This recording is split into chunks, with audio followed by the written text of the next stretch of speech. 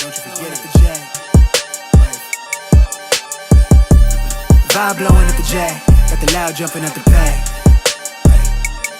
Everything I'm on slack. Everything I do is got the Benz jumping at the bay. Vibe blowing at my J. Got the loud jumping at the pay. Everything I'm on slack. We've been with the Brazilians. This would be the first. They wild, I think. I'm innocent. Bro, you hear that guy?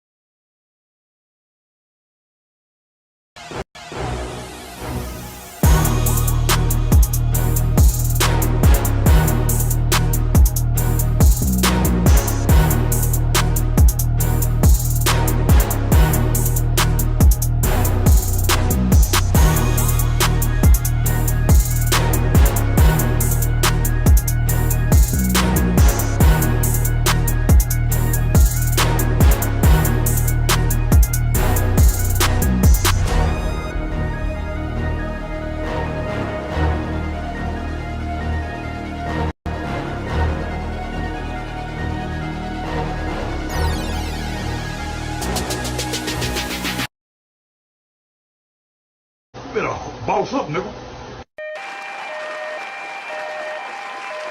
What's going on, everybody? It is Coach Greg Adams back in here with another YouTube live stream. Shout out to the Coach Gang. And that's you. For being in here, being involved, and being active on this YouTube channel. And welcome back to the Wake Up Show, part of the Free Agent Lifestyle Podcast here on the Free Agent Lifestyle channel. You in here with the Bruce Wayne in this ish, the King of Kings, the King of Content, and the Speaker of Truth. Yours truly, the Notorious one, a.k.a. Mr. Coachellini, better known as the Prognosticator, Coach Tradamus. And you're in the Desert Storm bunker with none other than EWF. That is every woman's fantasy in the whole fucking show. I'm the CEO, Niggero, of Fixes Binds, LLC. The unbinder, the undebatable, the undisputed best entertainment here on YouTube. You can call me Senor Gregorio Graybeard. That's what Kevin Samuels called me. But the ladies love to call me Mr. Third Leg Greg. Leg was just Also, phenomenal. the man with one trabajo, that is the mid slapper, the anointed one, Acknowledge me. the founding father of the after pill, the junior college sociologist, the Morpheus of the mating matrix, the chocolated Confucius, the Black Moses, the deliverer, also known as the man that walks in the spirit of Elijah. I'm the man with more nicknames than anyone in the game, but in case you forget those names, just call me CGA, see God Allah. And I'll be the 14-time demonetized champion of YouTube. We got a great show for you today. You see the title, and the title was meant on purpose. Now, if any dumb ass ninjas come in here and try to correct the title, just go ahead and play the dumbass ninja song right here in your head. Because there's already a couple of dumbasses that don't even know. They act like I don't know what I'm doing. These dumbasses. What's wrong with you, dumbass men? All right, Jesus. Ninjas be like, Coach, but it was the other way around, dumbasses. Let me tell you something. I know what I'm doing. I am not the king of kings and the king of content for no other reason. I got you bitch ass ninjas in here, and now you're going to sit down and learn. The Diddy case has started. And now we have more details about what mysterious and nasty things that woman Cassie was getting into. Oh, that's nasty. All right. And boy, oh boy, this is going to be an explosive case. Many details are coming out about the case between Diddy and the sex trafficking RICO case. And we've already heard from one male dancer / escort who smashed Cassie twice, Roski, with no condom. He has revealed that Cassie may not be a victim. She may be a volunteer. She a nasty girl. Oh, that's nasty. And is she a peanut? All right, I've had a couple peanuts want to get pissed on. All right, and they're saying it wasn't Diddy who forced her to get PeePeed on. It was Cassie that asked for her mouth to get filled with urine. Piss on you. All right. Oh, the humanity. Remember, the case is about Diddy being a sex trafficker. The case is about Diddy forcing her and abusing her to do this. And I've been saying from the very beginning, this woman sounds like a volunteer, not a victim. This woman don't sound like a victim. The whole narrative is messed up. As a matter of fact, how would you like to be this guy this morning? How would you like to be this guy this morning? You married this woman, and he did this, and he was abusive, only to find out she requested a male escort to go Roski and piss in her mouth? Oh, my goodness. All right, how would you like to be? This is your baby mama with 3 babies. Apparently, she's pregnant right now. She has 2 babies. At least he's rolling in the money. But, yeah. I got money. Your girl has a past, and this is what I've been saying for a long time. If you don't see your girl's past between the years 19 and 29, you don't know what the hell you're getting out here. This woman getting PeePeed. What the hell? She getting PeePeed Oh in her God, mouth. no way. Shout out to Filipinas. If you ever had a peanut, I have access to many peanuts in my life. And they be liking to get pissed on. They're very open-minded. I'm gonna tell you this right now. They're very open-minded ladies. You know what I mean? All right, but what your wife, what was she doing between 19 and 29 when you met her at 32 years old? She's getting pissed in her mouth. All right, how would you like to be? Well, I love this little Cassie peanut right here. All right, I like that little piece of calico. All right, any peanuts look like this, let me know. I'll fly you in. And especially if you want to get PeePeed in the mouth. All right, but yeah, what is your wife doing? All right. What is your wife doing? All right, Jesus. Do you have the stomach to watch a girl that you really love? To watch some motherfucker that got more money than you, that's more handsome than you, that's built more better than you, fuck your bitch for a fee? No. Anybody can fuck my bitch if the price is right. She happy to go get it. Oh, my goodness. Words have never been more prophetic than our brother here. I always forget his name. All right. Why do I forget his name when I need to think about it? All right. But we know his name. All right. He don't have the stomach at all. All right. Do you have the stomach? All right. Do you have the stomach sugar free? All right. Sugar Free asked him, Do you have the stomach? all right, I don't think he has the stomach this morning. I don't even know if he wanted to show up for this particular trial. He's going to find out some horrible things about his wife. Is that your wife? Oh, that's nasty. All right. Could you go home? All right. He better have the stomach. They got $30 million. All right. But you got to have to watch your wife. Hopefully he gets the PeePee in her mouth. You think he gets the PeePee in her mouth? I don't know. Do you have the stomach? All right, he's caressing her. All right, I don't think he's going to ask the PeePee in her mouth, apparently. We're going to hear this later on in the show as the case is unraveling. It was day one of the case, the official day one. We've already heard some things. We got some trial information for you. We got some rumors and innuendo. We have some updates on what the freak-offs look like. It's not what I thought. You know, I heard Law and Crime break it down. All right, it's not what I thought. But it's a lot else going on here. We also have Halle Berry out here thirst trapping the world, showing a video of her old stinking ass in bed. This is what I don't get. We're not supposed to be looking at 19 and 20-year-old women, but 58-year-old women in the bed bragging about they about to get smashed after she done been married 4, 5, 50, 11 times. All right, what the hell? We looking at some old bitch and old dude in bed. All right, is this what we're doing? This is a disgrace. I mean, the humanity. we also have women in their 40s, 50s, and 60s saying we're invisible, right? Officially invisible. No duh. All right, no duh, right here. So these are some highlights. Women in their 40s, 50s, and 60s are officially invisible. Officially? All right. We also have a woman, and later on in the week, going to talk about she's 58 years old. She decided to pound her body with IVF. And she delivered a baby. All right, she delivered a baby out here. 58 years old. I've been telling you guys, this artificial womb, the miracles of modern science, men think they're just going to be like, if we don't need women anymore, we're going to be able to have our own kids. That's not going to happen. Nope. All right, the women are going to use these sources or resources way more than men. All right, but listen. All right, and by the way, the dumbasses are going to enter the stream. Coach, your title is wrong. It wasn't Diddy that forced her. The dumbasses, Ninja. Hey, man, shout out to you dumbasses that just don't wait. You know how good I am at this, but you just can't wait. Just can't wait to correct me, as if I don't do my research. All right, anyway, just relax. Relax and enjoy the show.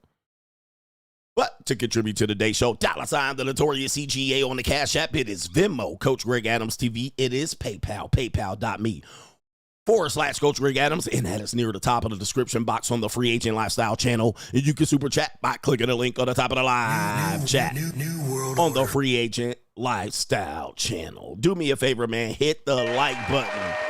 Just give me the likes, don't pass the scroll. Mugga. All right, it is time to get the show started. But did you see we was on there? Shout out to NGN. He says, your Twitch stream was great. It's good seeing you be monetized again. The Mitches are mad. They're priced out, not just on women in life, but now CGA. What's the origins of your saying, keep your mouthpiece crispy? It sounds ridiculous. There was a content creator, that I'm going to have to pull him up. He had the phrase mouthpiece crispy in reviewing the Miami pickup stream with Lucario and the other brother.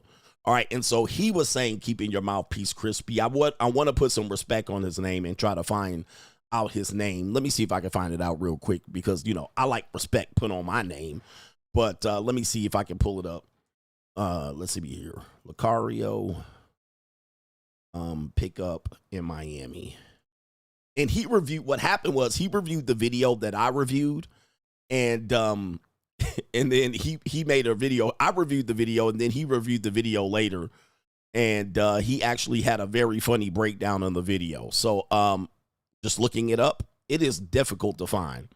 All right, but it was a funny stream. Let me see if I can pick it up here. Let's see. It's going to be tough. All right, so but he came up with the name Mouthpiece Crispy. Shout out to Mouthpiece Crispy. Anybody know his name? Oh, did Tariq Nasheed come up with that? All right, shout out. Oh, it was Reese? Something Reese. Oh, he removed it. Okay, so, okay, all right. All right, let me see if I can pick that up real quick. Let's see. Anyway, I don't know if I can find it, but it was funny as hell when he was saying it. Keep your mouthpiece crispy. But did Tariq Nasheed come up with that too? Did he come up with that too? That's interesting. All right. All right. Let's see here. I don't know. I'm getting bumped off track there. But anyway, I might be able to come up with the guy and give him his propers. All right. Anyway. But yes. Oh, by the way, did you guys see the legendary stream? I did have some stream music for this, but I see I don't have the stream music. All right. I'm trying to find it. Yeah, I won't be able to find it in time.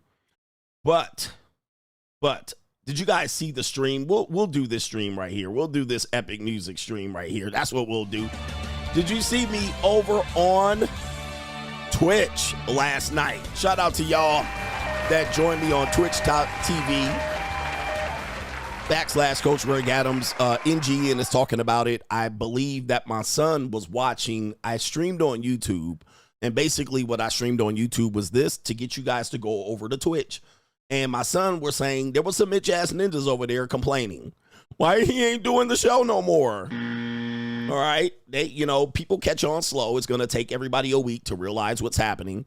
But we was over there on Twitch, and yes, we had some struggle stream issues, but I do want to show that, for the money mindset people, that it don't have to be perfect when you start. You just have to put in the effort. You have to put out some content.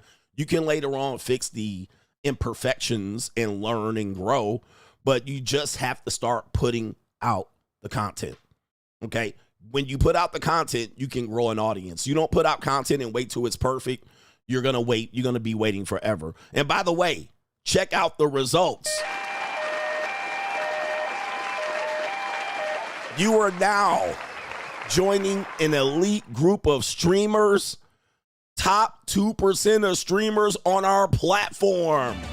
Woo! We almost hit 1,000 viewers concurrent.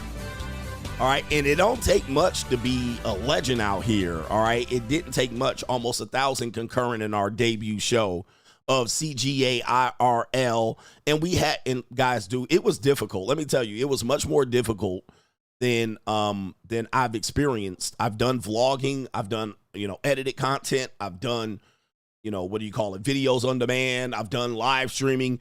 This was difficult, and I got out of my comfort zone. And you got to get out of your comfort zone sometimes to make an impact and take a risk. And what I'm doing is getting out of my comfort zone. It's easy for me to produce this type of content because I've been doing it for 8 years already, doing live streams for 7 years. And I've done vlogs, video on demands. Like I said, I've done every type of content except this IRL. And I was doing it all by myself. All right. So I didn't have a cameraman. I didn't have anyone to check the mic. I didn't even have anyone to read all of the people that came over and dropped subscribers over there. By the way, I went up to about 300 subscribers.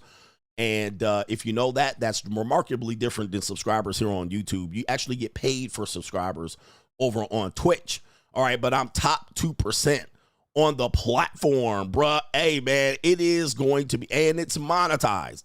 So, a lot of people don't want to see CGA monetized. They want to see me lose. But yeah, y'all getting priced out. Not only are you getting priced out of women, you're getting priced out of life. And yes, getting priced out of your boy CGA. It's time to step your game up. And you guys had plenty of warning.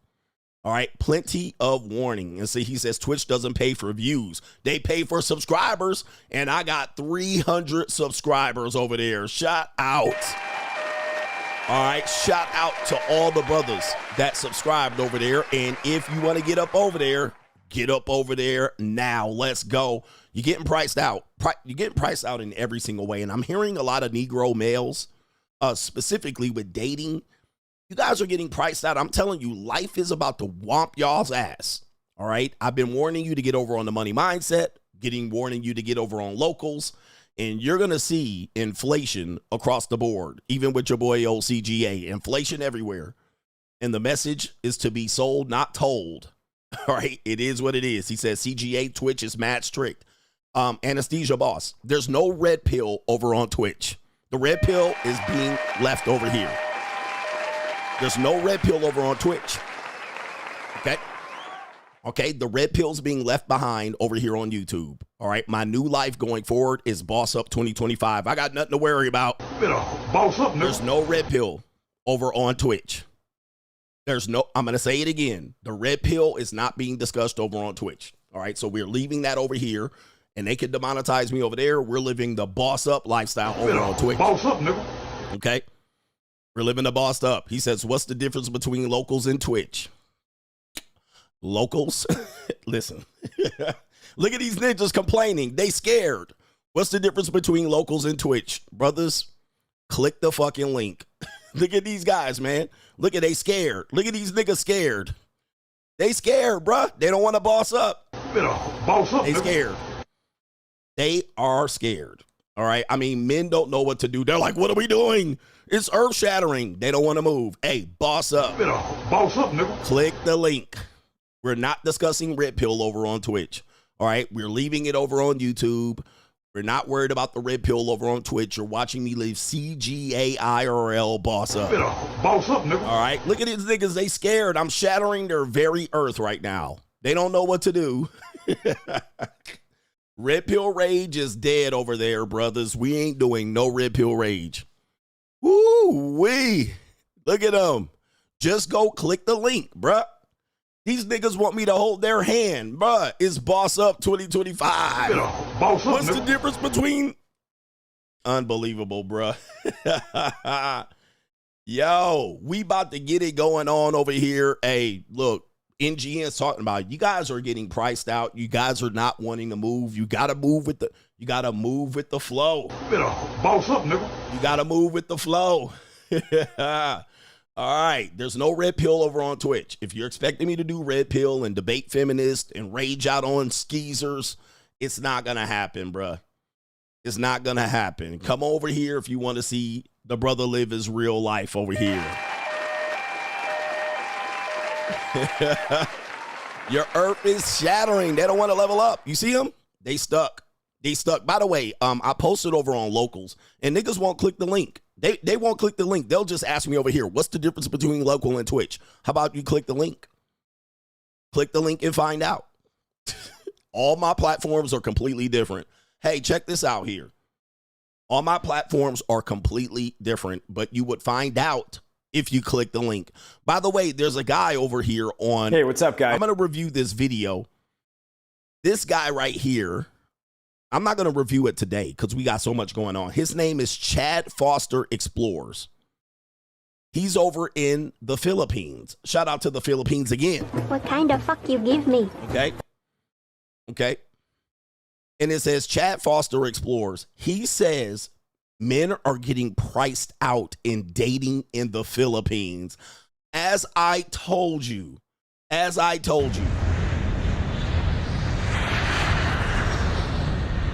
Okay. As I told you, gentlemen, this is the world we're in. He said Philippines and dating are completely different than it was during COVID. He said these women men are pricing you out. They're jumping in. Women are monetizing themselves. Oh, and social media. Women got social media over there. So they are able to have their ego inflated based on men providing comments and DMs in their content on social media in the Philippines. And I said this back in 2022, when the passport bro thing became a little bit more, I said, they're going to adjust. And people were like, oh, coach, you hating. I said, no, it's just normal. The market will adjust and then people will have to adjust because people are coming in worldwide. It's not a secret anymore. It never really was a secret. It was a secret to a group of men, but people are coming in worldwide, flooding it, and they're leading with their wallets. That's basically what he said. He said men are coming in and the women are taking the deals. They're taking the deals. And guess what? I said what'll happen is the bar will be raised. There's going to be a minimum price to get in. And he said, oh, don't think you're going over there to discover a pretty young thing. He said people are dating their level. So if you're big, old, and fat, you're not going to get a fine, badass 21 Latina Filipina. You're getting a basic stock factory issue Latina. All right. So guys, not only is the price going up everywhere, okay? Not only are men getting priced out in the dating marketplace in America, you're getting priced out overseas, okay? They're adjusting. You're getting priced out also on content creation. You're getting priced out everywhere. And I've been warning you of this. And you can't say I didn't warn you, but I'm not going to be the one to sync with you niggas. I'm going to boss up level, okay? Better boss up, nigga. I'm going to boss up level. Okay, I'm not going to get priced out without you guys. All right, people really want to misinterpret the message and go, well, what is this about? I saw a guy, somebody shared a comment, said, guys, CGA's free agent lifestyle is just about him going to the JUCO. And I'm like, see, niggas don't want to read the book. See, I'm done with the marketplace of goofy ass niggas.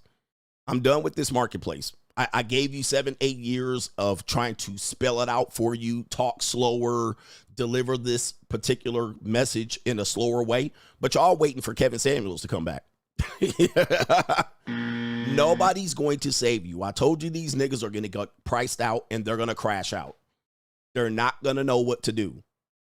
They think that this monetized dating marketplace is just me promoting it, and it's not a reality. It's a reality. Social media inflation is a reality. There's nothing you can do about it. No red pill content creator is going to help you. It is boss up 2025. I told you in 2025, the only thing you got left is boss up. Better boss up, nigga. That's it. Ain't nobody helping you. All right, I ain't helping you. By the way, get the Free Agent Lifestyle book. You will see what it really is, but niggas don't read. So I got to do what I got to do for my own self. I'm tired of trying to hold the hand of these goofy ass niggas. All right. And these incels and black men that want to go for free. I'm tired of holding your hand.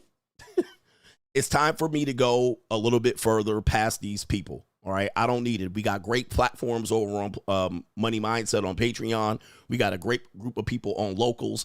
And I got these short bus niggas I'm trying to prove my case to on a daily basis, twice a day. No mas. You're only going to get it one time a day. That's it. I'm not about to hold your hand or argue with you. You're losing. You're losing grip on reality. You're losing the race. The monetized dating marketplace is here. You're getting priced out of life. And it's a fact. You're getting priced out of life. You're getting left behind. And if you don't recognize, and Kevin Samuels is not coming back. He's not going to save you from the grave. Larry Bird's not walking through that door, fans. Kevin McHale's not walking through that door. Robert Parrish is not walking through that door. And if you expect them to walk through the door, they're going to be great. And I warned you of this back when I started content. I said 2019, I said, dude, the world's going to shift right under your feet and you're not even going to know it.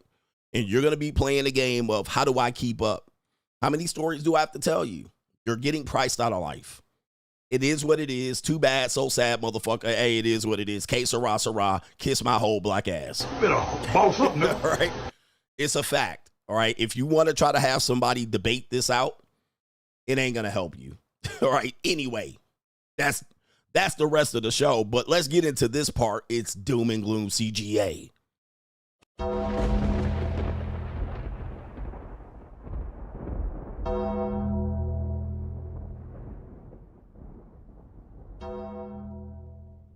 And Cassie's going to prove it today. Doom and Gloom CGA brought to you by the... All right, good to see men get left behind. Some of you niggas need to be left behind anyway. Some of y'all beat evolution for some reason, but survival of the fittest. Doom and Gloom CGA. Nissan cuts 20,000 jobs, closes 7 factories after record annual loss of $4.5 billion. There goes Nissan. What are we going to do, gentlemen? What are the baby mama Straggles? What are the dentist nurses assistants going to drive right here? Nissan, who could have sold out to Honda but didn't, who was pretty much bankrupt the year before. This was inevitable about Nissan. Anybody that kept their job at Nissan is a goddamn fool at this point. You should have read the writing. You should have read the room and read the writing on the wall. Nissan is a dying company, all right, and they are cutting jobs left and right, closing factories and losing $4.5 billion. Somebody in the comment section said, I see a lot of Nissans on the road by poor people. Nobody making a decent wage is driving a Nissan. You're seeing a lot of poor people because a Nissan basically tries to capitalize on people with poor credit. No credit, no problem. No job, no problem. Bankruptcy, no problem. Child support, arrears, no problem. Straggle, no problem. They literally target minorities to buy their cars. All right, that's what they're doing there. So if you see a lot on the road, well, that tells me what type of neighborhood you live in. You definitely don't live in the suburbs. You live in somewhere in Straggleville, USA. But yes, Nissan pretty much on its last leg, and of course they could have joined with Honda. I believe there was a deal that I reported a year ago, that they were going to join with Honda, but then they decided not to when they decided to go on their own. Well, ring the bell. All right, and shout out to the people, man. 20,000 jobs, that's 20,000 households, incomes, or at least that's 10,000 50-50 livers here. All right, people that live 50-50, paycheck to paycheck, closing 7 factories. That's a lot of jobs. It's layoff season, and of course you're getting priced out, but of course the marketplace is getting a little bit more hairier when it comes to car purchasing, when it comes to jobs out here. It's crazy. Okay. Speaking of Doom and Gloom CGA, California. I'm glad I got up out of California. California gas prices could reach $8 by the end of 2026. What do I tell you, man? Yesterday's prices ain't today's prices. You're getting priced out of life. Catch up with me. New world order. Guys, I've seen some videos recently that in certain areas of Los Angeles, $7, $7.50 for a gallon of gas. Gas prices can reach $8. This is what we're talking about, man. And the report says, according to reports, California gas prices could hit $8 per gallon by late 2026. That's up 75% from current rates. A USC report warns the rise is linked to refinery closures, and market trends, which projections ranging from $7.35 to $8.43. New world order. Yes, $8 a gallon. It is real out here in the field, and Californians are another group of people who are jack idiots. Shout out to California because it is a quite addicting place. It is a paradise in many places, especially on the coast, and it can quite hypnotize you because the weather is good year round. You don't get much bullshit out there. You might get an occasional fire and an earthquake and some gang violence. But the reality is the women, weed, and the weather are they're second to none. We're talking about 325, 340 days of nearly perfect weather. And it does rain in California, but it rarely rains in California. You do have droughts. So it is a hypnotizing place, and people will justify any reason to live in California. And I've lived there for 35 plus years off and on in my life. And I finally said, it's time to go during COVID because I saw the writing on the wall. I said, this place is getting no cheaper. All right. But people using the hope strategy thought that they were going to be able to live there despite their incomes not increasing, but everything around them increasing. The rents were increasing. The cost of housing increases. California and many markets, they're not going to experience great loss in equity, meaning that the housing market is not going to crash into the river. It's Southern California. You will have to take people, gobble up all of those houses and wholesalers and so forth and so on. With even in Compton, California, the average price of a home there is in the $750,000. A great starter home in Irvine is $1.5 million to $2 million. All right. And I said, time to go. I'm out of here. All right, I'm out of here. There's no way we can keep this up. But some people just stayed there stagnant, the frog in the boiling pot, and now they're getting cooked. You guys had plenty of warning when they raised the taxes like crazy during COVID. You had COVID, all of the COVID restrictions. You didn't listen, all right? And then you also have gruesome Newsom and so forth and so on. If you don't see it by now, I don't know what to tell you. You're not going to survive.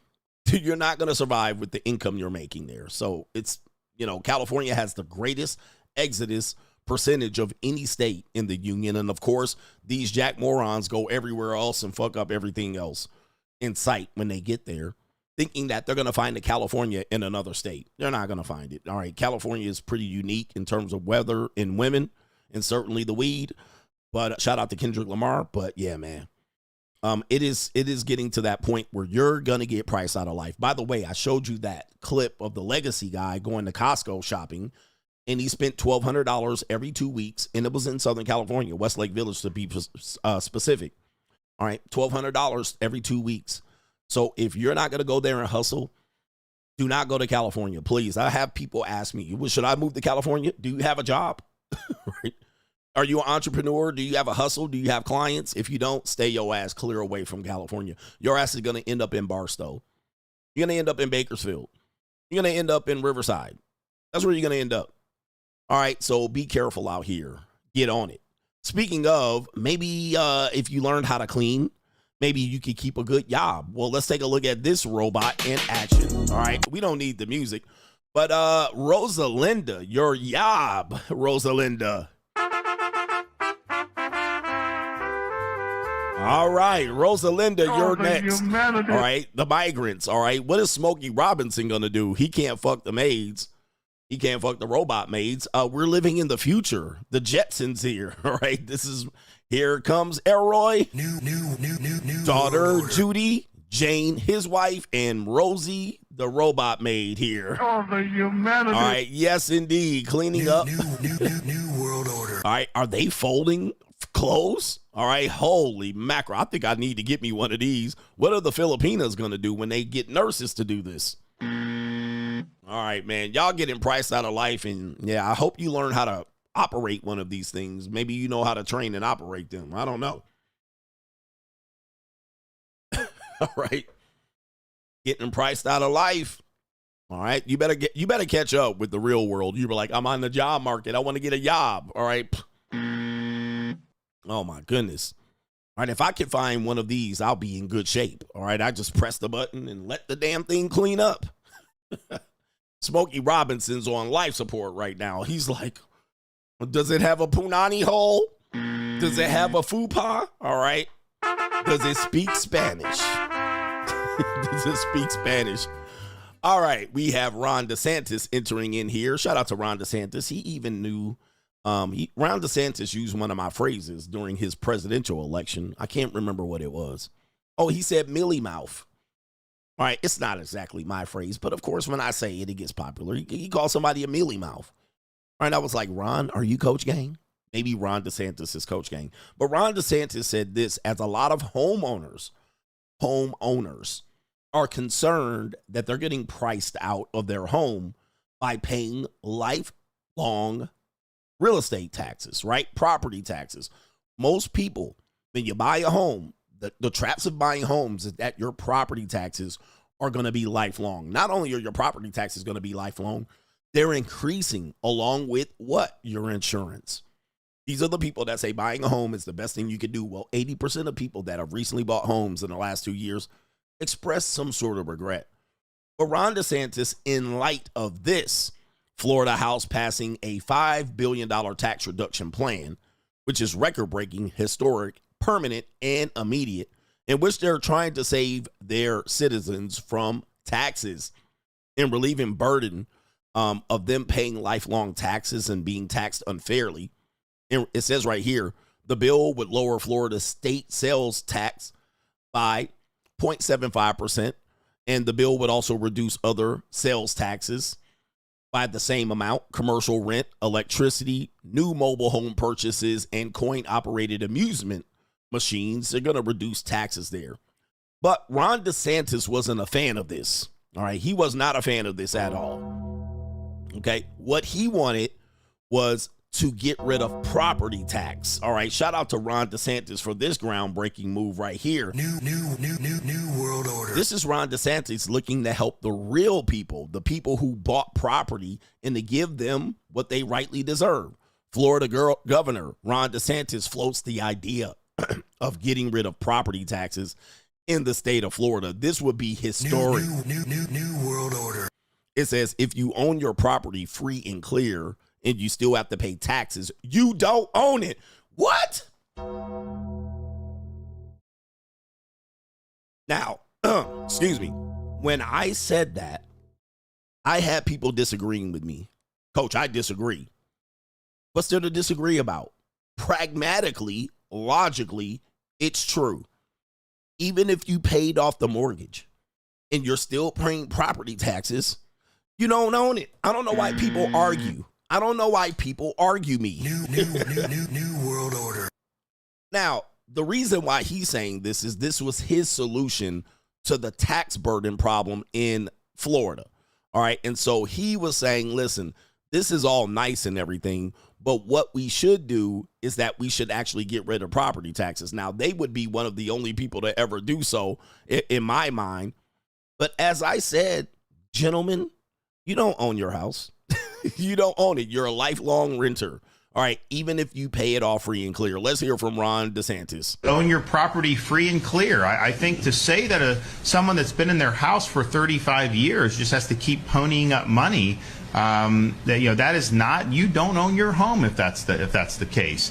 So yes, of course, I'd like to see people be able to owe free and clear. And it's interesting because it's like, you should own your property free and clear. I think to say that someone that's been in their house for 35 years just has to keep ponying up money, that is not. You don't own your home if that's the case. You don't own your home, and that's logic. That's 100% logic, and people will argue that all the time. They'll be like, "No, well, it's not exactly true." I'm like, "Okay, cool. Listen, I'm not dissing home ownership. What I'm saying is this is true. All right, even he says it. Everybody knows it. All right, so when I give you these things for the money mindset, this is just a state of awareness to give yourself some pragmatic awareness of how you're playing this game. You're playing this game not for keeps. You're playing this just for temporary ownership, and these people know this. The banks know it, and even the people who are owning the municipalities and running them, they know it as well. So stop fooling yourself, all right? He definitely watches CGA. It's the second time, Ron, you're agreeing with your boy, the Notorious one. New world order. You will own nothing. All right. You will own nothing, and you will motherfucking like it. And most of you guys will never own a home. You heard it here first. It's just the reality. That's Doom and Gloom CGA.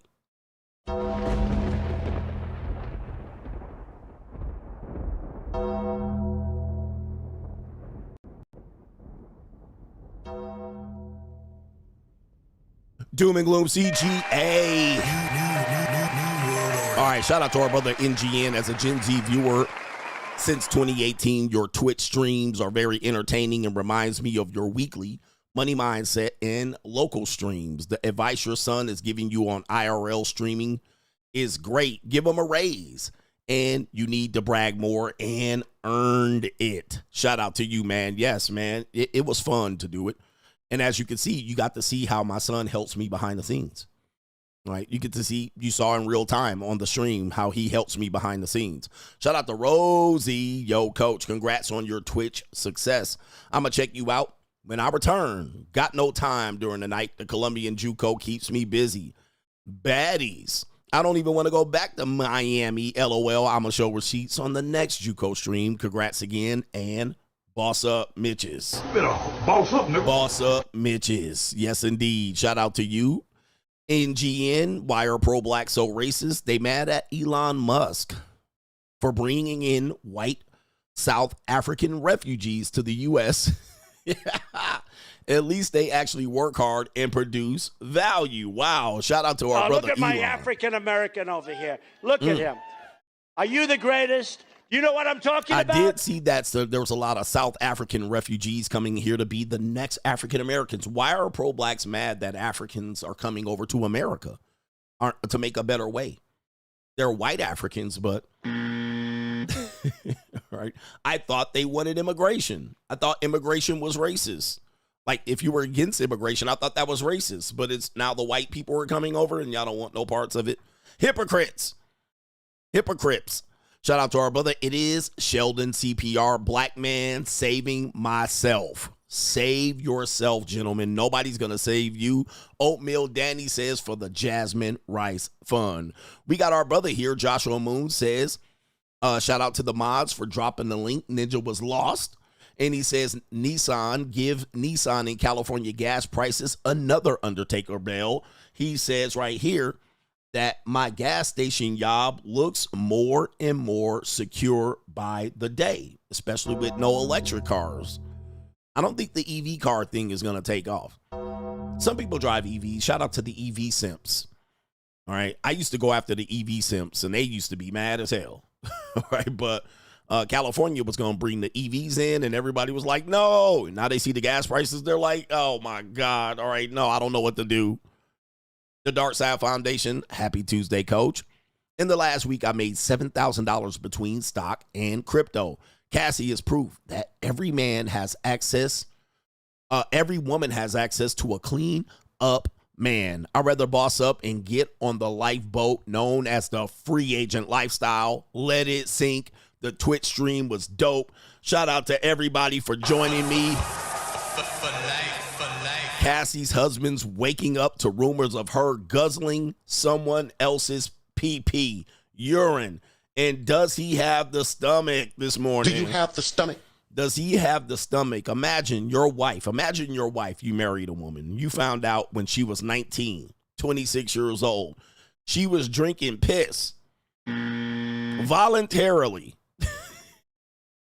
Oh, no. How would you feel about this, your wife? Dark Side Foundation, how would you feel about this? Your wife drinking PeePee, voluntarily drinking PeePee. She's the one brought the case forward, so, well, kind of. Now she's got to live it out. I can't wait till she get on the stand. How much PeePee do you drink? All right, she a nasty girl. I've been telling you, attractive women, and of course, I think Cassie's attractive. Attractive women be having the nastiest shit done to them. They like nasty shit done to them. They do. They do. Shout out to our brother. It is none other than Prince Hakeem over in Belgium. He says, this week is the start of my 3rd week of pushing out content every day for the next 90 days. I think I have found my rhythm. The coaching calls had given me a better direction on how to tackle this challenge. I ask myself every day why I haven't started this before. In any case, I am ready for a vlog that I'm shooting next week in Monaco. I'll be sure to take pictures for the locals. Yeah, casing the cool shit. He says right here, you could do the living the free agent lifestyle. Shout out to you. And that is a sponsorship. That's why it was long.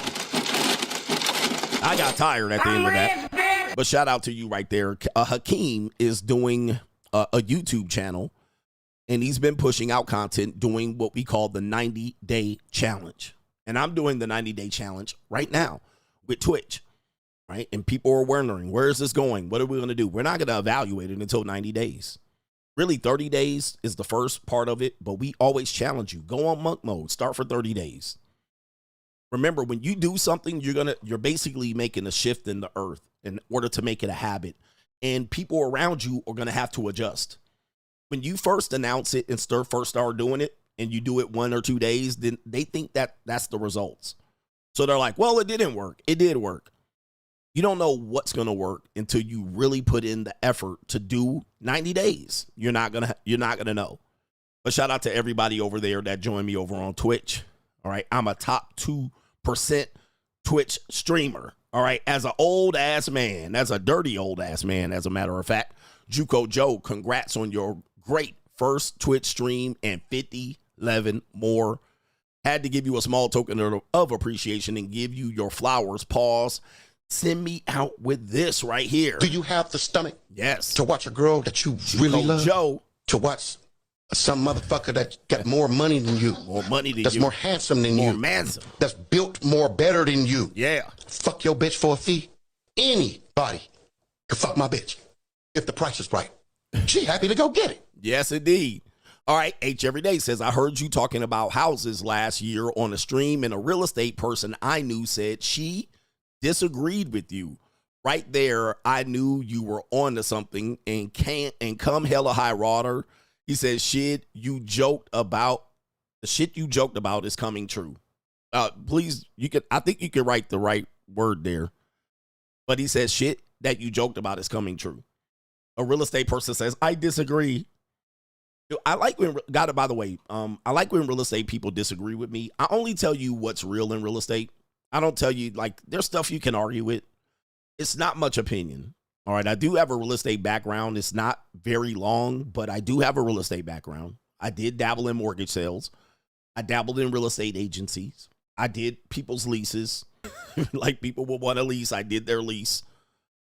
And real estate is no joke. I can't predict real estate, but I can tell you, I know enough about real estate, and I said in a lot of seminars and training and sales courses, real estate is one of those things that most people don't know what's going on there. Hold the fuck up. All right. Hold the fuck up. I know you did not just advertise somebody else's show during my show. The fuck is wrong with you? The fuck is wrong with you? It's my goddamn show right now, bruh. Are you crazy? Are you crazy? Unbelievable, bruh. You lucky you don't get fucking banned for that. All right? You lucky you don't get fucking banned. Never come on my show and tell me what's going on somebody else's fucking show. You know what? Go. You're out of there. Fuck out of here. What the fuck is wrong with people, man?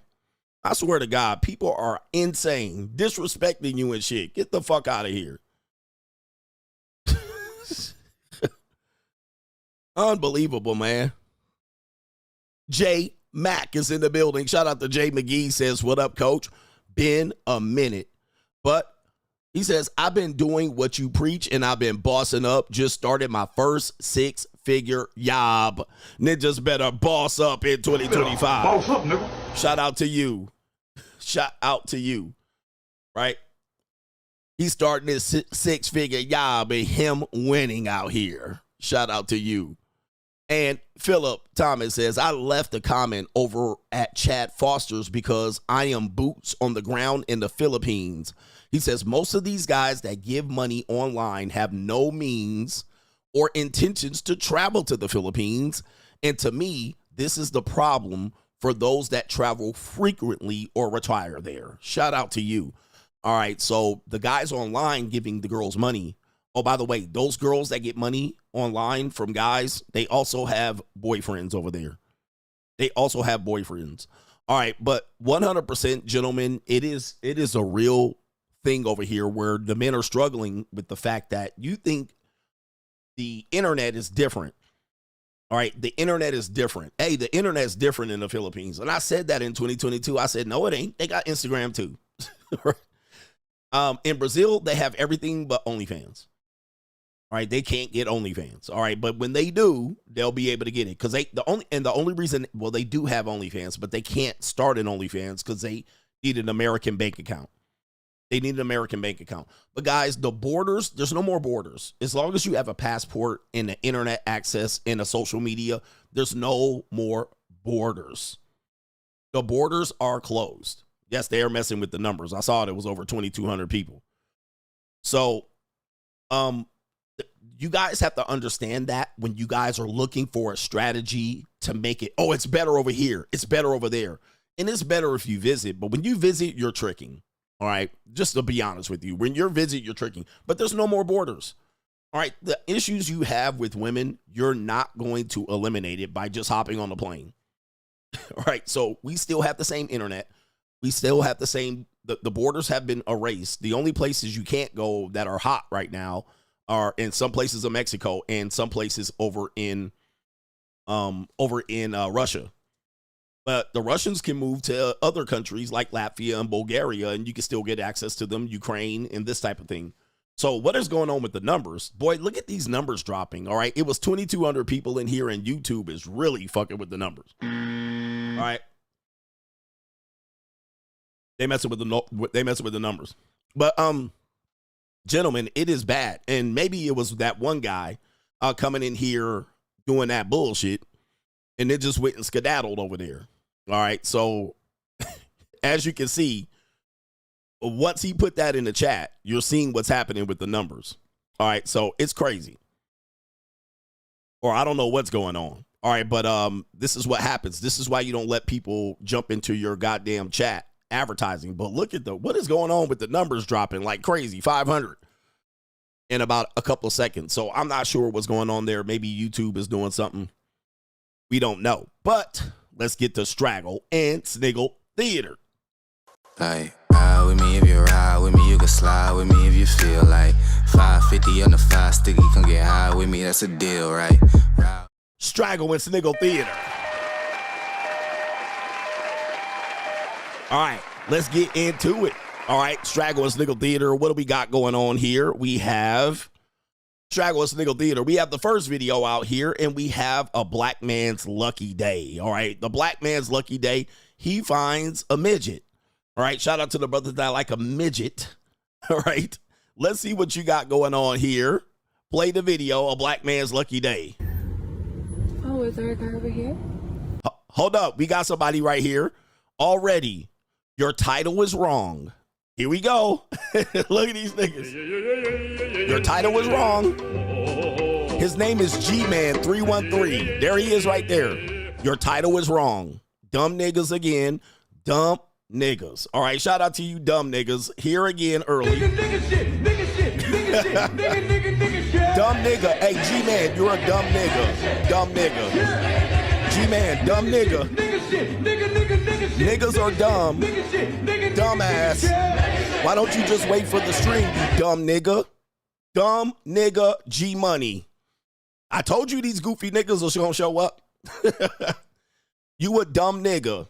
G-Man. Hey, everybody type G-Man is a dumb nigga. Man, your title was wrong. Dumb niggas. All right, and this is why I do this. This is why I do this. Dumb niggas. All right, I gotta put up with dumb niggas. Nigga shit. Dumb niggas.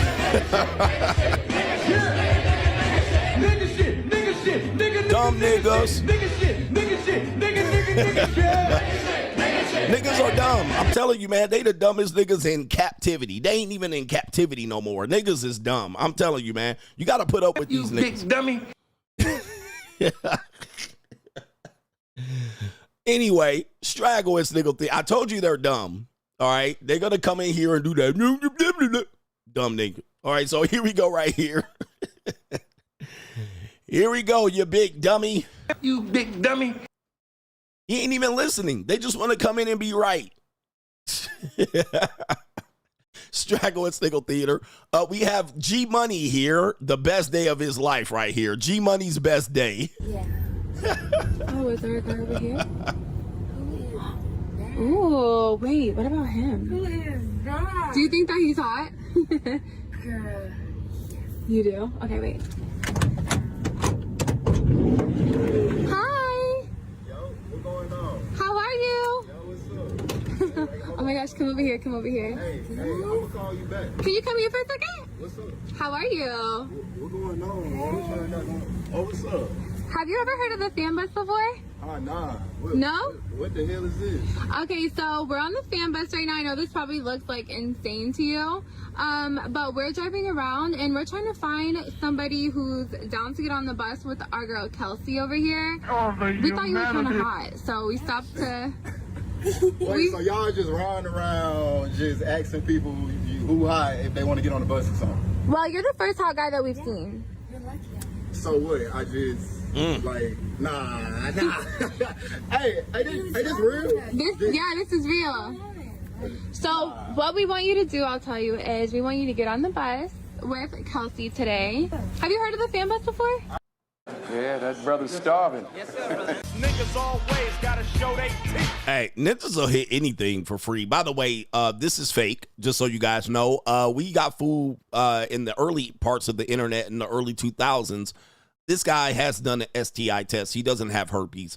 This guy is an actor and performer. It doesn't work like this. Don't ever think you're going to have this ever happen again. He has signed a model's release form and all of that, but that don't mean anything. Yeah, that brother's starving. All right, that don't mean anything. Young brothers, I want to tell you guys, the Bang Bras and the MILF Hunters and all of these guys got us back in the day, driving past bus stops, picking up girls, trying to get them in the car to bone them. Just so you guys know, this is not real. This is Straggle and Sniggle Theater. These people are all paid performers, and they're in on it. All right, but anyway, one could dream.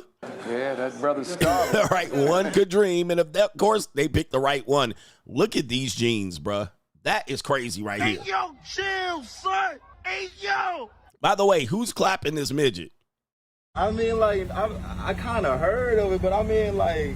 Is this it for real? This is it for real. Yes, you have the names? Oh, my goodness. Right here. Who clapping? Oh, the humanity. All right. Who clapping this midget right here? All right. Listen. All right. And what's going on with her teeth? Niggas always got to show they teeth. All right. I think he's, Captain Stabbing Wagon. Yes, indeed.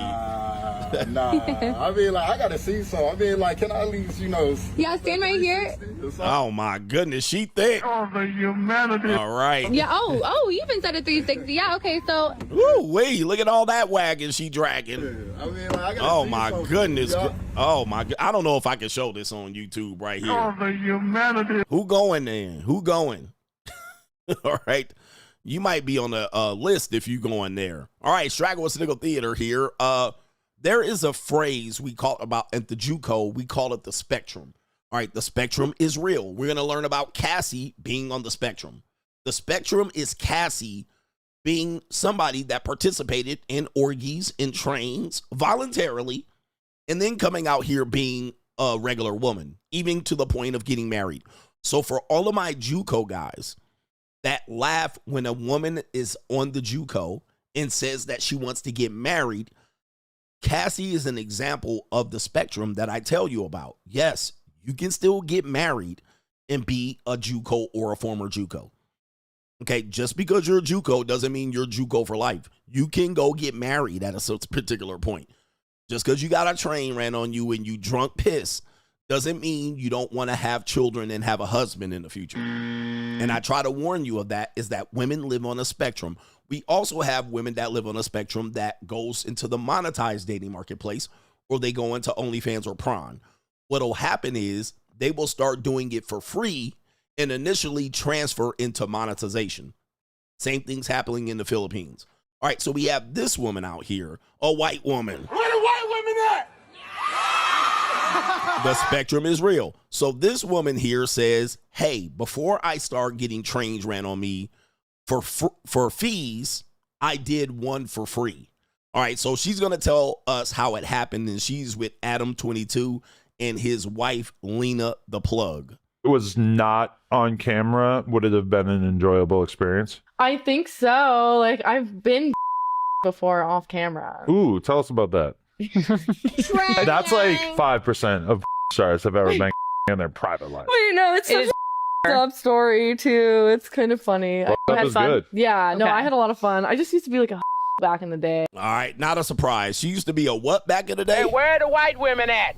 Not a surprise with all that neck. She definitely looks like a slut baby. But she said I was one back in the day.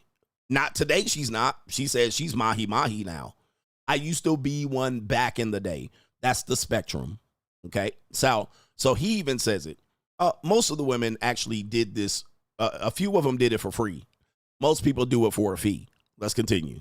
Don't be embarrassed. It's okay. It's funny. It was like a car full of Mexican dudes. Oh my god. They like waved and like when a cat called me, and I was walking from the bus stop with a box of pizza. What location? In Florida. Okay. And I basically like waved them down and was like, "Come give me a ride," and then f***ed all of them. Trying. Again, this is somebody's daughter that everybody worries about. Coach, that's somebody's daughter. And I guarantee you she was in high school. All right, I guarantee you she was in high school. Now, I know a person with this exact same story, and it's always the Mexicans. All right, it's always the Mexicans. All right, and I had a woman tell me that exact same story. She was a nerdy chick in high school, and she went to a party. She normally didn't party. She went out there as an introvert. She tried to be cool, and then she let some Mexicans run a train on her at the party. All right, just to try to fit in. And she was a new student there at the school, and all the girls were like, damn. All right, but she let her get her. Everybody was like standing on the corner like, wow, in the corner of the house party, watching this young girl, new girl at the school, introvert girl, nerdy girl, get a train ran on her by Mexicans. All right, but it's always the Mexicans. And they was doing the nasty on top of her, bruh. All right, they was doing the nasty. All right, but it always starts off like this. The next phase is then monetization. So today, women get to severely monetize themselves just through their phone from this. So they go from innocent girl to curious to hoe, then monetize. All right, and that's what you're seeing right here, the spectrum. Later on, she'll start wanting a boyfriend, and she'll want to get married and have kids like Cassie. All right, like Cassie. So that's the spectrum. Now, do all women go through that spectrum? Not really. All right, not really. They don't go through it through that extreme. But some women do multiple relationships, where they go relationship, marriage. All right, so there's levels even to the spectrum. But some women start off curious, some women start hoeing. But of course, he said, I was walking down the street in Florida, there's a group of Mexicans, give me a ride, and then all of a sudden, just like that, all right? And they hopping on top of her. And normally, it's going to be a woman targeting a group of men that are going to be, like, I would say, how do I say this? The group of men are considered less than in the society. It's similar to when in the plantation days, the mistress of the plantation would target the slaves. All right, because these guys have no voice. They can't say anything. They'll probably easily do it. They won't turn it down. And if something goes left, she just can claim grape. All right, she could just say, hey, these guys grape me and attack me. If it goes left, she could just tell on them and say, ninja, ninja, ninja. All right, she could just tell on them. It's not going to be a group of guys that have reputation that will be in her community dragging her reputation down. It's always going to be a lower subjugated group of men. And in our world today, Latinos, Mexican guys are those, unfortunately, those represent that subjugated group, which they don't have a voice. They can't defend themselves. If she switches and says they're assaulting me, they just easily get thrown in the slammer and they don't ruin her reputation. So she target that group of people first. She didn't target a group of white boys or a group of educated Negroes. All right, she targeted the group of Mexicans, and this is typically white woman behavior. Where the white women at? All right, she knew the ninjas was going to do it. You know, black guys probably would have thought about it and be like, this is a setup. White guys would have been like, we're going to ruin your reputation in the community. But the Mexicans, not so much. Shout out to the Mexicans. Yep. Or she could get them deported, whatever. And then the story's gone into eternity. All right. They get deported. They get thrown in jail. She gets to play the victim. And then if anything happens or she gets caught in the act, you know, it's kind of like when ninjas would get lynched and hung. Hey, come back here and get a romp in the hay. And then she get back there. She gets caught. She says the ninja raped her. He gets hung. All right. And then the story goes bye-bye. All right. But I've heard this story quite a bit, and particularly with women of all races, that they will target this demographic of people to get their nasty on. Okay. Get their nasty on. And then they will go in a little bit further. You heard it here first. I didn't say it, but I'm here to teach. I'm here to teach. Straggle and Sniggle Theater, when your mammy ruins your 304. All right, when your mammy's ruining your 304, it says streamer's mother gets him caught up while he is on an IRL live stream. As you can see here, we got a young buck with a dookie rag on, and we have a young Straggle sitting right here. The mom calls him out for having multiple women at the crib. Let's listen to the video. Baby girl. Sincere. This is not the same girl from yesterday. Who the fuck is she? Now you said, who the fuck is she? Then I tell you leave. Wifey comes here. All the hookers stay outside. So now which one are we making her? Because you told me the other girl was the wifey. So is she wifey today? Which one? I'm actually not there. I'm gonna like. She been wifey. Stay right there. She been wifey. No. There was no other girl. What are you talking about? No, I'm a woman first, and I'm gonna snitch. I respect that. I'm snitching, and I respect that. Where you going? No, I'm about to go. She got time for your bullshit. No, I respect that.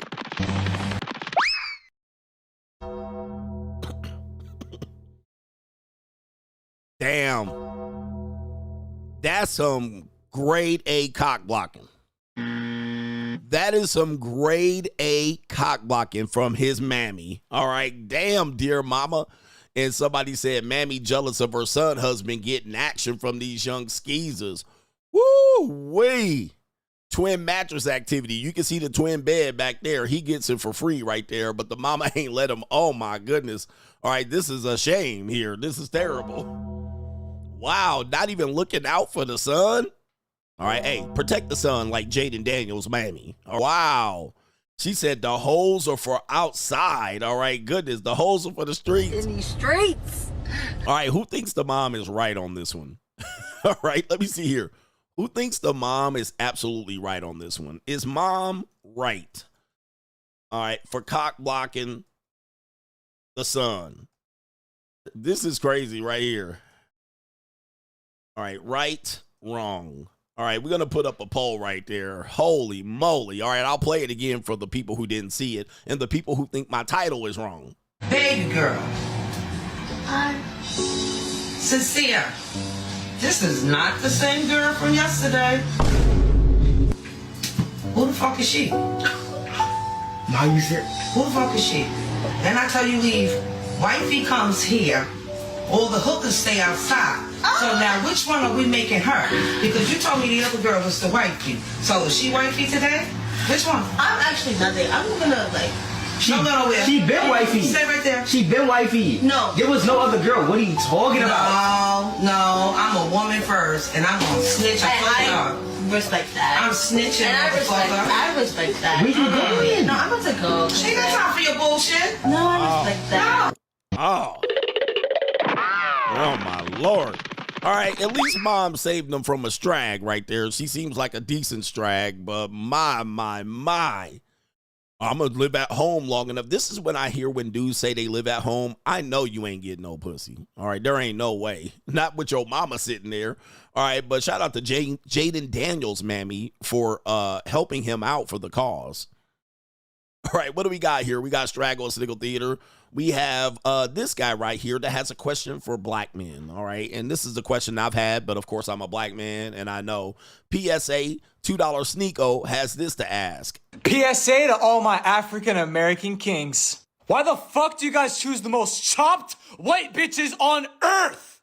For some reason, they're all 300 fucking pounds, and they look like they're from a trailer park.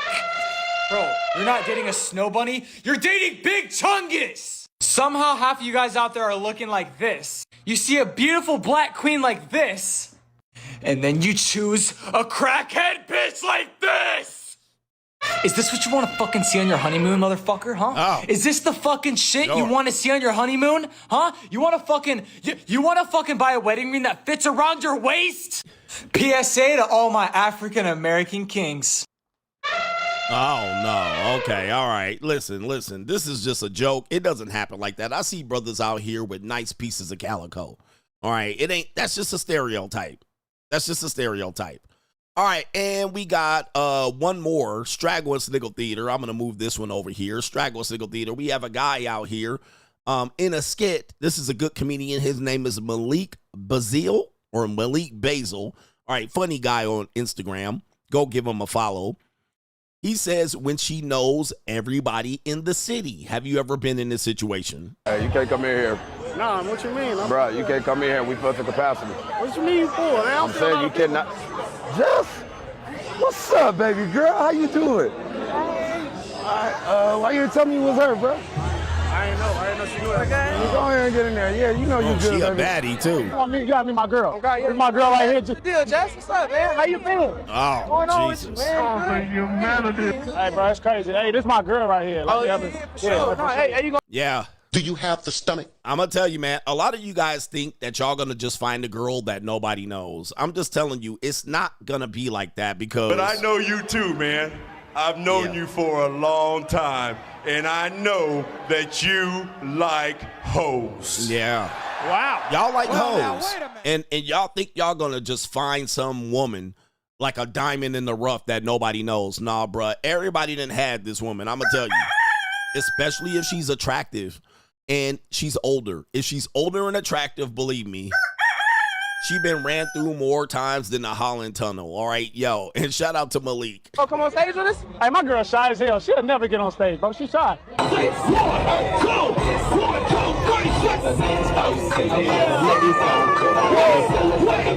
I'm chilling, bro. Good seeing you. Who you with, bro? I'm with my girl. She went to the restroom. Oh, there she go right there. Yeah, bro. Shit. Oh shit, sexy Jess. What's up, girl? Oh, not sexy Jess. All right, not sexy Jess. Oh, the humanity. All right, and so y'all look at look, this is how dudes think, and unfortunately, you young guys, y'all gonna have to learn.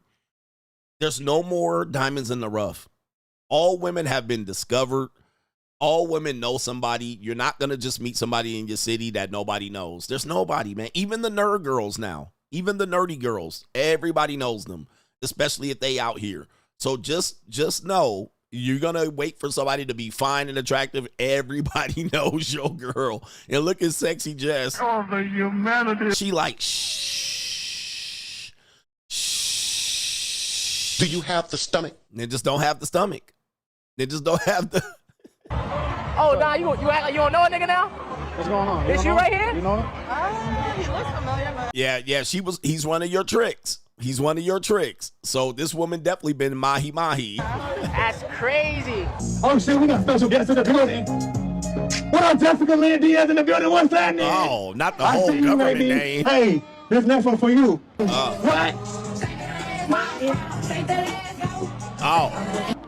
Yep. Stop, don't touch me. Oh. Don't tell me you have an I ass. don't. You know, I was looking at your IG story, and it said, oh, I'm a homebody. I am a homebody. No, you catch bodies at home. Oh, not. Wow, I can't help it if I'm popular. I know, who are you, Jess? I'm Who your are you? girl. No, you're not. You're everybody girl today. Oh, my goodness. Do you have the stomach? Y'all don't have the stomach. You can't come in here. All right, y'all don't have the stomach out here. Y'all didn't just be hopeful. Coach, I hope I find a loyal girl who's very pretty and attractive that nobody knows. And I'm a mate guarder, right? No, everybody knows your beach out here. That's Straggle and Sniggle Theater, right? You catch bodies at home. Like, ride with me if you ride with me, you can slide with me if you feel like 550 on the 5 sticky, come get high with me, that's a deal, right? Ride. Oh, man. Woo. Y'all gonna learn, man. I always tell you, if I find an older woman and she's attractive, she's a no-go for me. All right, an older, attractive woman is a no-go. We got Crime and Law CGA coming up here. We're not going to get into the Diddy case yet, but we do have some other stuff to report on Crime and Law CGA, but the main event will be the main event. All right, and shout out to Sexy Jess over there. Wherever she from, I like to see Sexy Jess. She looks like a beautiful mulatto chick. All right, we also have our brother, it is, let me see if I can say your name. It is initial DL84. What's up, Coach? I've been listening to you since during the pandemic, starting with your Ask Coach Greg Adams videos, and then onto your streams, your book, The Free Agent Lifestyle, and your daily teachings have changed my mindset for the better. It's Free Agent Lifestyle for life. Shout out to you, man, for finding me on these other platforms, these other channels. These other channels are able to get through the algorithm a little bit better than my main channels. So shout out to you, and thank you for investing in trying to learn what the message is. There's an overall message that, unfortunately, as a YouTuber, I can't just read you the book every day. I have to provide you with some entertainment and some content and give you a little bit of my teachings along the way. So people that want to learn further, you can get my book, The Free Agent Lifestyle, to learn what the entire philosophy is before you make a judgment. Now, I know you're not going to. You're going to just try to listen to YouTube because ninjas don't read, all right? And so what will happen is the people who don't read often are the ones who complain the most. Oh, well, the Free Agent Lifestyle just turns into the passport. You didn't read the book. Oh, the Free Agent Lifestyle is just encouraging men to go pay for play. You didn't read the book. Because there's nothing about pay for play in the Free Agent Lifestyle at all. It doesn't even mention that. And that was actually before I was even talking about the JUCO. I wrote the Free Agent Lifestyle book. All right, so men that really want to get into the message, they will invest and learn. The men who don't, they want to try to get the information and piece it together on YouTube University. And I see this going on, unfortunately for men. Let me tell you something. What men try to do is that, because men are egotistical, what they try to do is say, I'm going to find the message kind of like, I'm not going to invest in anything, courses, coaching. They're not going to invest because they think that, oh, I could just get the information for free. But when you get it for free, you're piecing together the information in a non-concise form. It's not laid out perfectly for you. Like, I don't wake up every day going, I'm going to teach the Free Agent Lifestyle in order every single day. I'll just give you a piece here, a piece there, and some entertainment, and some talking points, and some teaching points. It's not a concise form. So if you wanted to learn what was in the book, you're not going to learn it piece by piece. It's not going to be in order. So you might one day hear me say monk mode. Then the next day you might hear me say JUCO. You think that as piecing it together, you're trying to piece together the philosophy at YouTube University for free. You're trying to piece it together and it's not going to make sense. You're going to be like, you're going to just jump from divorce to JUCO? No, that's not what it is. I'm sorry. That's definitely not what the Free Agent Lifestyle is. But because men like to go to YouTube, YouTube is free. I'll just learn it there. Okay. All right. I don't know what to tell you.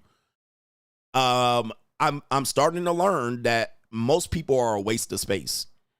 You're a waste of breath. All right. And I've been wasting my breath for far too long. Shout out to her brother. It is Justin H. I'll catch the replay later, coach. But did you see the video of French, German, and UK leaders hiding a bag of coca on the train? He says, congrats on all your success and shout out to the coach gang. I did, but I don't know. I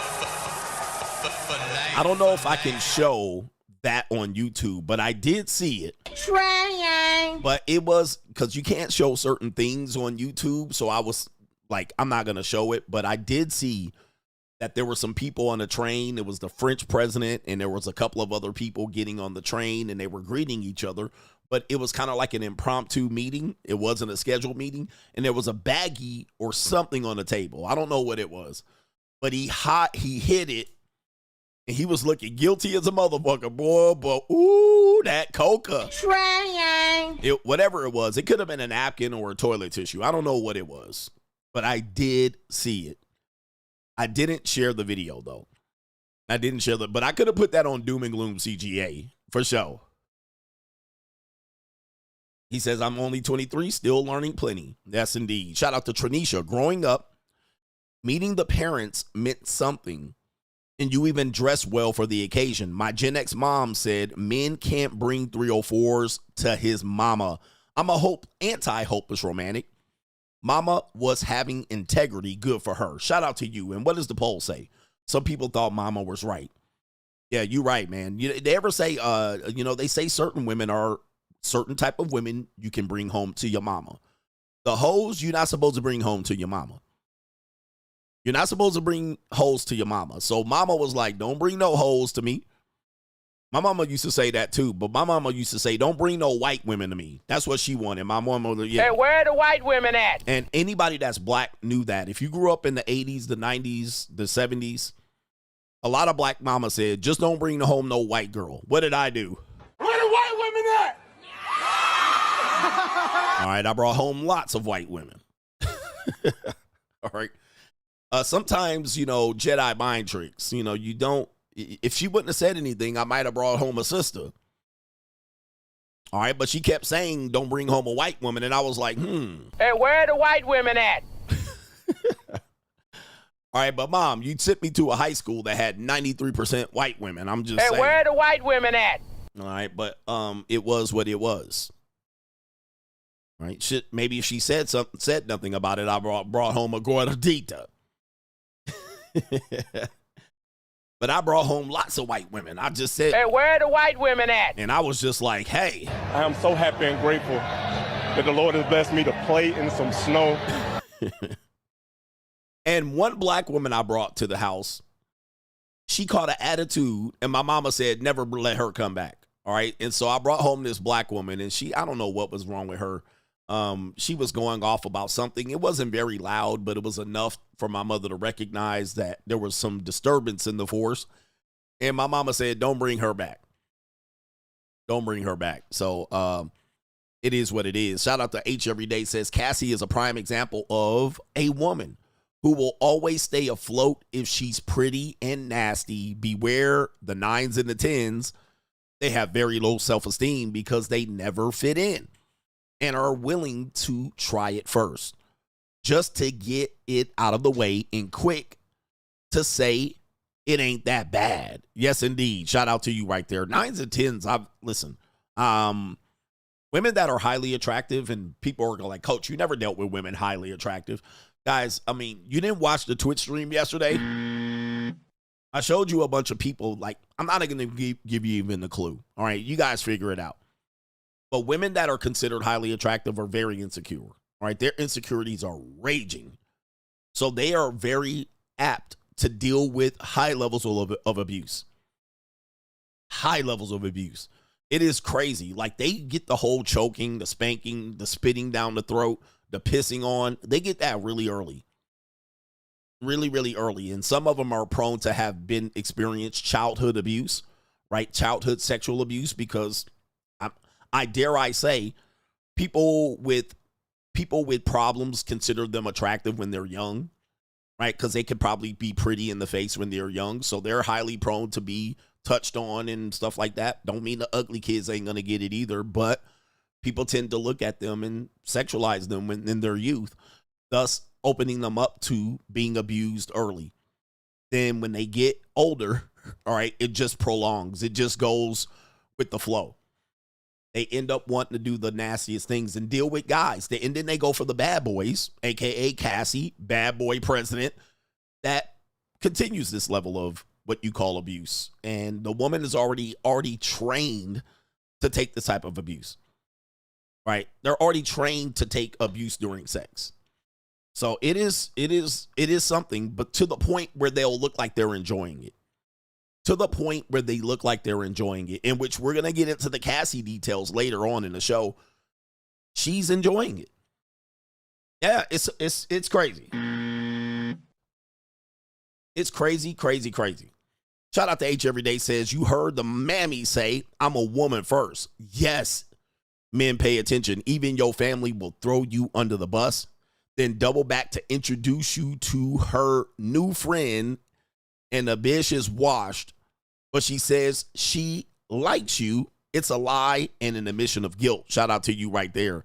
I had a woman recently chatted up with me. Again, this always tends to happen to me, where there'll be a woman that I'll be like, oh, I'm kind of interested in her, kind of slightly. Well, then she'll say, hey, I know a woman that you would like. Now, I don't know what it is about me, but, you know, first of all, I'm black. So people think I'm not smarter than the average bear. They think I'm a typical nigga. And so they know what typical niggas like. And then they just automatically assume that all men like that. All men like that, like that. So she was like, hey, there's a girl that I know you would like. I have a friend. And I was like, this normally ends not well. All right. Anytime I've heard someone say, I have a friend that I know you would like, I always almost never like that, whoever that friend is. I mean, there's a 99.9% chance that I'm not going to like that person. So I said, if I don't like her, I'm going to block you. You're never going to have my number again. I'm not going to talk to you. And of course, I said, send a picture. She sent me a picture. It was like a 35-year-old single mother black woman with a big fat ass and a gun. Like, she wasn't sloppy. The woman was not sloppy. So I will give her that. She was just too old. She was old and a black woman with braids standing like this in the mirror. And she had a big bubble butt. I was like, why do you think all niggas like that? Not everybody likes that. Okay. She was like a strag. All right. She looked like a strag to me, like a low level. She had like popcorn ceilings and the low level lighting apartment with the fucking particle board door. I was like, block. Not all black men like that. Not all black men like that. Bitch was too old. She was nowhere near 20 any goddamn thing. Nowhere. She did not have the number 2 in her age, even 32. She was above 32. You got to have a 2 in your damn age, preferably the first number, and you didn't. The next thing you didn't have is you were strag adjacent. You didn't look like you had any level of class. Tattoos everywhere. It was just like, and you definitely look like you got more than 1 or 2 kids. Like, what the hell? All right. And the woman that I was talking to was a nurse. So I'm assuming this was one of her nurse mates. And number 9, she was black. All right. So that was she was already in trouble. But I should have just said, if she's black, don't send me any pictures. Okay. But not only was she black, she was low level. I was like,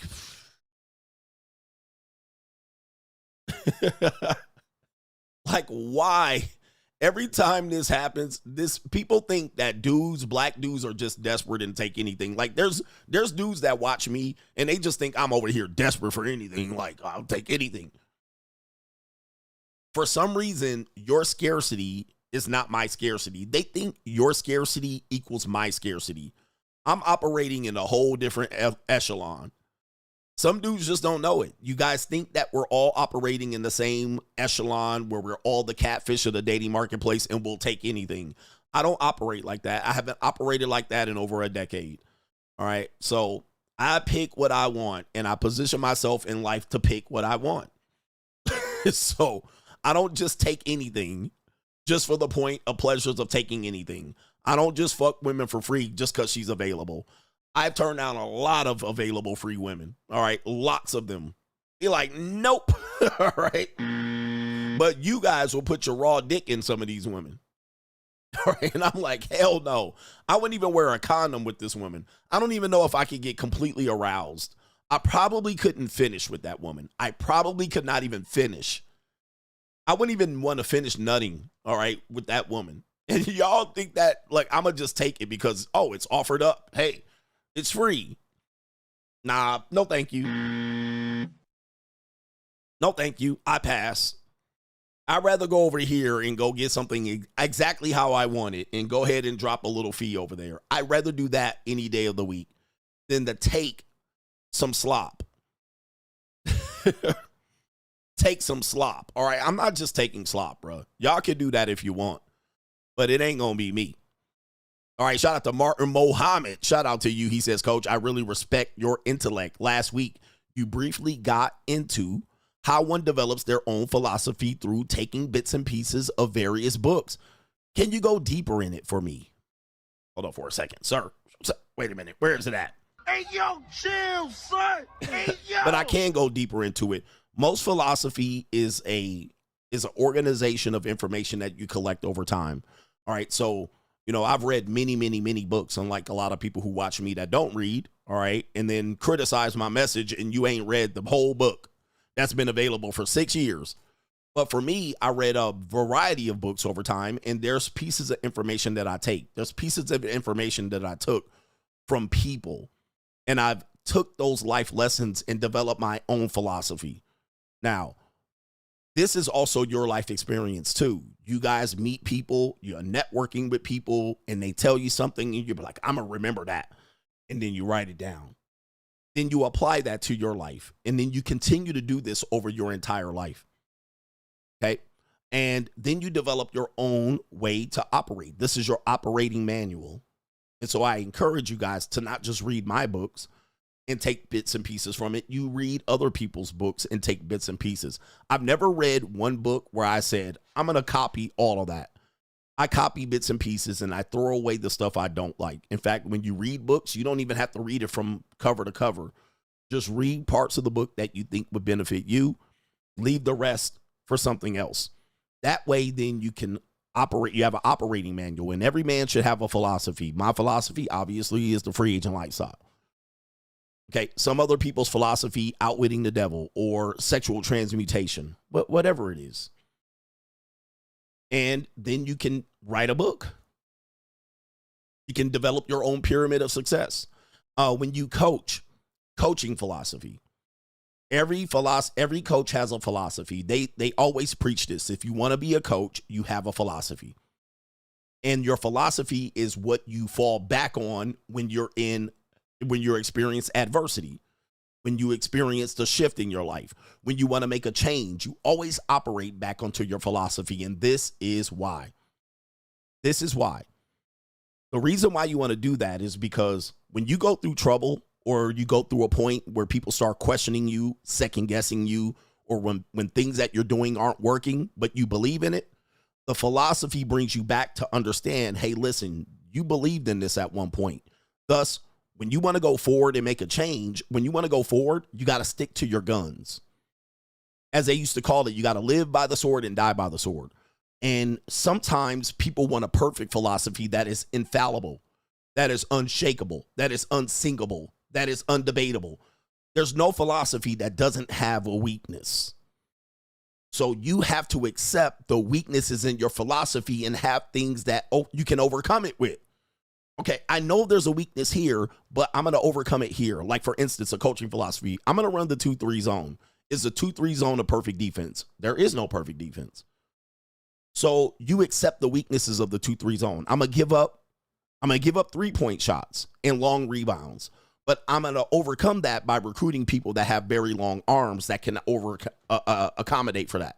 I'm going to run the 2-3 zone so I can give my defense a little bit of a rest. We don't have to chase people around. That way we're more efficient on offense. But what'll happen is everybody starts hitting threes in the first half, and then you give up. I give up on the 2-3 zone. And then you start running man-to-man, which you don't practice, and then you get eaten alive. The philosophy brings you back to say, this is my belief system. These are the cores of my philosophy. Thus, when stuff goes wrong, I don't abandon the philosophy. But what you people do, or what weak people do, is they have no philosophy, or they don't believe in their philosophy, so that when it doesn't work, you abandon the whole philosophy and you try something else. And then you're constantly trying something else to try something perfect. When people come to me, what is your hey coach, what is your solution? I don't have a solution. I have a philosophy. Okay, my philosophy is this. A solution is perfect. A philosophy is something you can guide your life by, even if things go bad or go good. So that if they go bad, I can go back and say, but I still am going to stick to the core beliefs. You know, as a man, you have to understand that. But what weak men are looking for is a solution. There's no solution. There's just trade-offs. I ran the triangle offense and I pressed. Okay, that was my philosophy on offense and defense. I ran the triangle offense and then I pressed. That way my team didn't have to think too much on defense. They could just react because they did all the thinking on offense. Okay, what's the problems with that? I had to have a good center, all right? And then I had to have good shooters. So if you don't have those things, you're going to get killed. So then you have to change your philosophy, or at least create a system on defense that can reward the mistakes or the inefficiencies or the deficiencies that you don't have on the other end. Okay, but sometimes you're going to lose based on these things, and then you better adjust. You better recruit better talent, or you better find another school, find another job. Always have a philosophy. Always have a sense of center of core beliefs. And then accept the trade-offs. What am I going to lose by this belief? You're going to lose something. Gentlemen, what do I lose by believing in this? I lose X, Y, and Z. Are you willing to lose these things? Yes. Well, then you have a solid philosophy. If you're looking and going, I don't want to take no losses. I don't want to take losses. You're going to lose out here, because there is always a loss somewhere. You can't win with everybody. That's like saying I'm going to cold approach. Dude, you're going to take some fucking L's. You're going to waste a lot of time. You're going to waste a lot of money. It's basically a low return of investment strategy. And if you accept that, and you're willing to let years and weeks and months go by, then it's fine. But you guys have to figure out what your philosophy is. I have a philosophy, and I win and lose by it. Where I lose, I find that to be a win. All right, I try to make wins. Okay, I'm going to lose that, but I'm going to win this. When you press, what do you give up? When you press full court, you're going to give up easy layups, especially in the first half. And then everybody's going to look at you and say, Coach, why don't you take the press off? You keep giving up easy layups. Okay, when you're in a 2-3 zone, you're going to give up long threes and long rebounds. Okay, that's just the fact. You're not going to stop people from shooting three-pointers. And in the press, you're not going to stop people from having easy layups. But what you're hoping is, or what your strategy is predicated on, is can they continue to make those decisions the entire game? At some point, their conditioning is going to catch up to them. At some particular point, they're going to miss those layups. At some particular point, they're going to realize they're only using 5 seconds of the shot clock, and we're using 30. They're playing far more defense than they are offense. Is this efficient? Okay. If you're only playing 5 seconds of offense, but playing 30 seconds of defense every possession, is this an efficient strategy? That's a philosophy you're willing to live and die. So live by the sword, die by the sword. Or you can make adjustments every day of your life and try to find a way to win. But for Martin Muhammad, who's a supporter of On the Money Mindset, you have to have a philosophy in which you're willing to give up something to get something else. That's how you win. That's how you win. Those are some blue chips. And I'm wasting my breath with about 50% of the audience. I just wasted my breath with 50% of these loser motherfuckers listening to me. Okay? If the team's not used to playing where they only can shoot the ball every 5 seconds and they're not used to playing this, they're going to lose. If they're used to playing this way, they're probably going to beat us. All right, so it depends. Some teams can do well against that. Some teams, they're used to running their little offense and setting their screens. Well, I could take them out of that by pressing them and getting them to scramble. All right, make them make decisions quickly. All right, and then they shoot the ball. In 5 seconds, I have the rebound. Then I slow it up. All right, then I make them play 30 seconds worth of defense. Okay, so, yeah. I mean, some people aren't prepared for that. If I know people aren't very intelligent, then I can get them to make mistakes. All right, shout out to y'all, man, for the blue chips. That's why I'm wasting my time on YouTube with a lot of these people here. All right, but y'all ain't gonna never learn. Y'all ain't gonna never learn. I'm convinced most of these men ain't gonna never fucking learn. They're still out here red pill raging in 2025. All right, what are we doing here? And shout out to Emmanuel A. Says some appreciation for your teachings, coach. Can't watch you like before because my Italian boss is working me through the effing bones. Shout out to you, but it sounds like you're bossing up. Boss up, nigga. It sounds like you're bossing up. All right, shout out to you. And shout out to your Italian boss. Let's get back to it. Crime and Law CGA right here. Where's my Crime and Law button? Crime and Law CGA. We got this guy right here. Oh, hold on for a second. I deleted it. All right, this guy right here, Tory Lanez. You guys heard of him. He's serving prison time in California. He's the diminutive rapper who was thrown into jail for allegedly, well, I guess, convicted of shooting Megan Thee Stallion.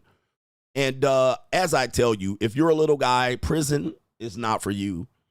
Stay your ass out of prison, bruh. And really stay out of court. All right, stay out of court because it ain't a place for you, especially you young black men and you midget, manlet young black men. All right. I'm a small, diminutive man myself, and I know I don't need no chance in prison. So if you think you walking around big and badass when you out here free, what's going to happen to you in prison is no bueno. Apparently, breaking news yesterday, Tory Lanez stabbed 14 times, all right? Now I got to cut you.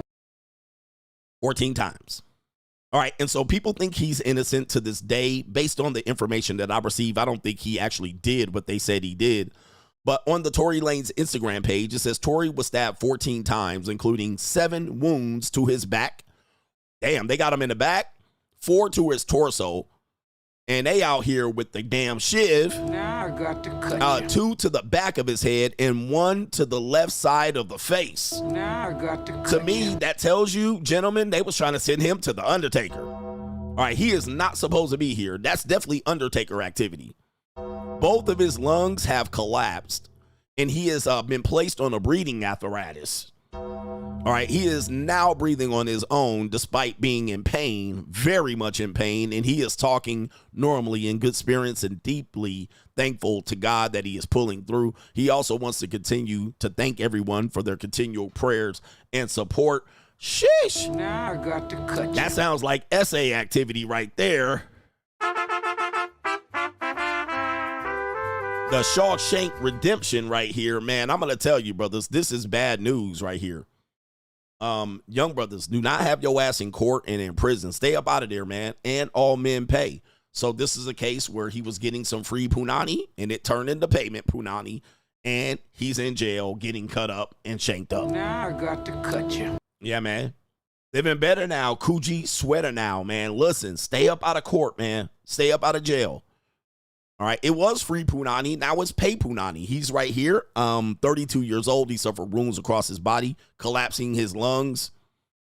Hi, sentenced to 10 years. How long has he been in? When is he sentenced here? In 2020. Seemed like it was a long time ago. The shooting was in 2020, but it seems like he just got thrown in there, at least in the last 2 years. He's in Tehachapi, all right, which, ghetto niggas know where that is. All right, they know where all the prisons are, but can't name 8 Cal State universities. All right, but here we go right here. There he is right there. There's his mugshot, man. Hey, man, prison is not the place to go, bro. Prison ain't it. All right, I know y'all think this is it, and this is going to give them stripes and shit to talk about. You don't want to be in here in the belly of the beast, getting stabbed up. It's unclear of the attacker's motive. It sounds like a hit, all right? That's what it sounds like. Maybe he had a beef in there. Maybe, a beef. It took place at 7:20 local time. According to the corrections department, prison staff began first aid on Lanez, and he was taken to a local medical facility for further treatment. And he was sentenced in 2023, so it was last year, of 3 felony gun-related charges, including assault with a semi-automatic firearm. He shot. And by the way, it says he shot Megan Thee Stallion. By the way, when you're convicted, all right, you can't argue it anymore. It is not alleged. It is not a rumor. It is conviction. He was convicted of shooting Megan Thee Stallion. And her name is Megan Pete, as they were leaving a pool party at Kylie Jenner's Hollywood mansion. Everybody knows the story, but the pair argued inside a vehicle about their previous sexual relationship and careers. Megan Thee Stallion testified during the trial. She said that she had demanded to be let out of the vehicle, at which Lanez started shooting at the ground and shouted at her to dance. Even though I can't even get into the case here. I mean, everybody kind of knows that was probably BS. She was mad that he was messing with that white woman, okay? Where the white women at? All right. She was mad that allegedly, Tory Lanez was sleeping with 2 of the women in the car. But there it is right there. They got in an argument about the previous sexual relationship. That was the case. So let's just make this clear. Tory Lanez is in prison for a previous sexual relationship with Megan Thee Stallion. All right. Oh, the humanity. Okay. That's what he's in there for. Had he not been fucking Megan Thee Stallion and that other white woman that was in there, all right? I am so happy and grateful that the Lord has blessed me to play in some snow. He would be free. He would be free. All right, but definitely shot him in the pinky toe. Shot his ass in the pinky toe. I don't know what happened, man, but be careful, man, on Crime and Law CGA. Don't have your ass in jail, man, and all men pay. We have Iman Shumpert here on Crime and Law CGA. Iman Shumpert wants Teyana Taylor jailed for breaking divorce order, insulting him around kids, and damaging his career. So I could focus on my career. According to court docs, this is very common. Ex-NBA star Iman Shumpert demands the ex-wife Teyana Taylor be found in criminal contempt of court and thrown in jail for 20 days. Weeks after her lawyer asked for him to be locked up, In Touch can exclusively report. On Monday, May 5th, Iman, 34, filed a motion for contempt obtained by the In Touch magazine. And this is accusing Teyana, age 34, of violating their divorce deal, which was reached in July of 2024. Guys. Hey, yo, chill, son. Hey, yo. But it was for free, huh? It was genuine burning desire, huh? This is typical of early divorce settlements. What'll happen is people's emotions will be raw, nerves will be raw and exposed, and people will continue to fight in court after the divorce. As I try to instruct you, once the divorce is finally signed, the war still begins, or it continues. So you sign the final divorce decree, the war still goes on, all right? Not very many people are able to move on after that. People are still sensitive. Many times, I believe, the woman and the man, despite the fact of how the divorce turns off, the woman and the man are still not happy with the divorce results. Even though one person might say, hey, Iman Shumpert got screwed. Teyana Taylor won. Teyana Taylor doesn't necessarily think she won. In fact, we have a video of her saying that much. She's like, I don't know what people are talking about. We agreed upon that last year. She doesn't think she won. Even though we think Iman got screwed, she still doesn't think she won. What does she do? She goes into court to try to get Iman in trouble. Contempt of court. Then you have him just basically playing fighting fire with fire, being equally as petty. Now, none of these people are going to get thrown in jail. They're just using the full court of the law to waste time and make money for the courts and the judges and the attorneys.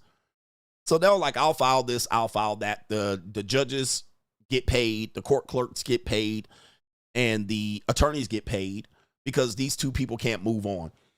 Okay, and they're going to continue this fight. So I always tell men, just because your divorce is finalized means nothing. The case remains open. Thus, anything can happen, especially if there's young children. As long as there's children, you will continue to fight in your divorce. New world order. And in this case, it's true. Okay, because there's children, there's a continual fight. Now, if you get divorced and there's no children, it's the best case scenario because you basically don't have anything to fight over. Once you start doing the payments and the equalization payments and you could just move on, there's not much fight. But if there are children, what Iman is claiming is that she's talking bad around the children about me and then hurting his reputation as a result. Then the fight will continue. Okay, and there you see it right there. It's sad, but a lot of people are looking for this genuine burning desire. People are looking through these people through a lens of they're going to say black love, but it's all the same. I don't care if you marry a black woman, a white woman, a Latino, or whatever. Guys, the courts don't give a fuck about none of that. All right, the courts don't care. Neither does love care about whether you're black, white, Puerto Rican, or Haitian, or Asian. It don't matter, bro. Them courts just care about fucking your shit up. And if you guys try to fight your battles in the court, you're both going to lose. You're not going to win. Okay, I took losses in the court and I got some wins. But most of the time, it's going to be a loss, lose anyway, because one or more of the kids are going to get damaged from this. They have 2 kids. The kids are going to get damaged from this while you guys are fighting this out because you're going to hold your other person in contempt. Right? I don't understand. I don't understand why people keep making this about race and what woman is better for the other. Man, when it comes down to state-funded marriage, it doesn't matter. Male versus female. It don't matter the race of the people. It doesn't. I've seen races of, dude, when I've been in court more than court attorneys, because most attorneys settle. I've been in court. I've seen races, every woman, every man of every race up in there destroying each other. Right? I've seen people, 2 Mexicans destroying each other. I've seen 2 blackies destroying each other. I've seen interracial couples destroying each other. They don't give a fuck. The only money that matters in there is green. The only matter. I've seen black women destroying black men. I've seen white women destroying black men. I've seen it all. There's nobody that has a better scenario for you. All right, so be careful when you're dealing with these things, looking for genuine burning desire and love. Because it really don't exist when you get into marriage. When it gets into that, now you got the courts. And now you got feelings and emotions. Unfortunately. That's Crime and Law CGA. We got a big criminal thing to report coming up here. Let me see if I can go through this next one here. Yeah, I'm going to go through the next one. And then what we'll do is we'll take a break and then get into it. We got a great session of It's an Evil World We Live In real quick here. Take a look at this. It's an evil world we live in. All right, take a look at this. You heard of that woman, Halle Berry. You hear this thing about men not wanting to, they're trying to make it illegal for men to like women of a young age. For some reason, this is a big conversation recently. They're trying to get us to like old broads. We've seen the Tracy Ellis Ross. We've seen all these old broads running around here. These men shouldn't be looking at young women, right? But here's the older women of the day, and this is the Gen X women. Halle Berry's in her mid-50s. She's got to be close to mid-50s. Something around these old people out here running around here thinking that they're still going to be relevant, sexualizing themselves, right? It's an evil world. Halle Berry, 4-time divorcee, in bed with her fiance, husband. I don't even know who this guy is, boyfriend. In this video, breaking news, Hollywood actress Halle Berry is getting criticized by fans after uploading a video of her and her man laying in bed naked as the 58-year-old actress announces to the world that she's getting prepared to get put through the mattress. All right, my goodness. Fans are not only disappointed, but also disturbed at this random, seemingly childish post by Halle. Now, I get criticized for this as well. This old man sitting up there talking about folding up JUCOs. Okay. But why are we learning about this old woman getting smashed? This woman's been getting smashed for the better part of 40 years. All right, 40 years. What is he gonna do to this woman that ain't been done to her? Ask Cassie. So, showed y'all how my day started, how my Mother's Day started. And now, I'm gonna tell you about, I'm not gonna show you, I'm gonna tell you about how my Mother's Day is gonna end. Ain't that right? Oh, the Yes. humanity. I wish you hurry up, too. First of all, we got our Let's Spin, because Let's Spin just came out in this cute little travel size.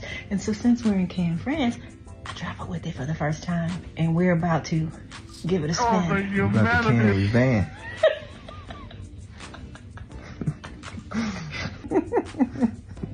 Happy Mother's Day once again, everybody. I hope.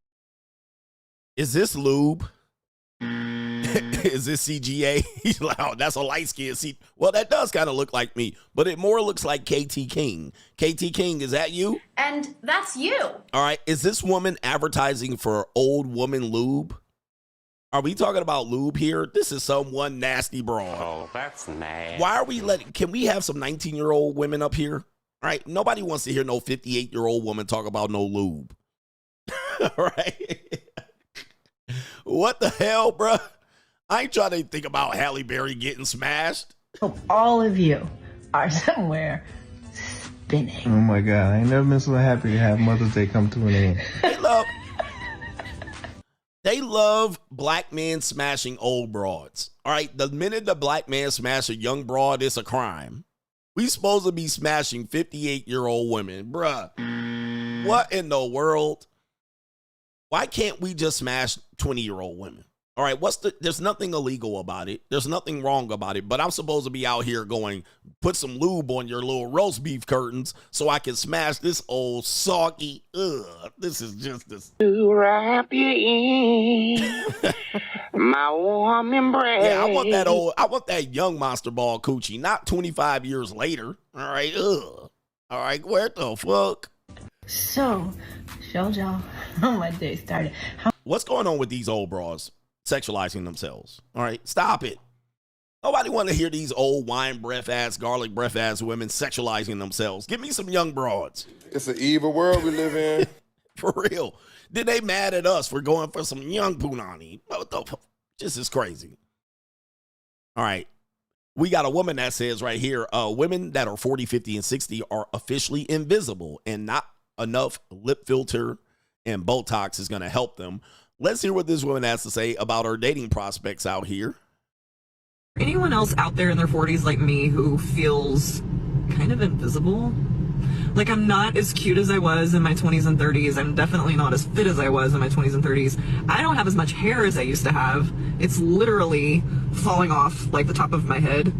You do become a little more invisible the older you get as a woman, unfortunately. I don't get asked out on a lot of dates.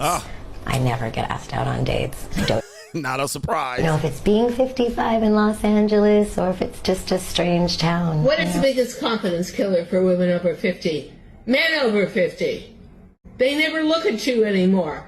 Oh, the humanity. Sheesh. Wow. Silence, you fool. They still just holding on. That's why they keep shaming you for liking younger women. This is it. They're just jealous of the competition.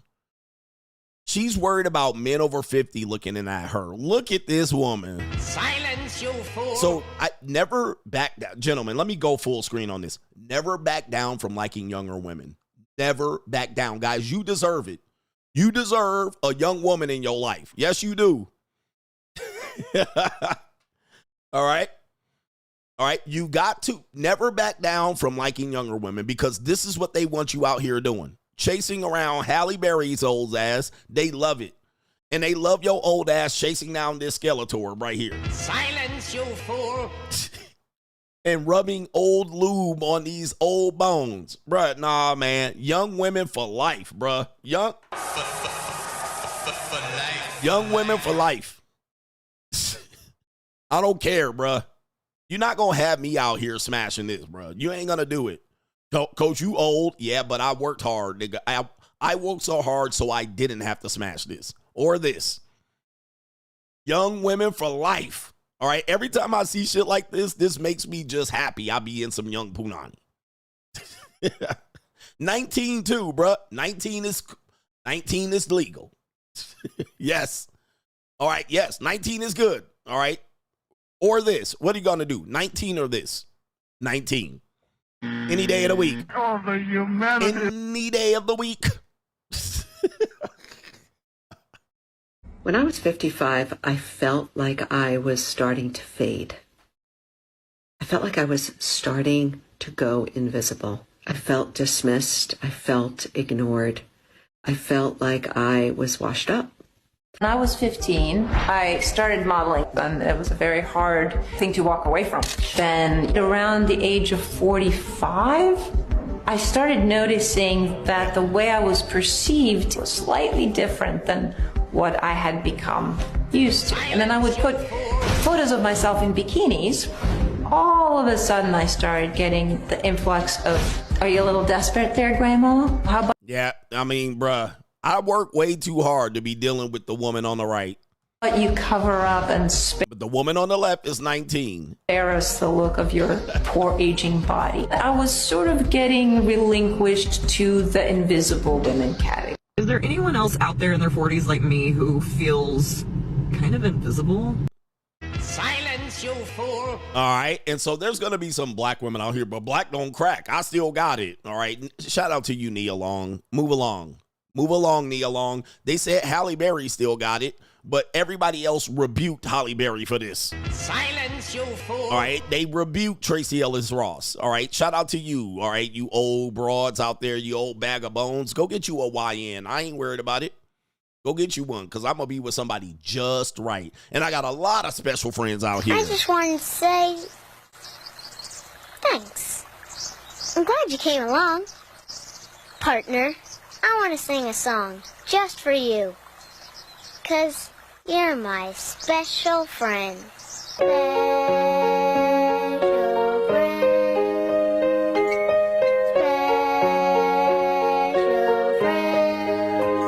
You're my special friend. Shout out to the old married guys with their old depreciating asset having to rub lube all over their wives to get it in. All right. Right? They're having to rub lube all over their wives. This is how old married couples are. I'd rather be in bed with you than any 22-year-old woman. All right. Shout out to these guys right here. All right. I'm glad I got my girlfriend, my wife. We've been together since high school, ass ninjas. And you got to rub tons of lube all over it. Shout out to Pit Puff Daddy out here. Oh, way. All right. Old women are not meant to be with old men. All right. As you guys know, old women don't like to be with older guys. You're not meant to be with old women. They're meant to have been put out to their pasture.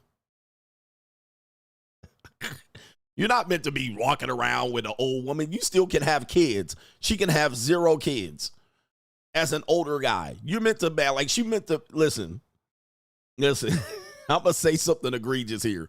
Just to let you guys know, I know older women, they live longer than older men, but older women were meant to die in childbirth at some particular point in your life. You meant to have 3 or 4 wives. Sorry, I had to say this. Sorry, I had to say it like this. But, in the times past, your wife would have died in childbirth. Look at the Virgin Mary and old ass Joseph. Like, you were meant to have a whole bunch of younger women. All right, running around with these old women with your dick in the jar, and she ain't even going to be ready. She got to lube up. She got to lube up. You supposed to put it on there. You just walking around with her all day. She taking you shopping, all that. What the hell, man? Hell no, bruh. Not me. What the hell? Oh my God. And by the way, if you didn't work hard in life as a man, you don't deserve no punani. All right, you deserve none. You deserve an old woman out here that won't fuck you for 20 years. You're not supposed to be running around here for 20 years not fucking no woman. You're not supposed to be running around here for 20 years not having sex with your wife. Because women over 55, they don't want to have sex with you, and they don't want to do it. All right, so you're going to go from 55 to 75, walking around at your cane, not sleeping with a woman? Hell no. Brother, you can make kids. You can make kids. She can't make no more kids. You supposed to go over there and get your shit working and get your shit working again. You old married simps. Go get your shit working again. This is a disgrace. All right, let me see what we're doing here. All right, it's the evil world we live in. Last one, there's a video of a woman proposing to a man. What do you think of this video right here? Shit is getting hectic out here. Here it is. Woman puts a ring in an egg and proposes to her man on Easter. What do you think about this right here? We're definitely in a small town, somewhere in Alamosa, Colorado, judging from this grass. All right, and this definitely a lot of wood and no paint on it. All right, paint the fence. And them big ass pick 'em up trucks right there. Shout out to the Latinos. Edgar definitely has already put 4 babies in this woman. All right, she a breeder and she a whole muskrat. He on parole. Is that an ankle bracelet? That's her man, and she's his hyena. That ain't even a hyena. That is definitely just a what do you call it? A nerdy chick. She's been in love with this nigga for like 15 years. All right, El Paso, Texas finest right here. All right, but yeah, what do you think about this? These women should be going out to claim their man. All right, they should be out there claiming their man. Men shouldn't be chasing women. I've been saying this for a long time. Men should not chase women. Men should not be asking for marriage from women. The women should be asking. I know people don't believe this. You haven't gotten this lesson yet. Men should not be chasing women. Any woman that tells you to put in or what do they call it? Put pressure on and chase them. Guys, that's wrong. Men should not be chasing women. You should be chasing your purpose. You should be chasing the principles of your life, your philosophy. They should be chasing you. And this would actually, she'd be a good wife because she probably let some cheat on her. She don't give a fuck. She been cheated on for 15 years. All right. But guys, don't fall for the marriage thing. You know what I mean? Like, this is not going to work out for you very well. All right. But, there's also a saying that go for who likes you, not who you like. I believe that too. Go for who you like. I mean, who likes you. So she obviously in love with him, and women should be more in love with the man than you are in love with her. That's the only way it works. If you're in love more with her than she's in love with you, it almost is never going to work. Let me say this again. If a man is more in love with the woman more than the woman loves him, it's never going to work. She's going to abuse you, and then when she's done with you, she's going to kick you to the curb. Right? She'll stick around long enough to use you for whatever, and she'll dip. So if you're always pressuring her and telling her how great she is, and she's like, well, you better say that, it ain't never going to work. If you like a woman more and you chase after her, let's say she goes with you, it's never going to work. Okay? She should be more in love with you than you are of her. And let me say this again, guys. Sometimes you got to go with who likes you instead of who you like. And in this case, this is the case. Guys, I'm telling you, men are not supposed to chase women. Whoever taught you that, and it was mostly your mama, you were not supposed to chase after women. And these pimps and these players and these Macs and these PUAs telling you to chase women, they're leading you astray. You're supposed to be chasing life. You're supposed to be out here eating what you kill. You're supposed to be out here protecting and providing, not chasing women. Not chasing women. You're not supposed to be putting pressure on women. Nah, bruh. What you're supposed to do is create a life of abundance in which the woman has no fucking choice but to pick you. Right here. She has no choice. She has no choice but to say, I'm going to get on bended knee. Not only that, she has no choice but to see you with other women going, I better get in line. She needs to worship you. She needs to worship the ground you run. If it's the other way, you will find that the man is going to be in weakness. And it doesn't mean the woman is not going to associate with that man. She'll use that guy. She'll use that guy. But guys, to me, this is the proper order. And she ain't an Instagram baddie. She could be if she got made up, but she doesn't seem like that. She got on fucking Tiva sandals. But she's just like, whatever, through thick and thin. Right? Through thick and thin. All right, I'm going to take you. I'm claiming you. Be mine. By the way, that is the proper order of things. But we've lost our way with romance. Romance led us the opposite way. Most marriages, by the way, shout out to This Is Shaw, who had a great stream on bride price or dowries. It was the men who were supposed to provide something, and the woman was supposed to be impartial of that. It wasn't supposed to be romantic chase. Romance ruined everything about relationships and marriage. In fact, romance led to the highest divorce rate you can ever find. It led to the breakup. It led to hookup culture. It led to women having a false sense of why she doesn't have a guy that supposed to take her at her worst in order to get her at her best. All right. Romance is pornography from women. Romance is pornography for women, for people who haven't been around long enough to get my teachings over here. All right. Romance is death to men. Okay. So any woman that wants you to pursue her romantically, you're losing. You're already in a losing position. So anyway, let me do myself a favor here and take a quick break, but we're going to come back with the super chats and then the main Mickey Ficky event. Let's go.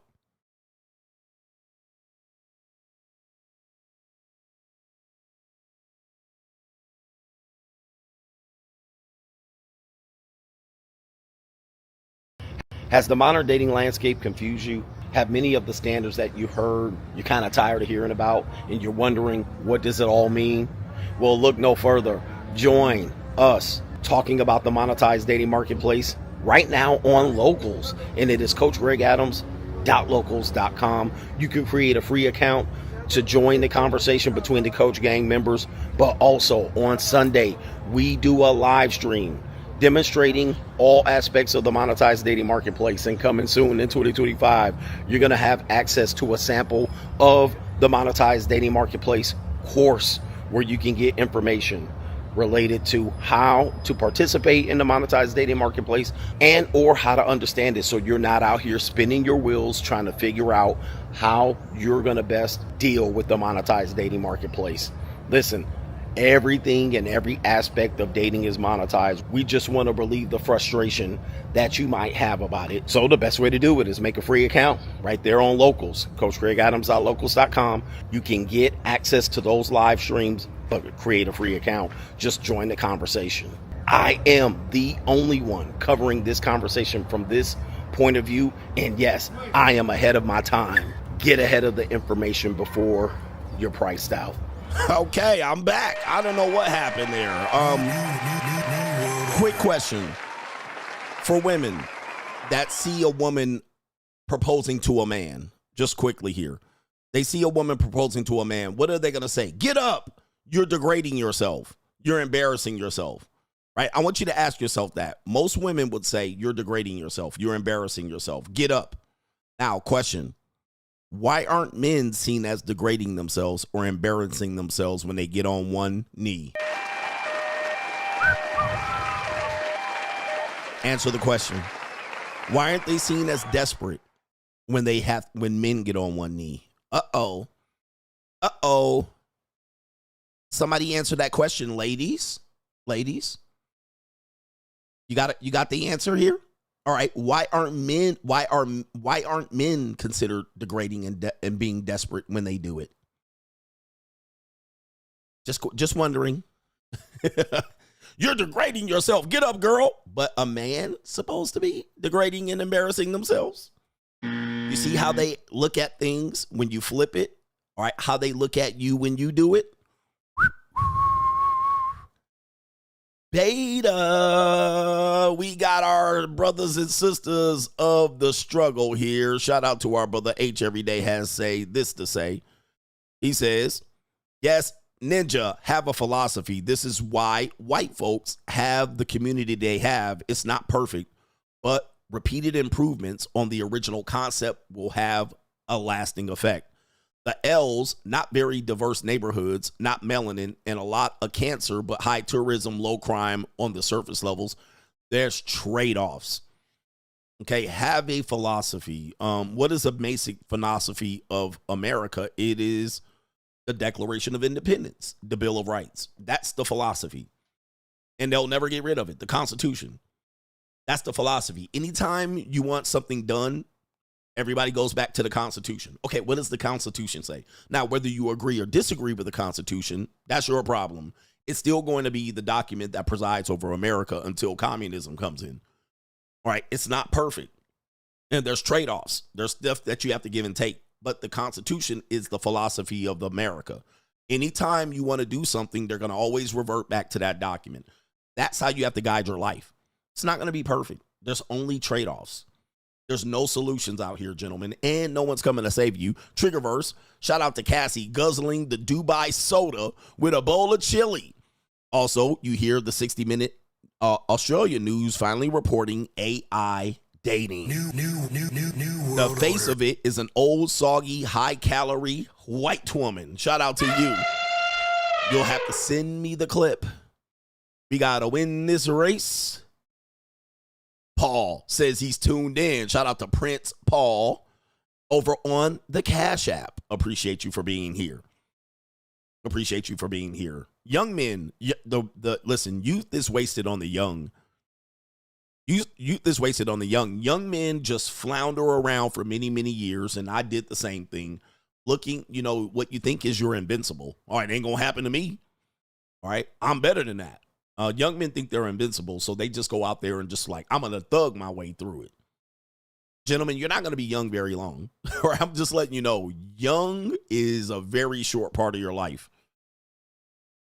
It's a very short part of your life. Have you ever gone to a funeral of an old person and they just had all of the stories about when they were in their fucking 20s and they had all the pictures out from when they were 20? Every now and then they will post their military photo and be like, here lies Papa, whoever his name is, Papa Smith. And they'll have his young ass picture and you'll be looking at this picture like, damn. And it'd be a black and white, an old yellow ass picture. And you'd be like, damn, you don't even know that person. Anybody ever been to a funeral and they put the young person's picture, the young version of an 80-year-old nigga? And you're looking at the picture like, I don't even know who that is. Why? Because you're known more for when you're older, not when you're younger.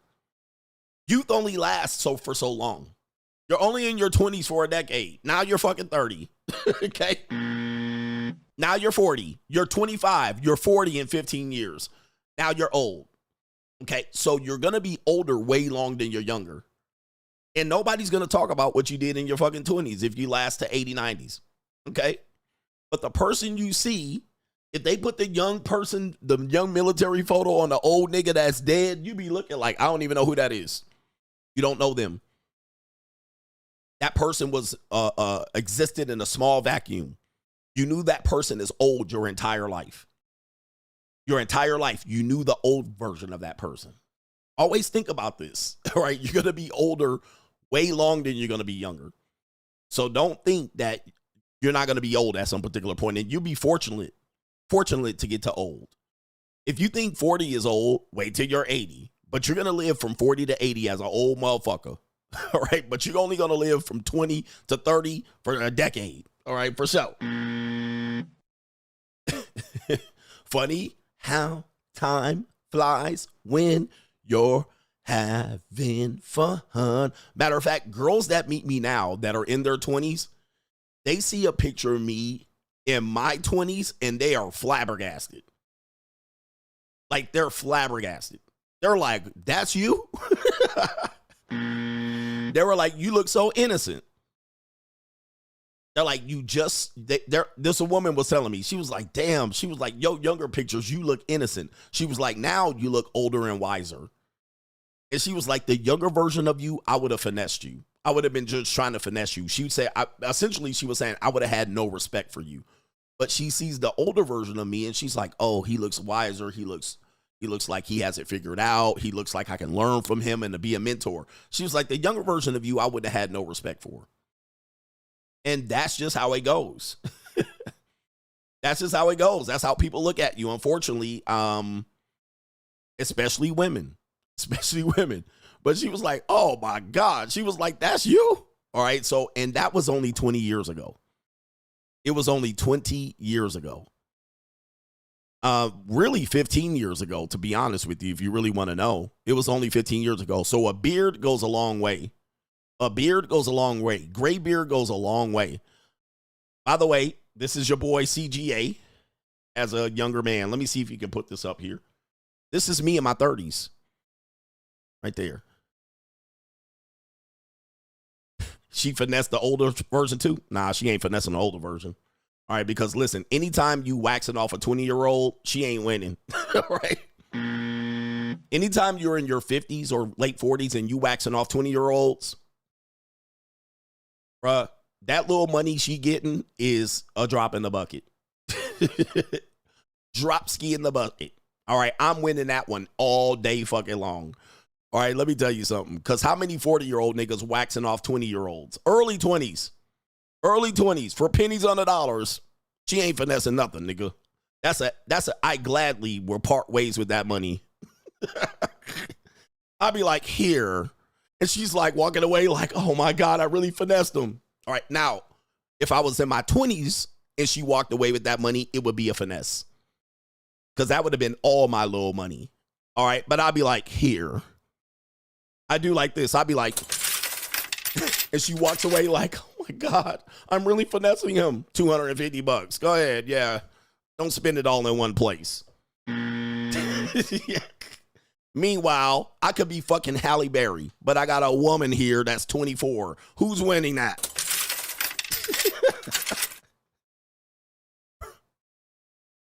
Sir, that ain't finesse, nigga. It's finesse for you because you broke.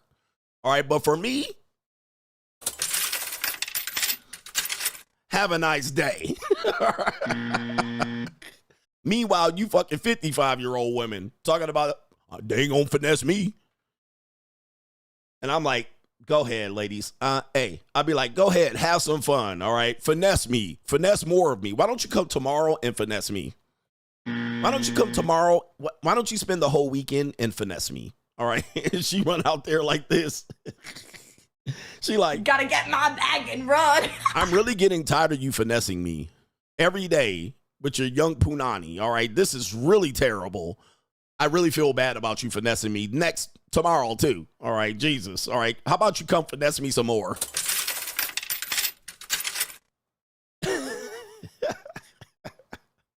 All right, they just think, oh man, boy, oh boy. Meanwhile, she done spent it up at the weed dispensary. Oh, by the way, this is young CGA in my 20s right here. This is CGA in his 20s. All right, there he is right there. All right, look at him. You can't really see the whole picture lined up. All right, I'm doing some balance exercise on the ball there. All right, that's CGA in his 20s. All right, I had hair on my head. By the way, I've always had short haircut, so going bald was not a big deal. All right, I was almost wearing my hair bald anyway. Finesse me out here. Right? They go into the nail salon. They go to Starbucks. They go to the weed dispensary. They're back here finessing me tomorrow. Oh, boy. Looks like you ran out of money. Looks like you need some more. It's time to finesse me again. Darn. All right. Finesse me again, please. Oh, shit. She finessed me again.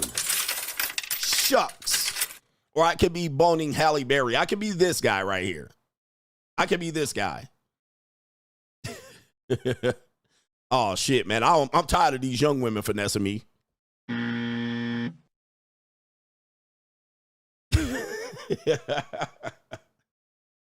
right. I'm tired of these big fupa print cellulite on the back of the booty cheeks finessing me again. All right, yo, anyway. All right, anyway, enough of that bullshit. Shout out to our brother here. It is Mr. W. Burley Smith says, the ploy to get us to sleep with older women is just so that we are less likely to reproduce. I see this as another tactic to lower the birth rate. Shout out to you. New world order. All right, shout out to you on that one. That is an actual factual. All right, it is a ploy to get us to reproduce less, to be out here comfortable dating older women. Guys, it doesn't make sense for men. First of all, it doesn't make sense that men and women are older to date. Remember, I'm against older people dating, period.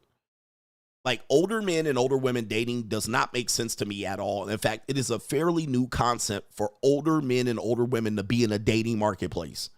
These people are supposed to be grandfathers and grandmothers. That's number one. They're supposed to be still married.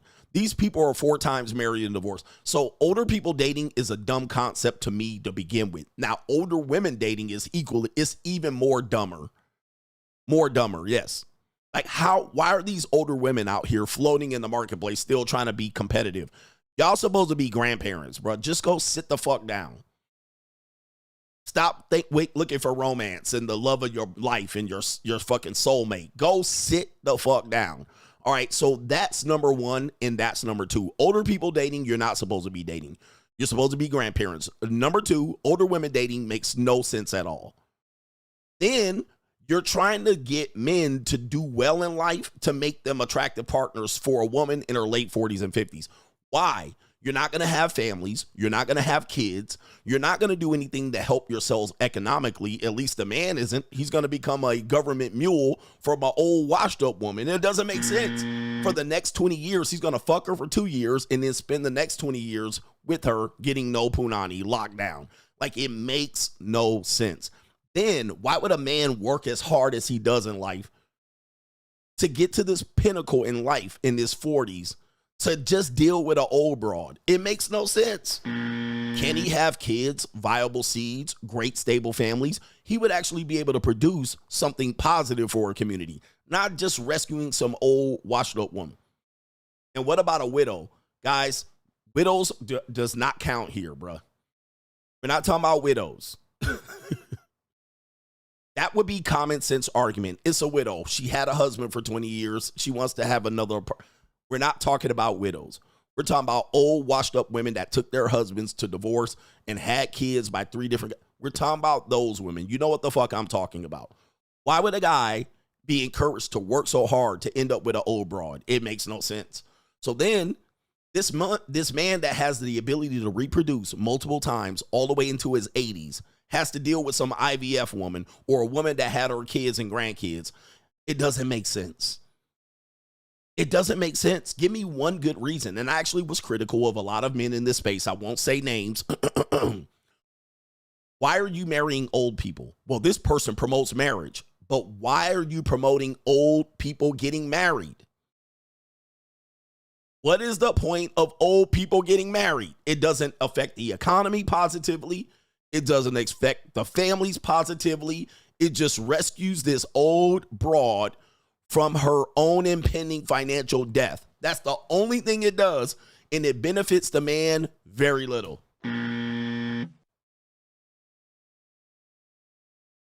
There's very little benefit.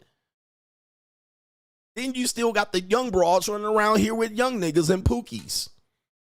But you're protecting these young women from being taken advantage of by older niggas. For some reason, you think that's an L for her. But then this young woman is out here with pookies and ray-rays. Like, you don't mind that. Y'all don't mind that.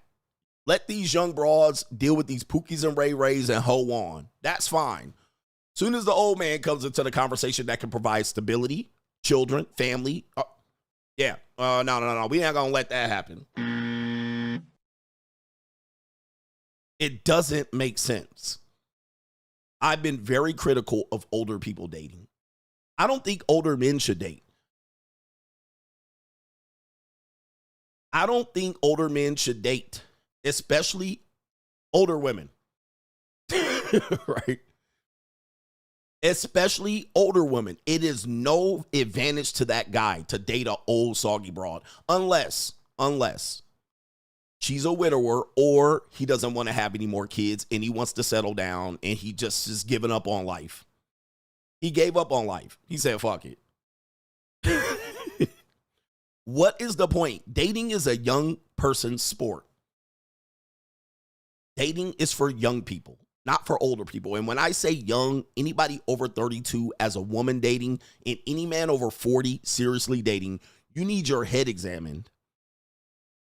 You need your head examined as to what the fuck you're possibly looking for that you can't find. You're either overworked, underpaid, disillusioned.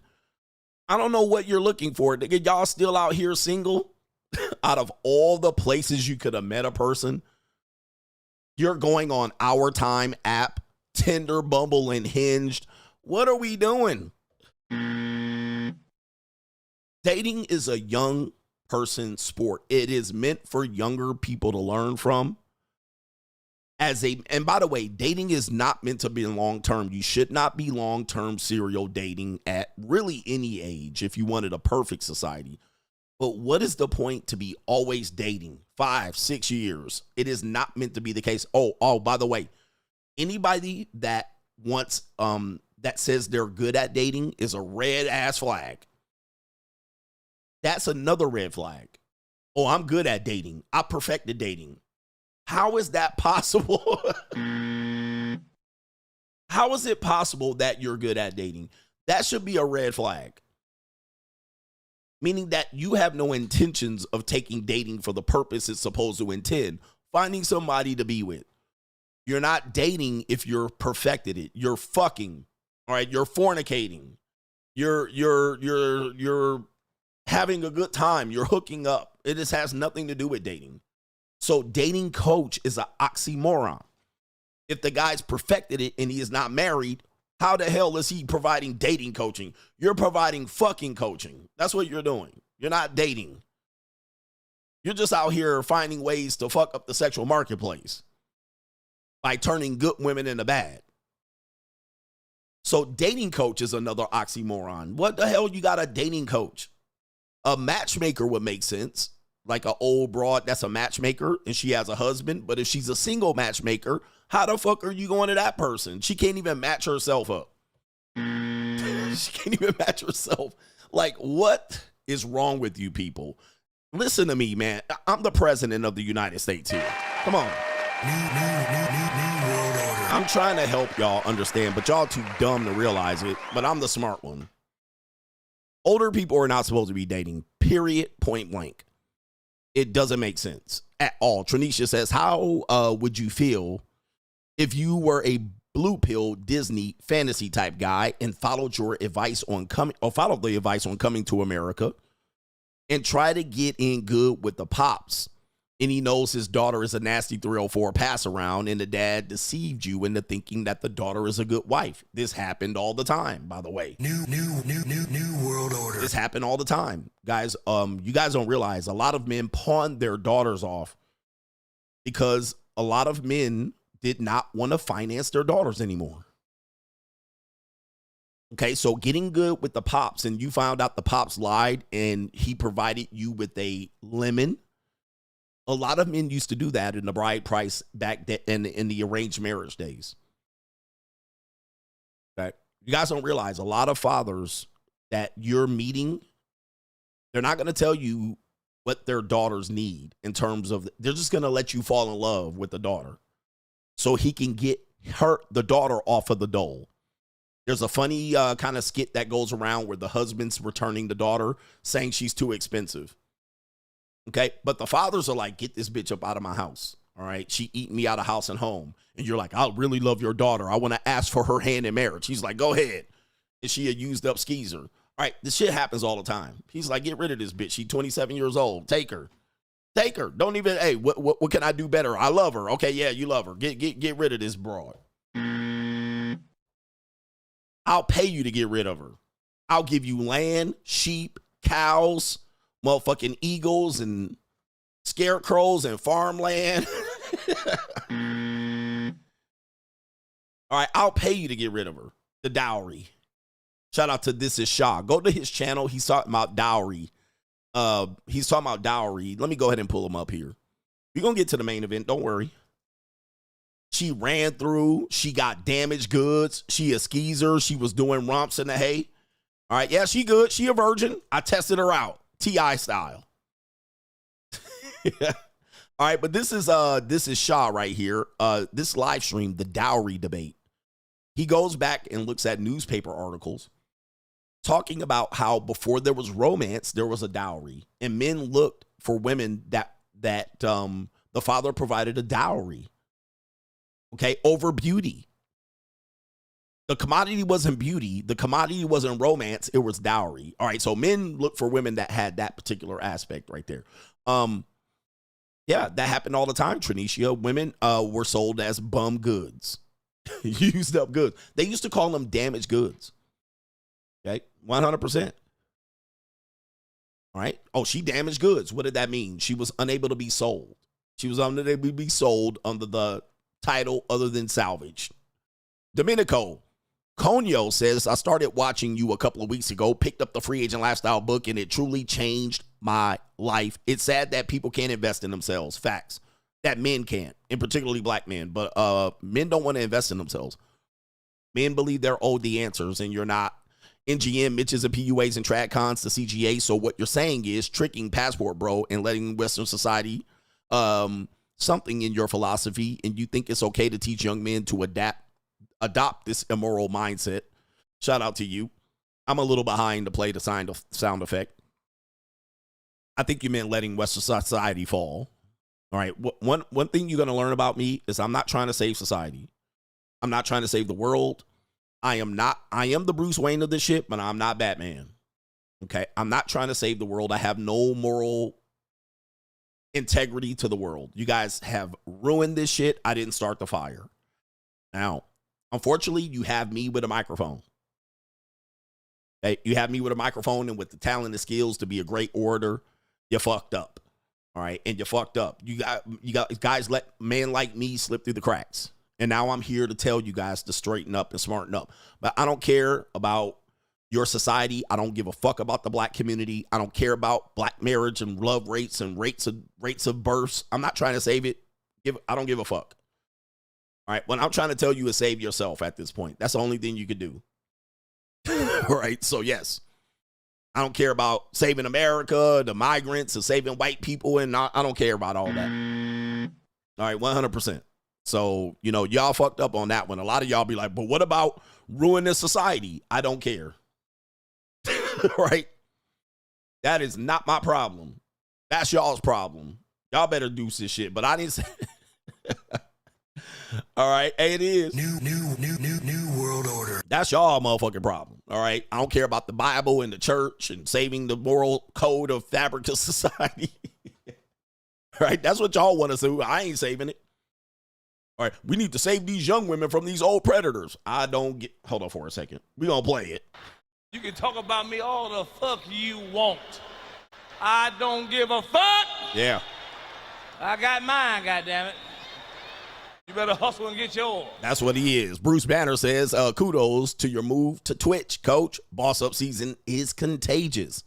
He says, got a well-deserved raise last week at my job, lined up an Asian, slim, thick JUCO for Friday. Shout out to you right now. What kind of fuck you says, me? Bringing her back to my fortress of solitude. If you catch my drift, salute from Sweden. I heard the Linglings are going big time in Sweden. Free agent lifestyle for life. Shout out to you. All right, that's the wrong one. Right.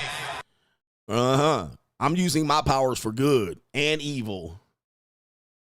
All right, Big Boy says, Coach, I had my last year career evaluation, which led to a raise base pay now at $125K a year. Here's a little something for you. Boss up in 2025, you ninjas. Here we go. Boss up. Congratulations to these brothers out here that are winning. Contagious. And Bruce Banner, you have a co-sponsorship. I need to acknowledge you. We're almost at the main event. I'm rich, bitch. Yes, indeed. Did you guys know I told you about the necessary evil? All right. The one thing I'm against dating coaches is because they encourage men to intentionally mess up good women. All right. Whereas my philosophy is, well, where the hoes at? Like, I'm not trying to mess up the good women, the so-called good women. And by the way, if you're a good woman and you're over 28 years old, you're no longer a good woman. You're falling down the rung of good woman. All right. If you're divorced, you're not a good woman. All right. You might have a good heart. That's different because I have a good heart. I'm a kind person. I'm not an evil man. All right. I have a good heart. Doesn't mean I'm a good person. All right. You're dysfunctional in relationships. You can be a good person and be dysfunctional in relationships. You're dysfunctional in a relationship. I'm dysfunctional in relationships. I don't do well in relationships. I can have good friendships and special friends and hookups, but I don't mess with the marketplace. I don't make the good woman the target to break their little hearts. Now, if she want to come over here and get her heart broken, that's her choice. Cassie. And Stryker says, Coach, my dad's successful, but I got more real guidance from you. You taught me to lead and protect my peace. I wrote my own philosophy because of you. You sub to my Twitch. Salute to the king of content. Your son is blessed to have you as a father. Shout out to you. I can give you the real. By the way, I'm in the top 2% of of Twitch streamers. I know people were saying, Coach, Twitch is tough over there. They censor. They're worse than YouTube. Well, the first thing you have to know, gentlemen, is I am not taking the red pill over to Twitch. We're taking boss up. Better boss up, nigga. We're taking boss up over to Twitch. We're leaving these red pill rage ass Mitches behind. All right. And I told you for many years, we're leaving these niggas behind. We're leaving you in your red pill rage. You keep that shit over there, bruh. Keep that shit over on YouTube where you can go from channel to channel to channel, feeding your mind with rage. We're bossing up in 2025. Better boss up, nigga. So anybody think I'm taking that same show over to Twitch, you're dead ass wrong. All right. I don't have to worry about that shit. Now, I do have to protect the comment section over there so you guys don't trigger. We're leaving that shit over here, bruh. And I've been telling you this for the better part of 2 years. We leaving that shit over here. Okay. We're not taking the red pill rage over there. We just going to have fun, have a party, live life, live the high life, chill, relax. All right. Boss up, high motivated individuals. We're going to get these brothers on their shit. Okay. Niggas think I'm taking this show over to Twitch. You're wrong. All right. It stays over here where it's demonetized. We leaving niggas behind. We're leaving these free niggas behind. We're leaving these we need to save society niggas behind. All of that in a bag of Chips Ahoy. Okay, but we're going to perfect the Twitch. All right, we're getting to the point we're going to transition from the studio to go outside. We're working on it. It is what it is. We're elevating. So Twitch is for the elevated platform ninjas. All right, we're just going to go over there and be chilling. Chilling and chilling and chilling and enjoying our lives. 100%. 100%. Red pill ragers, you didn't adapt. You're getting left behind over there. I'm not taking that show over there. We're leaving that over here. We're not debating feminists. We're not arguing with OnlyFans skeezers. You know, you guys can stay in that mindset if you want. I've been very critical of men stuck in that mindset. And I'm like, man, we just can't be stuck there. You guys got to find a way out. Find a way out. New world order. Find a way out. Taking that. It's the future. I'm thinking long term. I'm not thinking short term. All right. I'm thinking long term, and where I see things, where I see the opening is for a group of men are going to start looking for answers, not related to knowledge on women, they're going to be related to answers on knowledge on life. All right. You can blame relationships and women. I think you guys are completely distracted by women. You're completely distracted by relationships. Guys, I don't know if you guys know, relationships for most men, it's cooked. It is cooked. It's cooked. Guys, there's no more. It's for the single people today. Listen to me, because you're going to say, I see people in relationships all the time. Those people been in those relationships. They have been in those relationships for 5 years, 8 years. So when you show me a person, okay, how long have they been together? They've been together for 2 years, 5 years, 7 years, and many of them are going to break up statistically. We know this. Those people that are married, most of these people you see married, 3, 5, 7, 10. We're not talking about them. We're talking about the remaining single people today. On today, if we pick the day, May 13th, 2025. If you're single today, you're pretty much cooked, okay? You're pretty much cooked, all right? There's almost like a 75% chance that you will not sustain a relationship at all. I don't care if you're Gen Z, Millennial, or Gen X. There's a 75% chance. Oh, by the way, there was a data that showed that you're going to be single forever. Like, you're not going to get in a relationship, you're not going to get a stable relationship all the way through if you're single today. I showed you a data that showed that. A research showed that. Also research, 50% of women will be single and childless by 2030. All right. I mean, listen, so I'm giving solutions for men that want to live beyond and past that. If you're still trying to figure out how to get these women to submit, you are way behind, okay? You way behind. I don't even want to talk to you. I don't even want to provide content for you. I don't even want to provide content for you to debate me against. I don't even need to even talk to you. I don't even want to hear it. All right. I don't even want to talk on a panel. I don't even want to go on the show to talk about it no more. I'm beyond it. I don't want to go on nobody's show to talk about this data and what can we do to change it. Guys, I see the writing on the wall. I predicted it. If you're over 40, you're pretty much cooked. 90% chance you will not get married or a relationship. 90% chance. You're fucking screwed. If that's what you're looking for, and you're single today and you're over 40, you're cooked. All right? You ain't getting nobody, okay? And you can debate me all you want, and you can keep all the hope you want. It ain't gonna happen for you. All right? So what do you do then? That's the philosophy we're doing then. We can still provide a valuable life for ourselves outside of that. We can still have a valuable life outside of that. You're not getting a traditional wife. You're not getting a traditional marriage. You're not getting a woman that's going to cook and clean.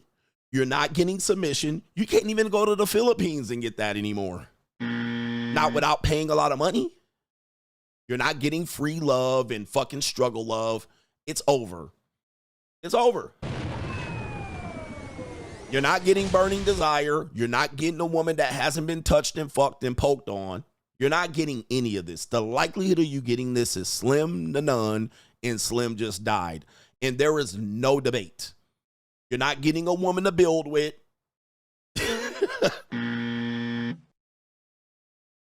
You're not getting a woman to build with.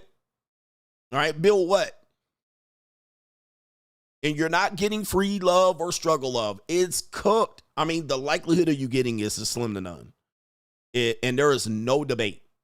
You guys see it in your own lives. Look, there's people that have been on Bumble and Tinder for the better part of a decade, on and off. That's the best y'all going to get. Do you understand what I'm saying? That's the best you fixing a motherfucking get. Is a series of partners. You can overcome this if you came from a stable household, if you're a WASP and you came up from a suburban. Like, there's ways you can get to it. Most of y'all ain't got that. Most of y'all come from broken homes, single parent raised niggas. You live in poor communities, downtrodden areas. Y'all are cooked, all right? Unless you come from elite, WASPy, two-parent household where the woman was Betty Crocker and the dad was the CFO. I mean, that's almost the only way you're going to get that. The rest of y'all are cooked. Y'all going to be off and on dating apps and going through floundering dates, bad dates.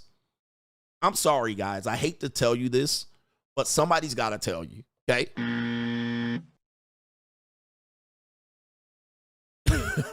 So you better learn to live with yourself. You better learn to enjoy life. You better learn to take care of yourself. You better learn to get the best out of life. You better learn to make some money. You better learn to travel. You better learn to live the free agent lifestyle. But I'm not even joking with you guys. I know you guys think this is doom and gloom, and you guys are trying to figure it out. But there's been people that have been, and STIs. You're going to catch a fucking STI the longer you stay out here and date. And, oh, here's the last thing. Women out here fucking. So the women are out here fucking like goddamn jackrabbits. Especially if they've been on any dating app. They're out here fucking and fucking and fucking and fucking and fucking. By the time you find this woman, she 15, 20, 30 bodies deep. Especially if the older she is and the longer she's been on a dating app. If you find some woman out here that just manages to tell you she don't hook up on the first date, and she ain't been touched and defiled, sorry. And we do have to have this conversation before we hit this main event, because I'm out here teaching. Let's say you guys think a high body count is something that you're not attracted to, but you got a woman that has been married, or she's been in a long distance. I mean, not a lot of long distance. She's been in a stable relationship, a long-term relationship for 5, 3, 8 years. How many times you think she been fucked? How many times you think she been poked on in her long-term relationship? Now, you guys are worried about the number of men that had her, and you guys seem to think her vagina is going to be loose. What about a woman that's been married for 12 years? How loose her vagina going to be? Right? She'd at least fucked them for 6 years consistently. So she been poked on a whole bunch and had babies pushed out of her nickel-sized pee hole. All right? She been poked on just as much as the women been poked on these skeezers in these streets. She been poked on and dookied on and peed on and squirted. So you're not getting women that are not been defiled at this point. Unless you are from a upper class neighborhood and or you're getting your person when you're young, where you knew her from 14 to 19 and you got to see her operate. If you didn't see her from 19 to 29, good goddamn luck.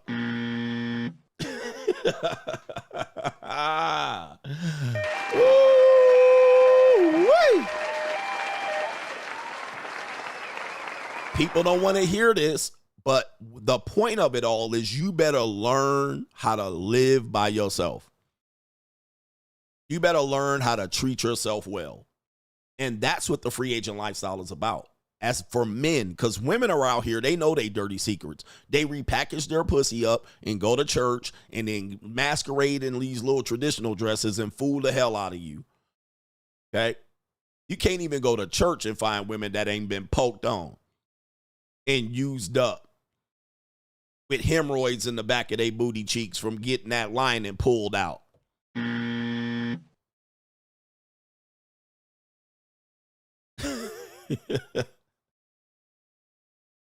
You can't even go to church and get this type of hope.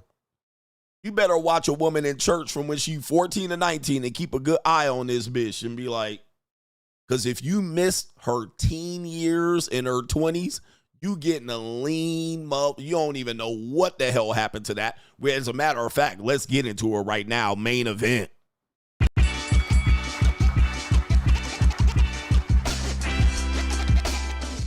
Main event. Woo, wait. I done angered the crowd out here. I done angered the crowd. Of course, you saw the title of the show. It was a little misleading but it was an important mislead. It was meant on purpose. It's because a lot of people still believe that Cassie is a victim.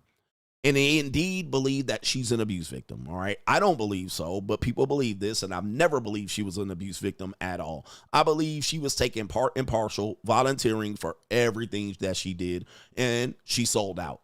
That's what she did.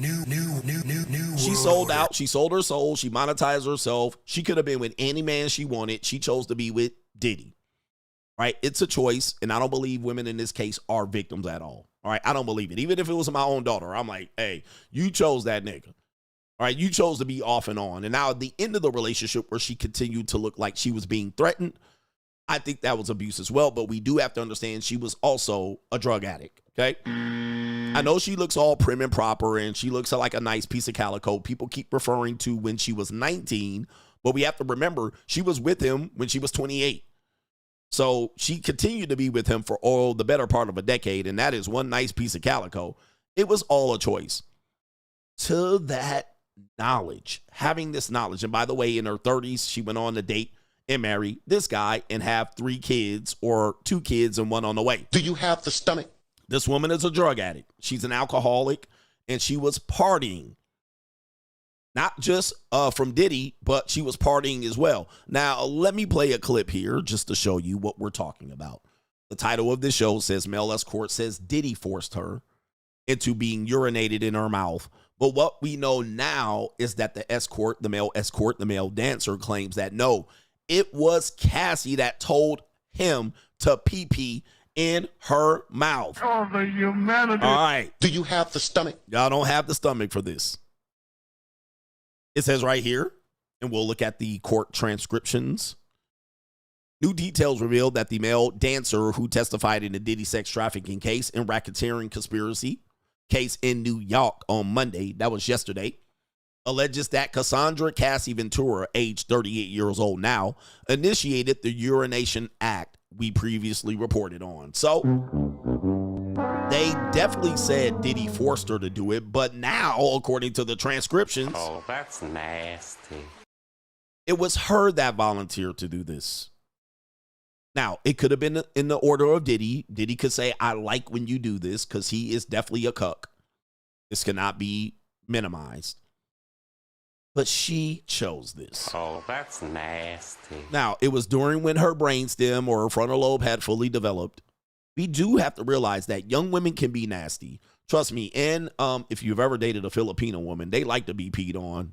You just have to have them request it. But they like to be peed on. I don't know what it's a thing.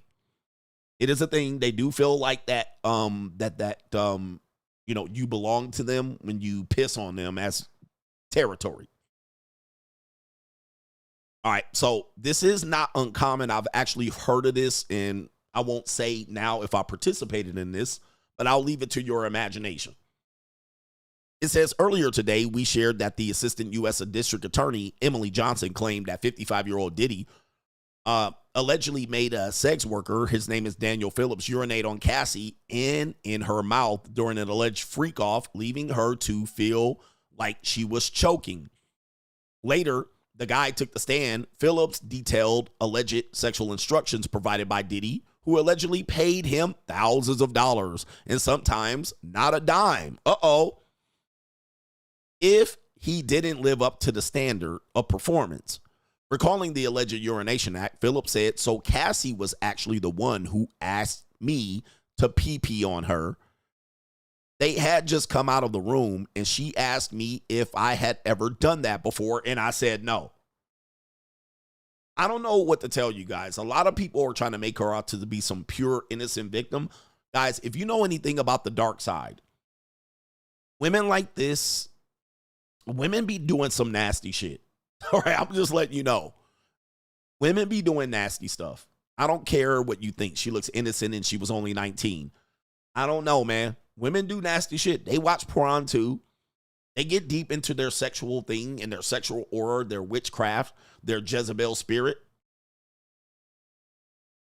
All right. Some women are very submissive. Some women look for dominating acts. Some women want to get dookied on. I mean, now later on when you reframe it, it looks like she's a victim. Why would this woman want to get dookied on? Sometimes they are into it. I can't explain it totally because I'm not a woman. I'm a dominant. I'm not a submissive at all. But there are submissive men that like to be dominated. If you listen to this woman. I like to get dominated. All right. So when I hear stories like this, I don't clutch my pearls because I've been on the dark side long enough to know, yeah, women request acts like this all the time. It happens. All right. I don't care how young she is or how I do care if she's legal. As long as she's a legal adult, dude, they get involved in this. And Cassie's job was to be a sex kitten anyway. So what the hell? Right. So she ain't got no other job. What is she going to do but to please her man? Continuing forward, it says Cassie asked her to do this, asked the guy to do this. He said he had never done it before. Cap. He added, she told me to do it, and apparently I was doing it wrong because they both stopped me and told me I was supposed to let a little out and not take a leak on her. So they both stopped me. You're doing too much. You're giving up the whole PeePee. Just do a little bit in her mouth. She can't drink the whole thing. That was just one time they asked me to do that.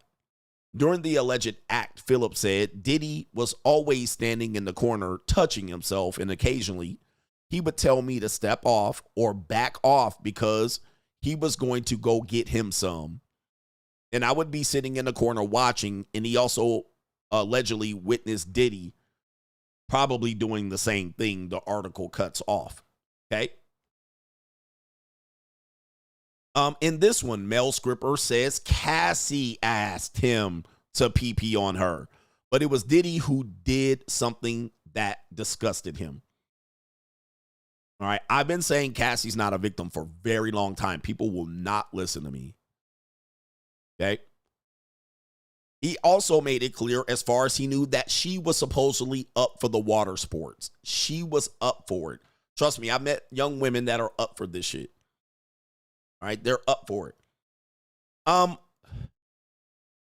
Another one right here. He was paid, it says right here, Philip claimed that he then had sex with Ventura as Diddy sat in the corner and pleasured himself. He testified that he was paid many times to have intimacy with Cassie, thereafter receiving $6,000 per encounter. $6,000. Let me add this one. This is something that I heard come out on a video Law and Crime put out about this case. And this is interesting. You want to hear what the video is? I'm sorry, what the information that we heard was? According to the case, Diddy paid this man not for sex. The man was paid for his time and experience. Oh my goodness. I looked at it as I have an ATM between my legs and I'm just using it. All I got to do is put my card in. Wow. That's it, and put the PIN number and boom, money just comes right out. According to the man, or according to Diddy, Diddy was saying, this is to defend his sex trafficking case. He was saying, I wasn't paying him for sex. This is to get him away from sex trafficking. Obviously, that is the case. I wasn't paying him for sex. I wasn't paying him to pee in our mouth. I was paying for his time and experience. What does that sound like? I was paying him for how well he would perform. I was paying him for the time he was there. I was paying him to leave afterwards and keep us anonymous. We were paying for anonymity. We were paying for anonymity. So in his case earlier, there's a video which I wasn't going to show. The guy said the first time that he invited the guy there, Cassie was the one that arranged it. All right. So we just got to go back to that. Cassie was the one who arranged for the visit. He testifies he showed up. She was wearing lingerie. He did not, and a mask or a wig, sunglasses, and lingerie draws. He did not recognize her. But he said Diddy was in the corner also wearing some sort of Humpty nose. And he recognized him immediately. He recognized his voice. And so he was able to put two and two together, even with his boss, who he called his boss or manager. They were able to deduce that this was Cassie. Okay. But they didn't tell, which is what Diddy paid for. Diddy was paying for non-disclosure. He was paying for the fact that they can keep this, this is why people pay. All right. This is why people pay. So this is what Diddy's trying to get around. All right. We want non-disclosure. We want to be kept anonymous. We want to understand. We want you to understand what this is for. He did share it with his wife, but also, he did share it with his boss, but he did also say that he did not come out with the information in disclosure, if you will. Let me add this here as we look at this documentation here. It says, so Cassie was actually the one that asked me to urinate on her. This is testimony from the guy. They had just come out of the room and she asked me, as I'd done this before. I already read this. But, he was taking a leak on her, but she also said that the testimony was that she choked and she wanted to throw up. That was the original testimony. But now he came back to clear it up. The reason why she was choking and wanted to throw up was not because she was forced into the act. It was because he was emptying out his bladder on her. All right. Oh, the humanity. He was emptying out his bladder, and that's why she was choking. Not because she was like disgusted and forced into it. It was because they both stopped him and said, "You're peeing too much down my throat." Okay. My man said the Dubai soda. Yeah, he was waterboarding her. That's why she was choking. All right, there was some more information, and of course, there was not enough baby oil and stuff like that. But here it is. The first time Mr. Combs hired the man and brought the man to the home in Los Angeles, the man, Mr. Combs and Miss Ventura, wore masquerade masks and ingested drugs. So are we supposed to believe that this woman was not a drug addict? People have said that she's a drug addict. And when you add drugs to this, it is hard to figure out who's the victim. Because I can't imagine he's making her take the drugs. I don't have anybody telling us that Cassie was made to take the drugs. At that point, she's a volunteer. Mr. Combs directed Miss Ventura to perform acts with the man while Combs watched. He touched themselves while he directed Miss Ventura and the man to do specific acts. The encounter lasted multiple days. Oh, the humanity. Multiple days. All right, he called the arrangement freak-offs. He reportedly told Miss Ventura at random moments that he wanted a freak-off, and Miss Ventura eventually expected to facilitate the location and to hire the workers. So she was doing that.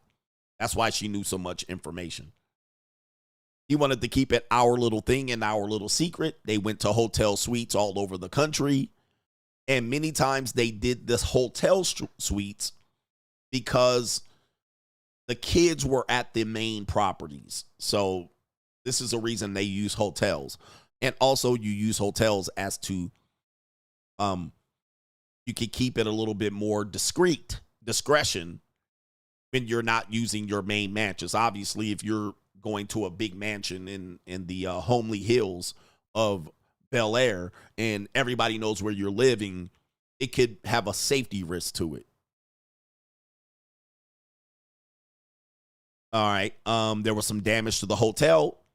This also says right here, the sex worker says it felt like she was choking. This was the original headline that was leaked by the media, that she felt like she was choking when he was pee-peeing down her throat.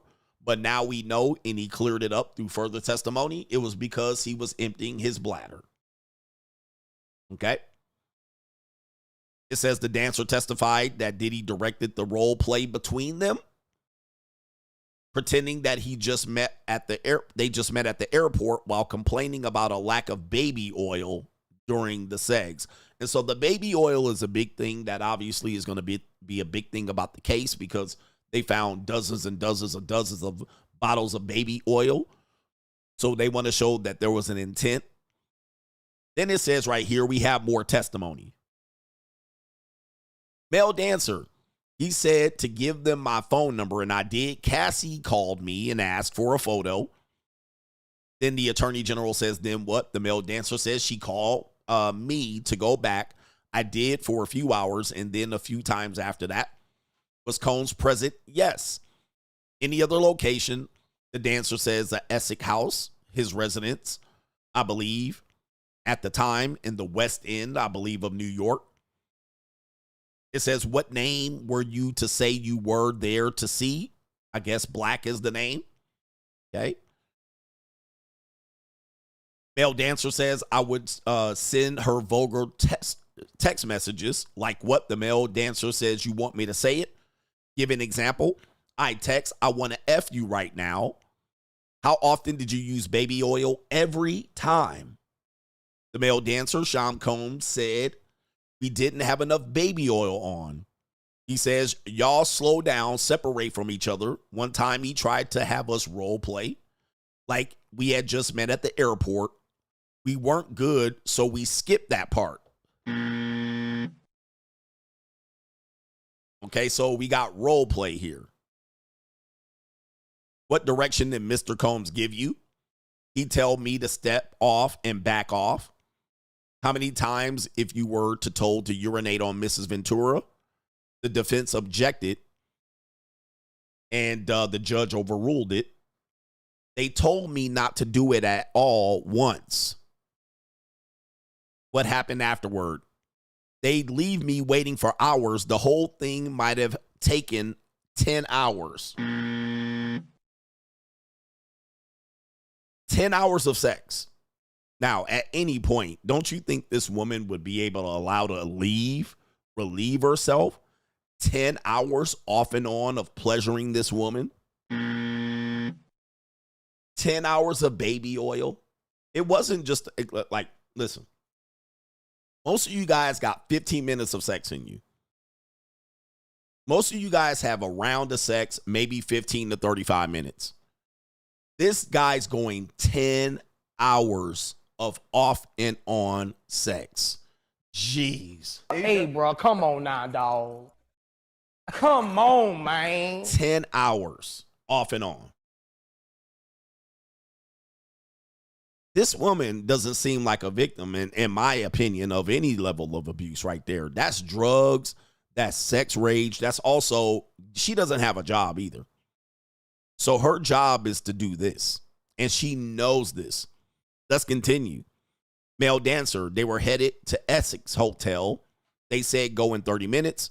It was the first time he'd opened the door as himself, dressed in a suit, no mask. How did things change? He didn't feel, and they looked like they objected.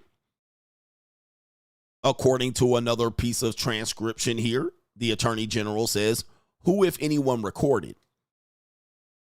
Mr. Combs says, Mr. Combs with a cell phone and a camcorder. He took a photo of my driver's license for insurance, he said. Okay, what did you understand? He was threatening me. Okay, he was threatening me as a means to say that we're going to take a picture of your driver's license so that you don't talk. All right, the family has been there, just so you can guys see. His daughters were allegedly present in court, as well as his sons and his mother. All right, there's Mama Diddy right there with the blonde wig. Still, after 40 years, she's rocking a blonde wig. Okay. All right, she's rocking a blonde wig. Now, let's take you to another video right here that we need to show you in relationship to this case that might be relevant to this case. This is his other girl who ended up replacing Cassie. As I suggested, there was a reason why Cassie came out, but another person put this together, and I cannot remember who it was, but I wish I could. But I think it was possibly Eddie Griffin or somebody like this. The reason why Cassie came out, and I said this, but there's a special twist. The reason why Cassie came out, it's not because she wanted to say, hey, I've been abused and the world needs to know about this. I think she was fully participating in this. The reason why Cassie came out is because she got replaced. And she got replaced by Young Miami, who was part of the City Girls, if I'm not mistaken. City boy! So Young Miami ended up being the next Diddy main squeeze, the next Cassie. And Cassie didn't get anything from the relationship from Diddy. She basically got the 10 years, the threats and all of this stuff. She put up with it with 10 years. It was no problem. Then she got kicked to the curb. She wanted to have Diddy's kids. It didn't happen. She wanted to marry Diddy, according to people who were going to testify. She didn't get the marriage. She basically got left on red. So she did 10 years of this particular activity and got nothing from it. All right. She drank up all the drink. She smoked up all the smoke. She went from 5-star hotels. She took all the intercontinental flights. She went and did up all the 2C and the crack. She had all of that and ended up with nothing. Not even a music career to speak of. But then she started seeing this individual right here who goes by the name of Young Miami. Young Miami was the new Cassie.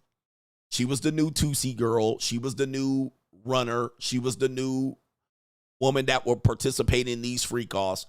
She was the new woman that was being paraded around on magazines. She was the new woman whose career was taking off, okay? So Cassie, her career was bottoming out. Young Miami's career is taking off. He's with her on the red carpet. He's thanking her on the news. So guess what? Cassie like, oh, hell no. Yep, she drank up all the piss. So Cassie's like, hold up. I'm going to just put in 2 years and be left with nothing? I'm going to be left with this personal trainer nigga? All right, that's all I'm going to get. Okay? Do you have the stomach? And in past, music guys like Diddy used to do this to people.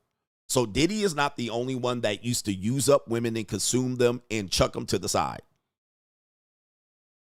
Cassie was just the latest one that was used up and chunked to the side, left to deal with her own therapy, her own mental breakdown. They used to send women to prison or the mental hospital. So Cassie like, yo, you got to tighten me up. I'm left with this nigga right here, this personal trainer nigga, and he make $32,000 a year. I need to be tightened up. So she went back to Diddy and with a little bit of jealousy and rage and saying, yo, you put my Young Miami on and made her a star. How come I can't get that same treatment? You didn't make me a star. Well, you're boring. You can't dance neither. All right. And you're irrelevant. You've been in the industry for 10 years and put out one hit. So Diddy said, keep it moving. Keep it moving. You cheated on me several times and I had to threaten niggas. Keep it moving. All right. You left me. Keep it moving. I got a new boo. And Cassie was like, nope. Cassie was like, hell to the no. I'm going to need my money. Now, that's where Diddy messed up. Because she didn't think, Diddy didn't think that she kept all those accurate records and photos and shit like that. All right. And she didn't have the video of him whomping her ass. All right. So that's where Diddy miscalculated it. So Cassie was setting up the fall from the very beginning. So she was like, I got dates. I got names of niggas. I got phone numbers. I got videotapes of you beating the shit out of me. I got stories of getting pissed down my throat. So she was like, oh, I got one for you. You think you just gonna chunk me to the side and leave me out here with this personal trainer nigga? You ain't gonna give me my 30 million? She went to the lawyers. And now that's where Diddy miscalculated. So he didn't realize that she could still come out, play here the innocent victim and play the abuse victim. And people are still eating it up. So that's where Diddy messed up. All right. That he didn't know she was keeping receipts and tabs on this ninja. So this is Young Miami. Let's listen to what she has to say about what she likes. Okay. Yeah, why I picked this one. Oh, Lord. What is it? No. I can't say it. You got to. It say take a shot if you like golden showers. I do. Golden showers? Meaning when the guy pees on you? Mm-hmm. Pee on you everywhere? You like it? I just like it. You do? Mm-hmm. Freak of the week. So you say take a shot. You say take a shot? Oh, we need a shot. I take a shot. You like go to shower? I do. But like peeing on you? I don't know. It's just, I don't know. It's just do something. I'm going to be honest. Hold on. One more thing. I need something a little less. So I'm going to be honest with you. I've never had a golden shower. I did. Did you? All right. So now here's my question. And there may be some bias. If they're laughing about this. And by the way, the woman that's interviewing her is Trina. She was before Nicki Minaj. All right. And in between Lil Kim. She was a nasty girl rapper before Nicki Minaj. All right. In the late 90s with Trick Daddy. They're laughing about the very thing people are finding disgusting about what Cassie did. However, they don't sound like a victim, and neither do anybody believe they're a victim. And you can clearly hear what she's saying here. She's saying, I'm with Diddy, and this is what he likes. Diddy does this to me, or he hires men to do this to me. Trina says, I never had one. This woman said, I had. Now, you know Trina lying like a motherfucker. Trina lying, and that's why they laughing too, because Trina I ain't never had that. Yes, you did. Okay, but are they victims here? So why is Cassie a victim? Somebody explain this. How Cassie got the same goddamn story as Young Miami. She clearly liked it according to the male dancer that she hired. How's she the victim? You see what I'm saying? Like, that's what I don't get. Why are we portraying her as the victim when she took part or partial of this for damn near a decade? But these women are laughing about it. Why do we allow this? You like go to shower? I do. But like peeing on you? I don't know. It's just, I don't know. It's just do something. I'm going to be honest. Hold on. One more thing. I need something a little less. So I'm going to be honest with you. I've never had a golden shower. I did. Did you?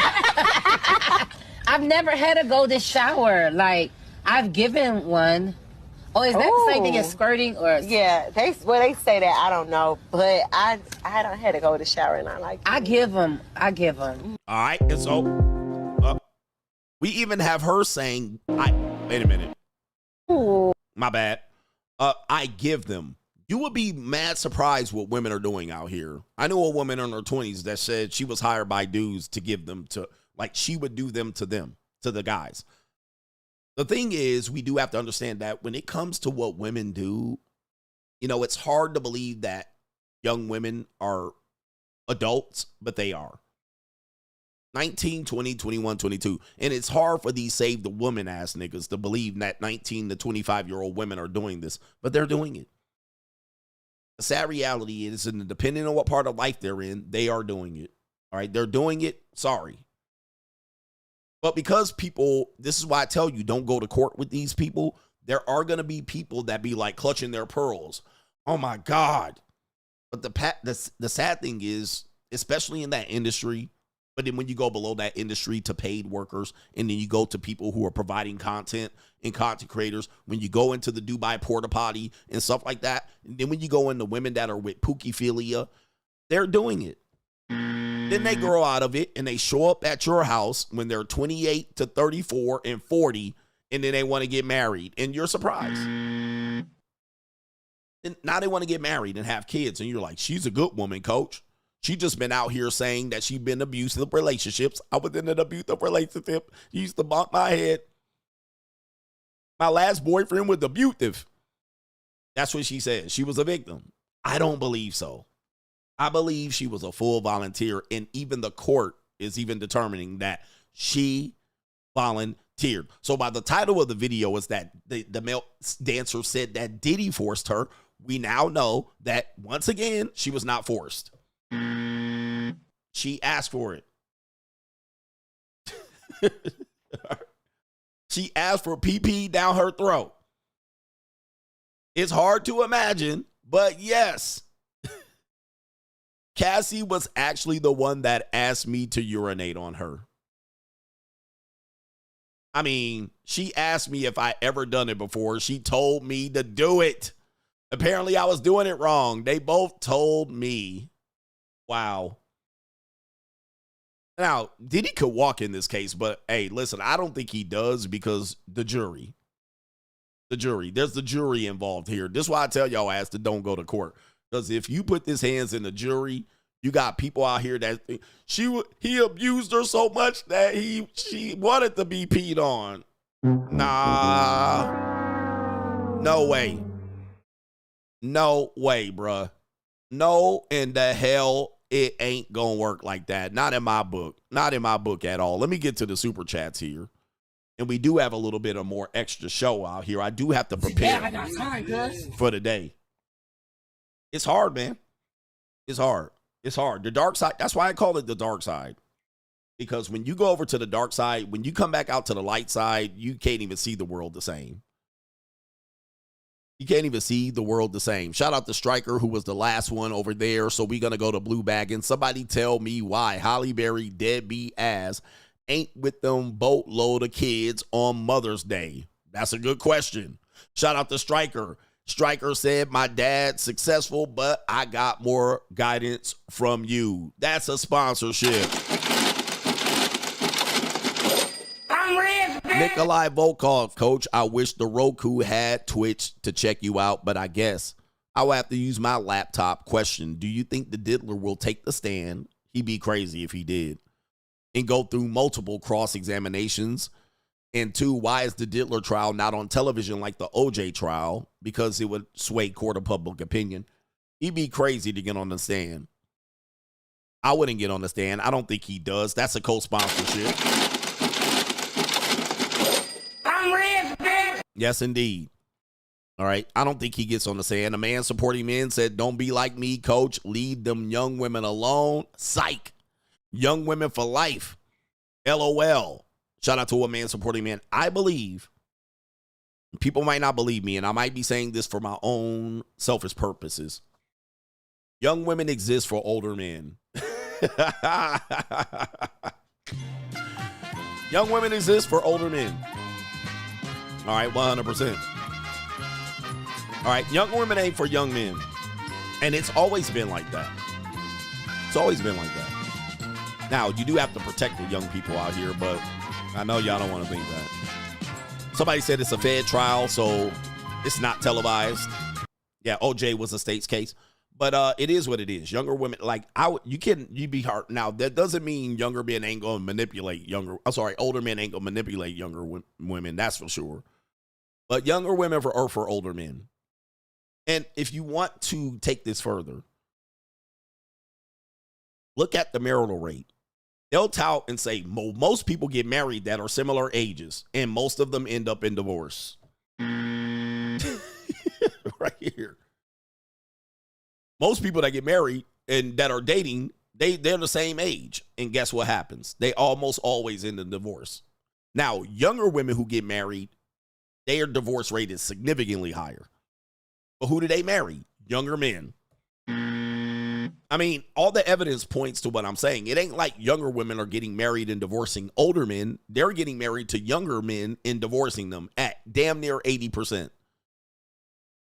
So those don't work.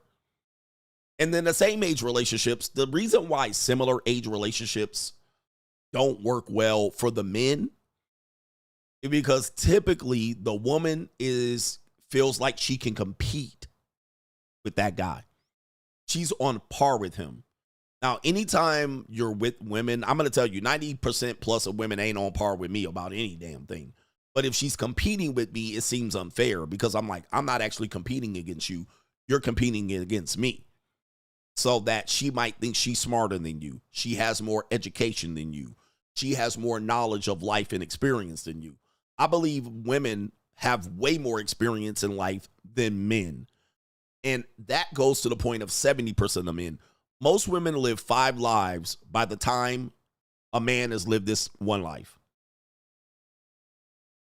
Okay, so you take a 29-year-old man and a 29-year-old woman. I guarantee you she's seen way more in life than that 29-year-old man. So she has more life experience. She's seen more. She's been to more things. She's probably traveled more. She's probably seen more money. She's probably met more millionaires. She's probably met more entertainers and rock stars. She's seen more. She's had access to more life. She has entree to more finer things, mainly because typically at that age, they don't pay for anything. So when they do something, they typically had their father pay for it. A man she dated pay for it. Somebody gave it to her. So by the time he's 29 and she's 29, she's seen way more. What does she normally say? I want to settle down. She wants him to settle down, but he hasn't even ramped up life yet. And she's like, well, don't you want to settle down? Aren't you tired of hooking up? She'll tell him, she'll ask him. Is anybody else just over this hookup culture? How in the hell is he tired of hookup culture?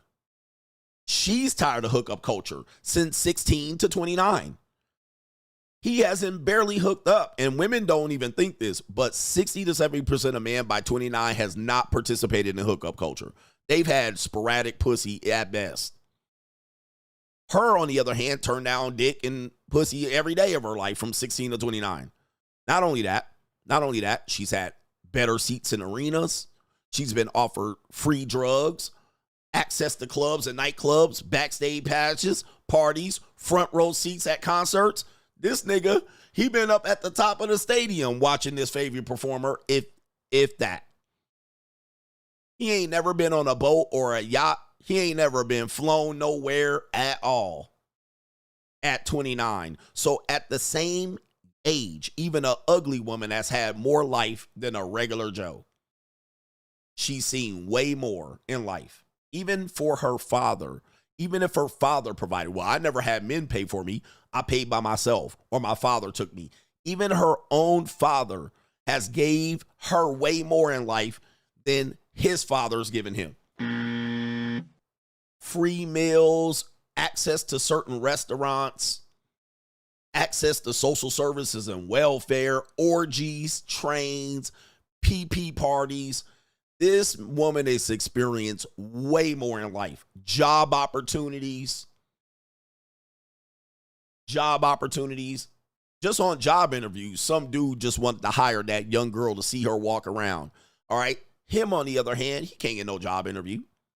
He got to have education, a background. Okay.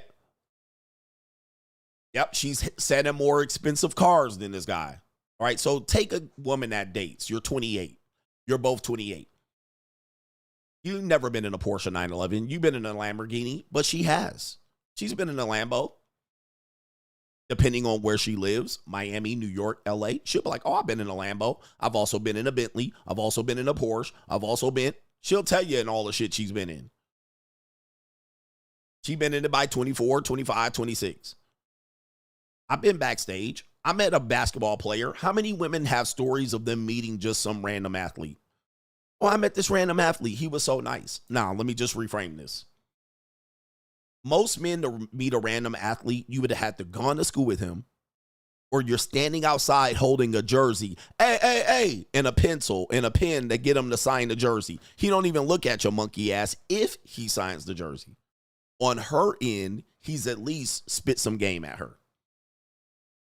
Trey Songz has at least asked her to come get a ride in the car. It depending on where you are, and it's all relative. Go down the line, the college basketball player, the high school basketball player. Okay. She's had access to more millionaires. Oh, I met a millionaire. My friend dated a billionaire. How many billionaires y'all niggas met? How many millionaire niggas y'all ever met? How many millionaires sat down and said, here, sit down and enjoy some free Coke, 2C, and drinks? And they just set you down. And you were just a regular nigga wearing regular shoes and regular pants. Hey, come over here. We got free drugs, alcohol, anything. Drink up. And they were just there just spitting millionaire blue chips at you. And you were just sitting there like, let me take notes and apprentice this shit. How many? None. Ask any woman before 30. How many millionaire niggas they met? Lots. They'll tell you. You don't even have to ask them. She'll brag about it. She'll brag about it.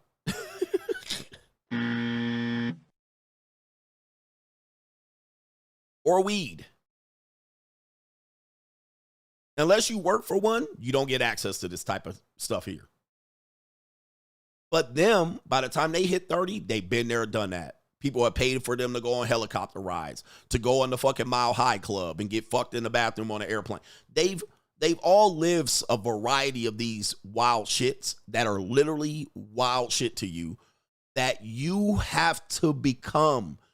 You have to pay for the airplane to get the fucker on the airplane. You have to pay for the helicopter ride. You have to buy the boat. Your daddy has to own the boat. You have to have the job to hire the woman. You have to be the millionaire to get this young woman in front of you. You have to hire her as a personal assistant to be able to get close to her and sexually harass her or whatever the fuck you do. You have to be that guy. You have to pay for her to go to Europe. You have to pay for her to get access to this. So when I say younger women are for older men, it is very apparent most women date older men. Then when they get older, they shame all the older men for dating younger women.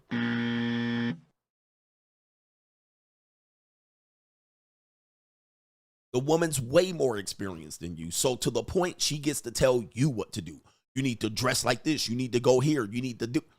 She'll tell you what to do. And this is where guys say, my life improved with this woman because she told me how to open a bank account. She told me what to do here. She told me what to do. She's leading you. At some particular point, she will be like, I can't deal with this guy. He just doesn't know. He's just not experienced in life. She's actually given this information. People help women. Here, let me tell you this. Let me tell you that. They don't help men. We tell men, you figure it out, nigga. You boss up. But when a woman comes around, to the extent, let me just put it like this. Let's say there's a 24-year-old young man that watches CGA. He says, I love CGA. CGA, you're my mentor. I wish you were around. Like this one brother said, I've learned more from you than I learned from my own father. He's a 24-year-old man. And there's a 24-year-old Filipina chick, hot, 5'2", long blonde, long black hair. Never heard of me. Never heard of me. What's the likelihood that the 24-year-old man that watches me every day meets me versus the 24-year-old Filipina? Who's going to see me first in private? Who's going to get information? Who's going to get knowledge? Who's going to get fed? Who's going to be hanging out with me? This man watches me every day and donates. He still can't fucking meet me. But a 24-year-old fucking Filipino with long black hair gonna be right in my presence. What kind of fuck you give me? And I'm putting her up on game and telling her information. That's how different life is for men and women. That's how different life is for men and women. American people ain't kind of fuck. Love fuck, hate fuck, sex only fuck, breakup fuck, makeup fuck, drunk fuck, buddy fuck, pity fuck. That's how it works. You tell that nigga, yeah, hey, thanks for being my fan, nigga. Keep supporting me. And this bitch gonna get treated very well, pulling her hair back. And she don't know who I am. She don't care. She just there to get tossed and some information. And they the same age. And she gonna get all this royal fucking treatment. Red carpet split out. She gonna get peed on and dookied on. What kind of fuck you give me? And I'm gonna charge this nigga to meet with me. Guys, you just apply that across the board and see how different young women lives are and young men. They're completely different. This is why I'm going to say it again. Young women are for older men. They're not for younger men. Younger men, you can't do nothing with them. They're going to lead you by the nostrils like this. I'm going to come in and she's going to be bound down to me. Hi, daddy. All right. She's going to do whatever I tell her to do. Daddy. I'm going to say hop on one leg. She'll be doing it. Okay, daddy. I'll be a mentor. I'll have knowledge. I'll have information. I have something to help her with. Guidance. Life experience. She's going to look up at me like this. Money. Expertise. Investment strategy. Dinners. Vacations. Completely different. And all she has to do is get pee-peed on in her mouth. All right. You want some information? Open wide. Say ah. Then she be like, that's easy. I get pee-peed on all the time. All right, easy peasy. I like it, actually. Drink up. All right, it is what it is.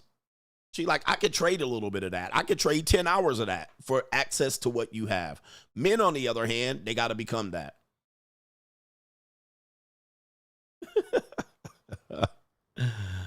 All right, anyway. Whew. Yeah, Duke shooter men experience this.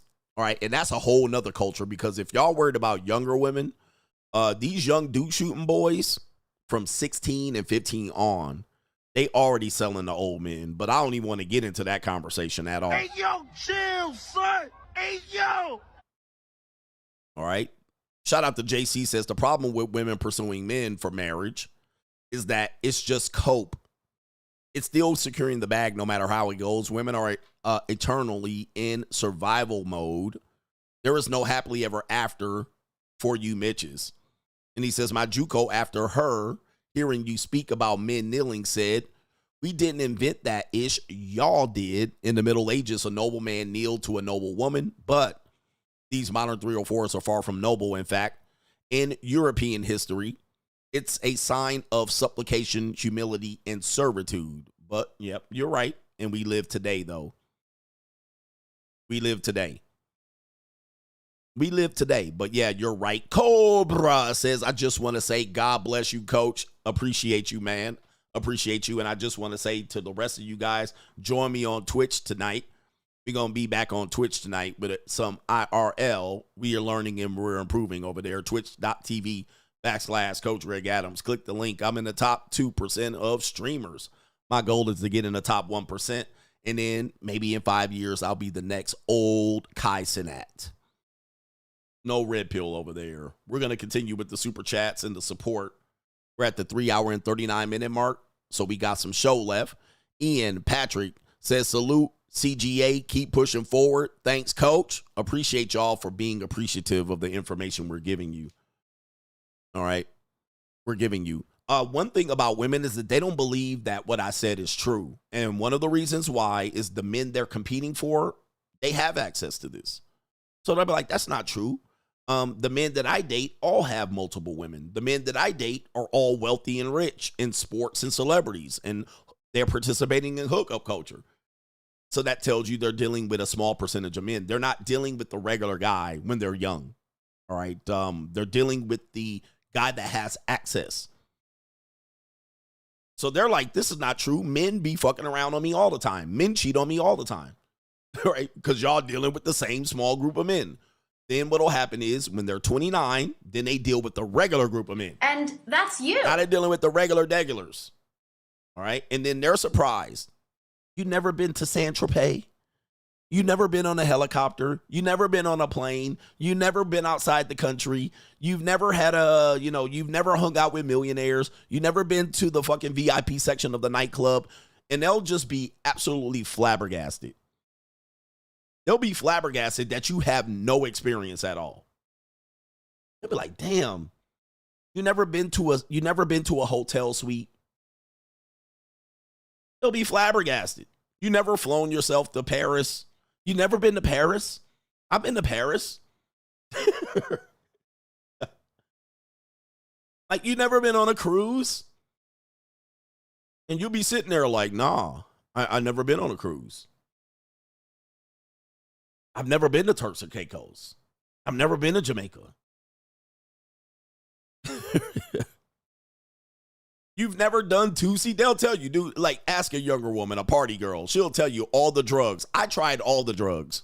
And you're like, damn, she'll be 28 years old. Oh, I tried that drug. I tried that drug.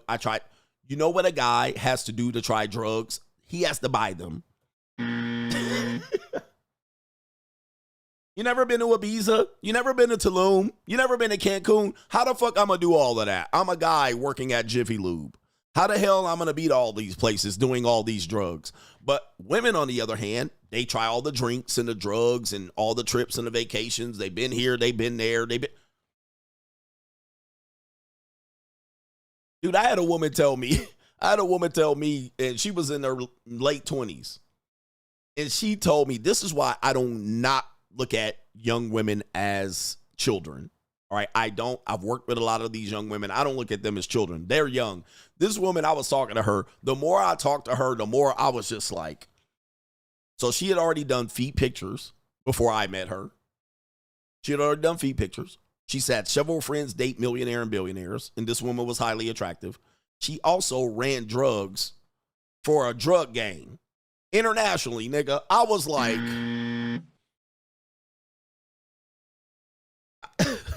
guess what? Dress traditionally. Dress traditionally. This is why I'm telling you, man. A woman's life is literally between 16 and 32. That's their whole goddamn life.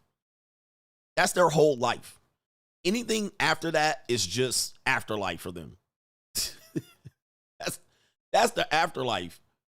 Because you notice, once they hit that age, they'll taper down in life. All right. And then they might pop back up when they're 55 and divorced. They'll pop back up like Mary J. Blige and live their best lives. Like, I'm like, bro, but their entire life, their peak of their life is 16 to 32. That's the peak of their life. Tell me I'm not lying. That's the absolute where most of the fun takes place. The excitement, the fun, the STIs, the abortions, the traveling, the vacations, the drugs, the alcohol, the pass out, the parties, the sexual assaults. Whatever happens, it's all between that window. The babies, the birthing, the marriage. After 32, it's the afterlife. All right, the parties, the professional athletes, the millionaires, the billionaires, it all happens 16 to 32. Once that happens, then these bitches start becoming Muslim and Christian and born again and trying to marry, trying to tie a nigga down. The trains, the orgies, the suites at the Meridian, the fucking Fairmont party orgies, the gangbangs, 16 to 32. That's where it is the peak of their lives. Meanwhile, that's the worst part of manhood. That is the lean years. Yep, the 5-star restaurants. The lean years for men are those exact years. The most painful years for men are between 16 and 32. Pain, misery. Then when you become 32, they start telling you, why don't you get with that woman? She 32. She 35. She 40. They start pawning you off to these leftover bitches. All the abuse, the physical abuse, the mental abuse, 16 to 32. That's where the peak of their goddamn life is.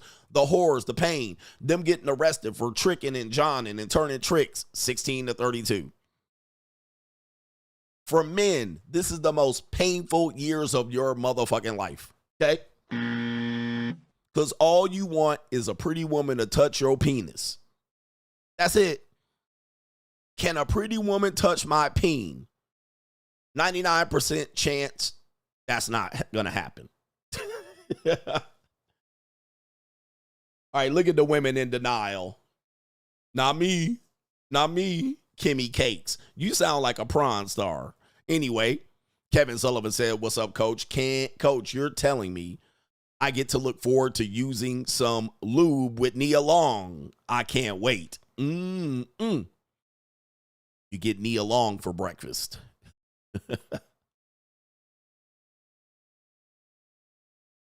Shout out to our brother Joel says, how do I super chat, man? You just did. All right, I'm demonetized over here, so that's your super chat. You got to super chat via these platforms. All right, Gen Z women out here doing. He says, I need a lesson on how to reverse this. Hey, in my book, The Evolution, I have 4 chapters that explain this. By the way, a lot of other red pill or manosphere guys have books that explain this. But in my book, The Evolution, I ironed this out for 4 straight chapters. Okay, the way you reverse this, and it's hard for men to accept it, but the only way you reverse it is keep your head down and push through it and try to advance through this as early as possible. Several men have outlined this. Napoleon Hill, Dennis Sperling. All right, several men have outlined this. Napoleon Hill has a book called Outwitting the Devil, in which he says, if men understood what I was teaching you just right now, what I wrote in The Evolution for 4 chapters, if you understood this, you'd be able to break this barrier by 30. By 30, you'd be able to figure this out. But what do men do? We go through all of this bullshit, and at 45, we finally figure it out. 45. We got to get hit over the head, knocked around, use hope. We got to, leverage. We got to get played and manipulated by women and tease. The boss up is your only strategy. You can overcome this by 30, by getting to leverage. Okay, Outwitting the Devil describes this, and you can go listen to Outwitting the Devil on YouTube for free. But you got to outwit the devil. Okay, you got to outwit your nature and your programming. You got to do it. If you don't, you're going to be misled the entire time. There's dudes that are completely misled, and they get hemmed up. They get put on child support. Marlon Wayans, shout out to him, one of the Wayans brothers. Listen, this nigga's on child support till he's 70, right?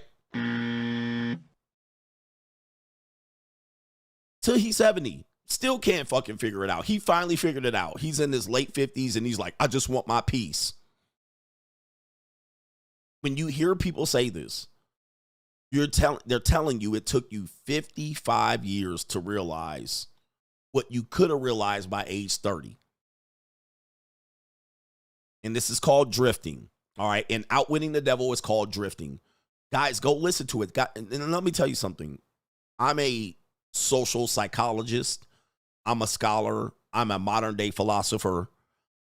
However, the information that I'm giving you can be found in the Bible. The information I gave you can go back to Socrates and Plato. The information I give you can go back to Napoleon Hill in the 1930s.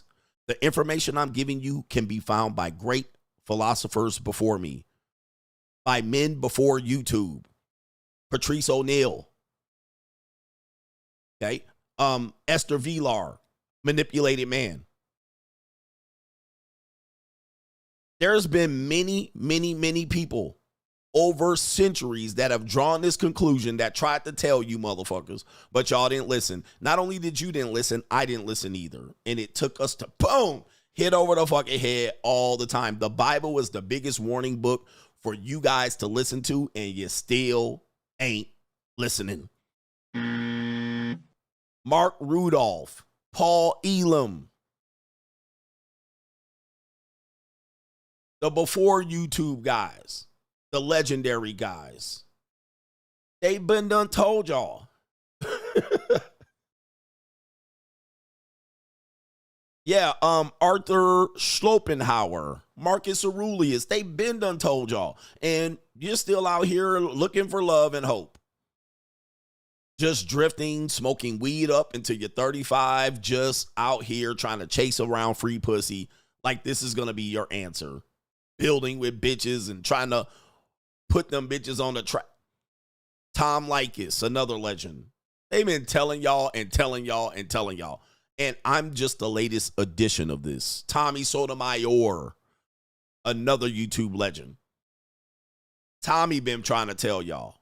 But y'all out here trying to run game and look from hope. Ron Wills, and shout out to these legendary guys. There have been guys been telling you and telling you and telling you and telling you. And you guys act like we're just out here making this up. Steve Urkel.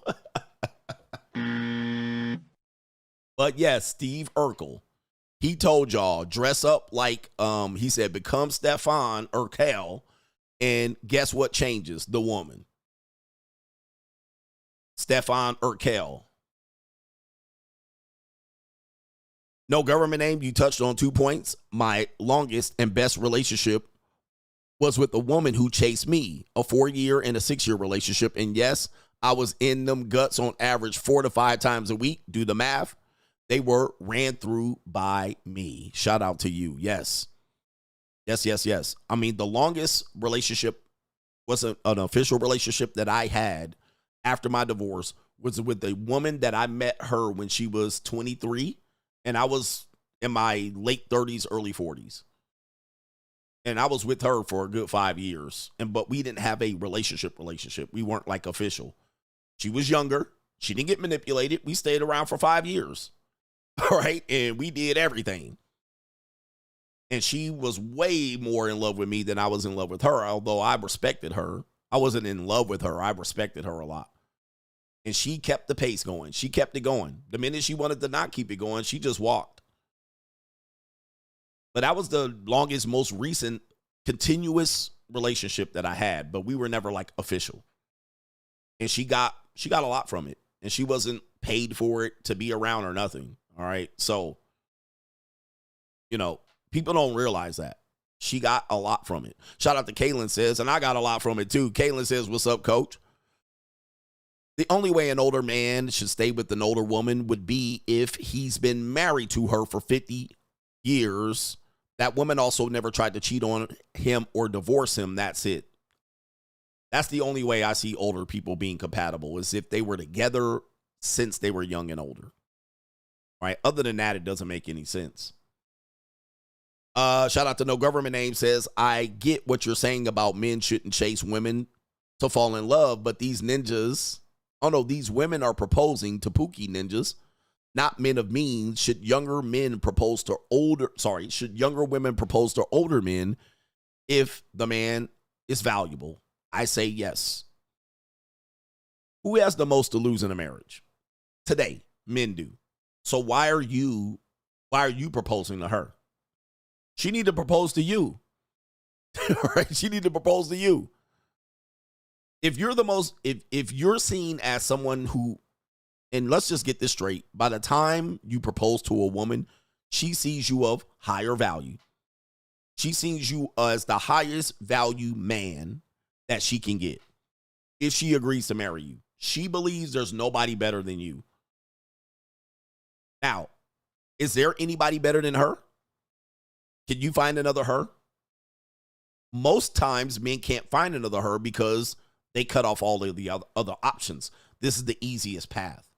All right. So you're like, hey, I got one on the hook, and I'm going to, guys, you have way more to lose than her. Why are you proposing to her? I don't get it. All right. But again, at some point I did get it. Today I don't. Not in the position I'm at. All right. I have way more to offer today. If you took my profile and said, this is the worth, this is his potential to grow income, this is what he looks like, this is his age, this is his physical makeup. All right, this is his physical makeup. This is what he's likely to live until 90. What woman can beat me in that category? Which woman is out of my league? None. I'm talking about every breathing woman on the face of the earth. I'm outshining and classing every breathable bitch that can walk the face. Any breathing punani right now, there ain't many women that measures up to me. Not that much. All right, I don't see it. All right, I don't see it. I'm doing all these bitches a favor. All of them. I wouldn't be doing any woman a solid ass favor. Okay? Especially if I cut off all the other women. If I just stay monogamous and faithful to a woman, I'm doing this woman the biggest favor in her entire cotton picking life. There ain't no way, bruh. No way, bruh. I am literally the best that almost any of these bras can do. And if you ever want to challenge it, just take a woman that says that she could do better than you and say, go do it. Now, one or two things are going to happen. She's going to do it, which tells you you wasn't shit, or she'll stick around. And she say, never mind. And then she say, I thought so. You ain't going to pick nobody. You don't have access to scoop someone better than me to keep him long term. Now, you might get tossed by a guy that's bigger than me, richer than me, more handsome than me. You could get tossed. You could get tossed like a motherfucking salad out here. All right. But if I keep you for longer than 2 goddamn weeks, you can't do better than me. There ain't no way. There ain't no way anybody better than me keeping you for longer than 26 hours. There ain't nobody. All right. I believe that too, bruh. I believe that. All right. So anyway. Do you have the stomach? All right. Anyway, shout out to Bank says I was watching some other content creators. I'm not going to say the names, but these normies have no idea what's going on in these streets when it comes to dating and relationship. I think you're the most qualified to speak on this topic. You literally lived and seen it all. All right. I believe that in this space. I'm not competing with any guys that are male content creator adjacent. But if you look at the male space, find me a guy that's been married, had kids, divorced, dating younger women, dating interracially, right? Dating across the 7 seas, and so forth and so on. Now, it doesn't mean you have to get divorced, all right, to be able to understand women, but I've experienced across the board. Now, some of these guys don't have any experience. They've never been married, so I don't know what the fuck they're talking about. They've never lived with a woman. Some of these niggas never lived with a woman. They've never had a long-term girlfriend. Not to speak of, not longer than 2 or 3 years. They certainly haven't seen the family court. Some of these guys have been married since high school. They haven't dated any woman of any age, of any generation. I've dated Gen Z. That's the lowest I've dated so far, but Gen Alpha will be up here in a couple of years. I've dated Gen Z, Millennials, Gen X, and Boomers. I've dated across every fucking generation. I've dated and been single and married in every damn generation. Bruh, I've done it all, nigga. Most of these niggas have never had kids. I've dated girls from strippers to nice girls to church girls to OnlyFans girls to Pron stars. I've done it all, bruh. And I still ain't got no STD on my deals, Nick. So who else can tell you? And not only that, in the current dating marketplace, I am in the current dating marketplace. I'm currently dating. These guys have been married, locked up, ain't been married. What Right? Stepdaddy. The only thing I haven't done is stepdaddy shit. All right, so I can't speak on that. I'll never do it. But I'm literally the only one that has walked all of the lives. Player. I've done everything but pimp. Now, I've done some things that might be considered, inadvertently pimping. Meaning some girl used me as a manager in security and I didn't realize it. I also have a decent body count. I wouldn't tell you what it is because the incel virgins will go crazy. But I've been with multiple women. I've been with all races of women. I've had 31 flavors. I've dated Asians and whites and Russians and Bulgarians and Lithuanians and Polish and Belgium and African bitches and Mexicans and real authentic Mexicans. I've fucked in several countries. And I'm not even 50. I'm not even 50. All right, so what person got that right now? What content creator has that? What content creator has that in this space? Not many, bruh. There's not many people that can tell you from this experience to that experience, not just guessing. Not many. All right, so I've walked so you guys could run. Leo K says, true story, I lost a JUCO to Serge Ibaka in 2020. He played for the Raptors in Toronto, laughing my ass off. Facts. He lost a JUCO to Serge Ibaka. Dude, I've lost. Oh, by the way, let me just tell you one more thing. I dated in Los Angeles in the 90s. In the 90s. He mentions a content creator. He's never been married. All right. So it disqualifies them. I mean, come on, guys. You've never seen them live with a woman. I mean, listen, I dated in Los Angeles, Southern California in the 1990s. That's equivalent to dating in Houston today, Miami in the last 10 years, in New York in any generation. So I grew up in Los Angeles, in Southern California, Westlake Village, the San Fernando Valley, Los Angeles, Orange County. Can I tell you, in Southern California at this time, USC football was at its peak. UCLA basketball, peak. Los Angeles Lakers, peak. The Raiders were in town. The Rams were in town. The damn Los Angeles Kings had Wayne goddamn Gretzky. Not to mention arts and entertainment. West Coast rap at its peak. Dr. Dre, Snoop, peak. Anybody coming out, Warren G, peak. This is peak dating. This is hypergamy on a scale that you'll never see again. The Clippers. Ron Harper on the Clip. I mean, this is peak hypergamy. Hollywood at its peak. Movie magic. I'm literally in the peak of the goddamn dating marketplace, and I'm getting a front row seat. I'm seeing things that you guys would never see. I'm seeing R&B singers, rappers walking down the street, actors and entertainers. I'm in the San Fernando Valley at this time going to college. And I'm bumping into all these people. I see Rick Fox over here, and I see this nigga over here and this guy over here. I'm in the peak of hypergamy. I've seen things that you'll never see. So I'm there from 1993 when I graduated high school, and I'm there until 2001. That's my peak years, from when I graduated high school to when I graduated college and I left. I end up coming back, but 93 to 01. I'm in peak Southern California.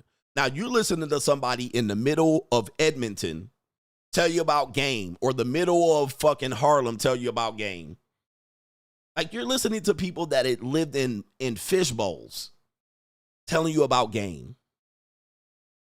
I'm in the Pron capital of the world. I'm in the prawn capital of the world in the 1990s, San Fernando Valley.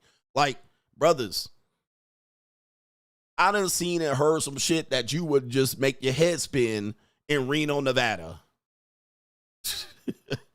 in Cincinnati, Ohio, in these little podunk towns. But I'm watching shit happen right in front of me that you only listen to and hear. All right, come on, guys. He said, gorgeous Dre. Yeah, I'm there with the peak of pimping in the 1990s, right? So, you know, I've seen a lot. You know, you guys act like I ain't never been outside and touched grass. We didn't have no choice but in the 1990s to touch grass and go outside. There was no internet. There was no YouTube. When I was outside as a grown adult from 18 to 25, 24, there's no internet. You had to go outside. So anyway, there was no social media. You had to literally be a bum ass ninja. All right. Back then. Let's see here. Sir Jabaka. Blue Baggin says, it'd be 40 and 45-year-old career women on dating apps talking about what they deserve, looking for my forever person and having kids cooked. Free agent lifestyle. I can't date 45-year-old career women. I can't take them seriously. All right. Any woman that's talking about they got a career and they're looking for their forever person and they're 40, like, miss me, please. Leave me alone. Johnny Las Vegas, hey, coach, you're shedding light on the dowry. Reminds me of Gumps like Steve Harvey, who had his vision of the American dowry when he let Hollywood run a train on Lori Harvey. Then he wants to get on Al Gore's internet and lecture about being a good father and a good husband. 100%. That's his stepdaughter getting trained out here by multiple men. And sold. It's a sad reality. Steven says, I'm Gen X. I treated women my age the same way they treated me when we were both 16 to 30. They're invisible. If that scares them or they don't like it, they should reflect on the past, which they don't.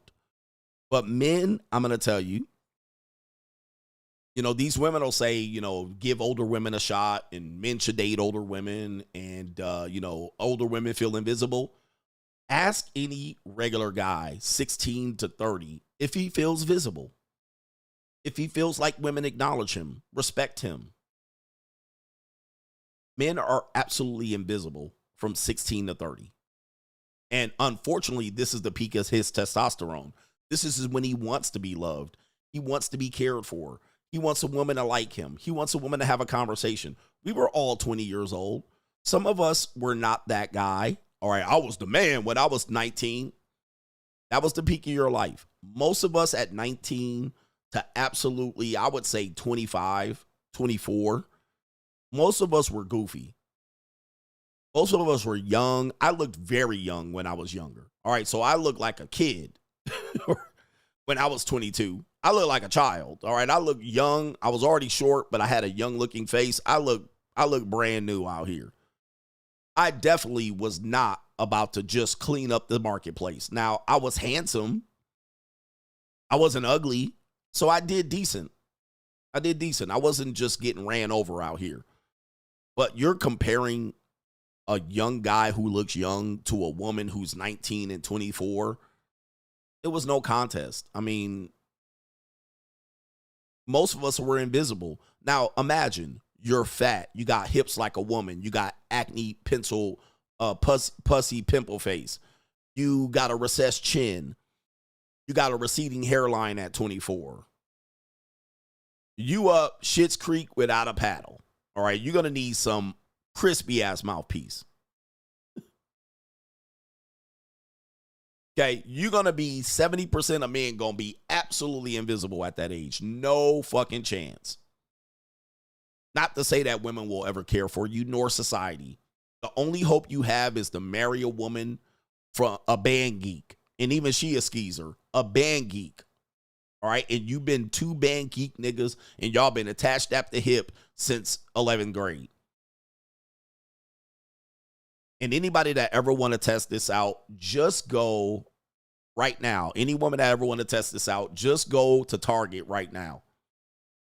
Go to Target, go like you normally go in and out the fucking store and leave and get in a car. Tell me if you see any dudes in there. Tell me how many guys you noticed. Now, there's a ton of guys in there. There's about 70% of people in there were guys. Pushing carts, collecting carts outside. Coming out to the motherfucking place where they got the little people deliver the groceries outside. There are guys back there stocking boxes. And you walked around this nigga to grab your laundry detergent. There's guys out there bagging groceries. Mopping floors. All right? There's dude out there stocking produce. Didn't notice a motherfucker. Didn't even make him even known. You just hope there's dudes in there shopping, looking at you like this. Glaring at you, staring at you. Then just done seen you 2 aisles down and then tried to meet up with you in that aisle or just go look at your booty. All right? There was plenty of dudes in there, bruh. And you didn't notice nan one of them motherfuckers. Old dudes, old niggas looking at you like Samuel L. Jackson. Old men looking at you like Samuel L. Jackson. And you looking at this guy. Oh, he too old to looking at me. No, he ain't. He going home and he putting you in his spank bank. What they would notice is a handsome guy in their age group. That's what they're noticing. That's the only person they'll notice. A handsome guy in their age group. So you're a young woman, 19 to 30. You would go in there and find guys in that age group that were good looking. Right? But there were a whole bunch of dudes in there. And there's a whole bunch of women go up in there. 70% of the people that work in that store, probably 50% plus the 20% of men shopping in there are going to be men. So there's a whole bunch of dudes in there working. There's some goofy ass niggas with red vests working. Didn't even notice them. An Indian dude in a red vest. Just Preet. Didn't even notice him. And Just Preet come over there. I'm going to tell you that the new Tide that comes out, she just walked by me, I tell you. Okay. All right, by now, you can pay here in the front. If you want to put the groceries on the belt, I'd take care of you. She like, yeah, anyway, Pookie, I'll be over Glocktavius to get fucked and smoke a whole pound of weed out with you. All right, here you go right here. Thank you very much. Did you have a great day? All right, did you find everything on your shopping trip? She like, yeah, nigga, yeah. Anyway, Glocktavius, yeah, I know you was with your dirty dick somewhere else. Yeah, but I'll be over to get that dick tonight.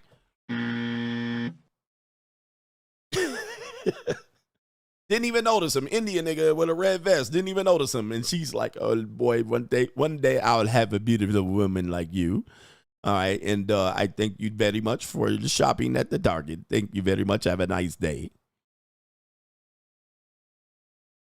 Didn't even register, dude. Glocktavius though about to get the whole pussy tonight. All right, come on, bro. So that's their whole life. That's men from 16 to 30. That's 70% of men's entire life just getting completely ignored. Completely ignored the whole time. Now all of a sudden you made it in life. All right, I made it in life. I make $500,000 as a tech. And I have IT experience, and I developed an AI personality. Now, all of a sudden, all the women are like, I like a guy like you. You should date a woman your age. I finally made it, and I finally can go get me the young women that I used to watch when I was checking out women at the Target. And now he's supposed to date a 45-year-old, knocked up, 2-time divorced, 3 baby daddy old skeezer. All right, anyway. I'm rich, bitch. Now he can't enjoy the young and pleasures of young Punani. Okay? Or he grew a beard and now his recessed chin is being hidden. J. Flo says a husband never truly knows his wife's past. He says, you're the greatest coach, and salute to the coach gang. I don't sure you want to know your wife's past. All right. This is why I think people shouldn't get divorced. All right. Because the divorce industry allows women to be skeezers for far too long. But if you ever wanted to know your wife's past, just ask a woman that is on the dark side if she'll ever get married. That's going to tell you everything you know. All right. This is why I can't trust, bro. I'm going to tell you, man.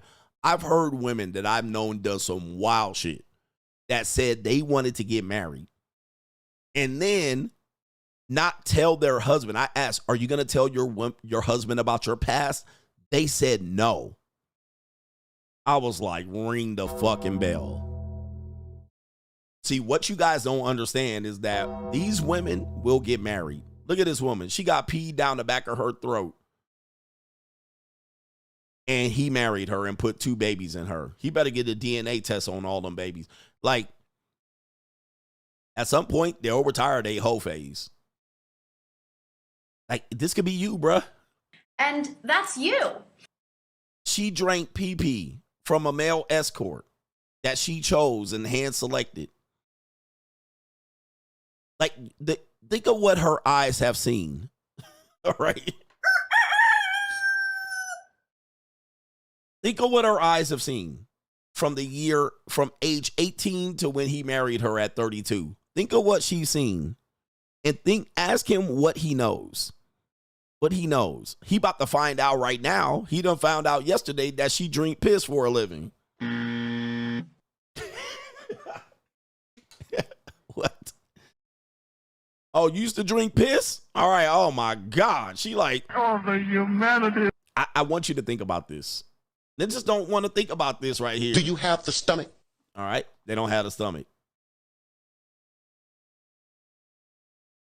I mean, it's mind-boggling. Just ask them and see what happened. Oh, let me show you this one right here. This is also one of y'all's future wives right here. All right, here we go right here. Not on camera, would it have been an enjoyable experience? I think so. Like, I've been before off camera. Ooh, tell us about that. That's like 5% of stars have ever been in their private life. Wait, no, it's such a up story too. It's kind of funny. Well, that was good. Yeah, no, I had a lot of fun. I just used to be like a back in the day. Don't be embarrassed. It's okay. It's funny. It was like a car full of Mexican dudes. Oh my God. They like waved and like when a cat called me and I was walking from the bus stop with a box of pizza. What location? In Florida. Okay. And I basically like waved them down and was like, come give me a ride. And then all of them. If it was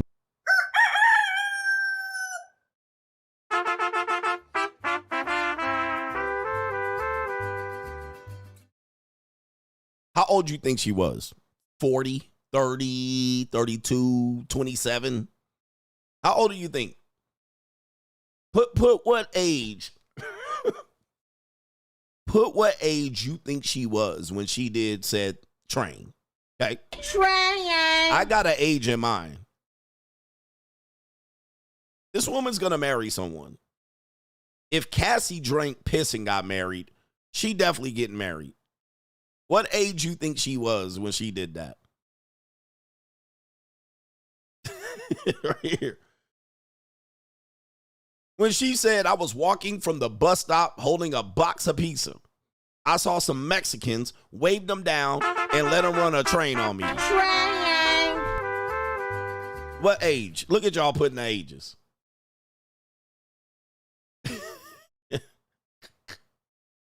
She said Mexicans in Florida. That's also could be Puerto Ricans. He said the right age.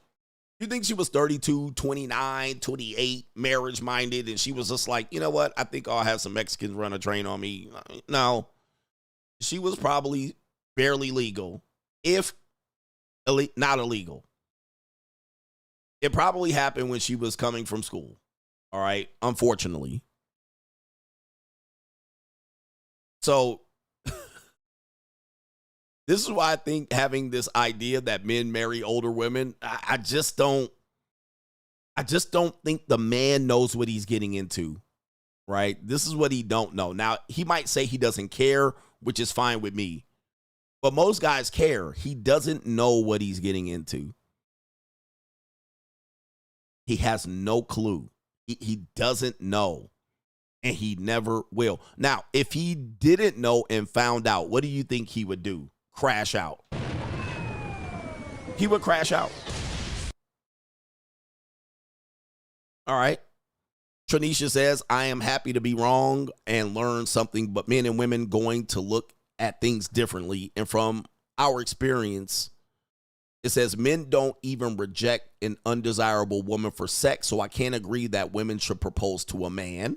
Then she goes on and say, from my point of view, when a woman are the prize, their neighborhoods have smooth roads because men give meat to the one they look up to.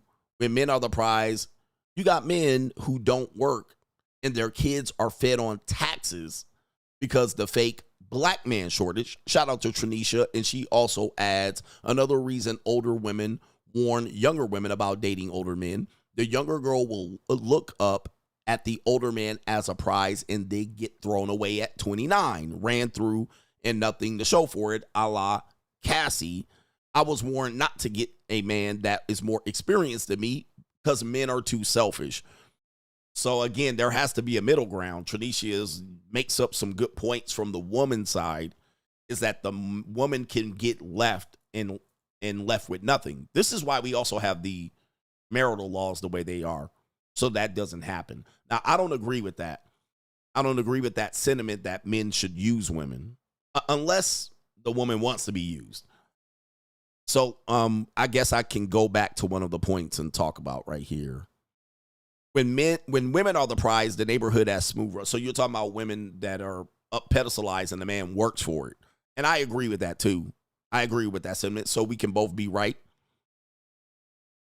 And then you're saying when men are the prize, the community doesn't get taken care of a fake black man shortage. Okay, so I get what you're saying. Can I just offer this? The problem we have is that from when men are seen as valuable or not invisible, oftentimes they're getting leftovers. So it doesn't matter if the woman is getting ran through by an older man or a younger man, she's still getting ran through. And even if it was 4 guys, she still got ran through and left out here at 29 with nothing to show for it. So it doesn't mean that not having older men do it is going to protect them from not having this situation. The only way to protect them from this is to get married. But I do know what you're saying regarding when men are the prize, that potentially, when women are the prize, the neighborhoods are better. Meaning that when the woman is pedestalized, the men tend to work harder. All right, this is her perspective. There's something true about that, but it's not all the way there. But this is a super chat as well. And he also says, men don't even reject an undesirable woman. So men take anything. We just look at sex differently. All right. As men and women, we look at sex differently. Women look at sex as transactional and a way to attach to a guy. Men look at sex for pleasure. So there's 100 ways women can look at sex. Men look at sex as 1 or 2 ways. Pleasure and validation. Nothing more, nothing less. Okay. And if he creates a child in the process, oh well.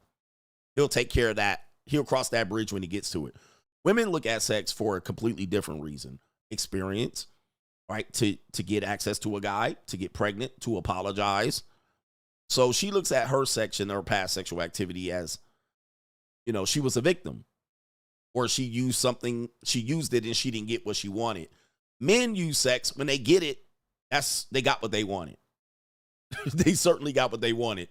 And that's the bottom line at that. Now, if he actually got the Pinani pregnant, that's something that he didn't intend, even though he nutted in her. He didn't intend to get her pregnant. Even though he said he was going to give her black babies. He didn't want to give her black babies. So, we just look at things differently. And so it's important that we have a meeting of the minds. And I think the meeting of the minds have been always kind of using the idea of doing what's best for the grand total of picture, right? The grand whole of picture. But now everybody's selfish. You say men are selfish. I think women are selfish. Women are absolutely selfish in their pursuit right now. And It's not going to change. I think we're almost at the end of the show, but I do want to say for men out here, good luck in this marketplace. It's going to be tough. And maybe later we'll talk about this. By the way, join me over on Twitch. Alonzo Brown says, overtime today, coach. Thanks for going overtime. He says, I had to drop my 2 cents. I'm listening to the audio on Spotify. Straight fire as always. Keep purging the bitches and leveling the fuck up. Free agent lifestyle for life. Thank you for that encouragement. One thing that will never change the dynamics between current men and current women is that women are not going to roll back any progress or rights that they have gained in America. Okay? They're not going to do it. They're not going to roll back the access to social media. They're not going to roll back access to the top 20% of men. They're not going to roll back rights to work. They're not going to, and I'm not telling them to roll it back. So you're trying to get women to agree, but they're progressed women. They've changed. But you want her to be, I don't know what you guys want her to be, traditional, not ran through. They're not giving up. They've even got the stunted, the infantilizing of adult women, meaning that they're giving these women a pass to do whatever the fuck they want for as long as they want it to 25. So this is what you have to negotiate against. If you're a weak man, you'll take these deals. But if you're a guy that's saying, what am I getting from this? There's almost nothing to gain. They're not rolling back their rights, their reproductive rights. They're not giving up, telling you to, we'll give you a mandatory DNA test. They're not giving up any of this progress. They're not giving up their careers. I actually have a woman, there's videos of women saying they want to be taken off the workplace where a guy decides that she's going to be a stay-at-home wife. They're not deciding. They're leaving it up to the guy that says, I'm going to fund and finance you. But if it doesn't work out, she's going to divorce, grape his ass, and kingdom come. Because it was his decision. He made me quit my career. So you're almost always going to get blamed for whatever the circumstance is. But they know they have leverage in today's society, plausible deniability, eternal victim, Cassie. They're giving none of this shit up, bro. None of it. So you're making a deal with somebody with their fingers crossed behind their fucking back. That's what you're making a deal with. That's what you're making a deal with. You stop producing, Kutsky. All right, that's what you're making a deal with, and you're just hoping that the other shoe doesn't drop. There's married men right now hoping they wife don't divorce they monkey ass. Right now. They're hoping and praying every day, going, if my wife divorced me, somebody going to the Undertaker. If my wife divorced me, I'm cooked. If my wife divorces me, I can't retire. There's men living like that right now that are married 25 years in. If my wife divorced me, everything that I work for, I lose. If my wife divorced me, I won't ever see my kids again. Tell me I ain't lying. They're living that life right now. Uncle Luke said he had married his wife. She blindsided him with the divorce. He says 95% of my kids don't even call me on Father's Day. So all of your kids that you took care of, provided for, and worked and benefited, they don't even associate with him. They don't even associate with him anymore. He lost them kids. Them kids gone. But on Mother's Day, they contact moms. It's real out here in the field. See, nobody wants to talk about that shit. When I talk about it, I'm the villain. When I talk about it, I'm the villain for somehow. But this is straight facts. So I think men are overwhelmingly disadvantaged in this particular conversation. But we'll leave you with Uncle Luke right here. He gonna tell you right here. He gonna tell you right here. He said he dropped $3 million in child support. He don't even hear from his 5 kids. Paid almost $3 million in child support. 95% of my kids don't call me on Father's Day. But I pray for them every day. When I sit there and say my prayers over my food, I pray for them. Did my money, Zika, 5 kids. I paid $2,500 a month. And that was $540,000. This is what happens to you old niggas, man. This is what happens to you old niggas. This is why my old ass gonna be smashing 20-something years old till I die. Hey, man, you ain't gonna have me out here looking like this. Y'all are not gonna have me out here looking like this. I did this and I did that. I was a good man. Worrying about my kid. Hey, the biggest way you overcome your kids doing this is have a whole bunch of them motherfuckers, bro. All right, fuck that. All right, y'all trying to care for these goddamn kids. They don't care about you, bro. For 18 years. One of my friend on here added up, it was well over, it was around $2 million. And everybody mad at me. They would not dare call me and say, Happy Father's Day. Because the motherfuckers turned them against me. Hey, which is okay. That's fine. God has a way of teaching people. Look at that. Zika, you like, oh my God. The only thing I'm going to require is you carry yourself in a respectful way and you conduct yourself in a respectful way. Difference between a mother and a motherfucker. And if you're a mother, then you should be celebrating the day. If you're a motherfucker, you should not be celebrating nothing. I paid almost $3 million in child support. 95% of my kids don't call me on Father's Day. Man. I'm telling you, bro.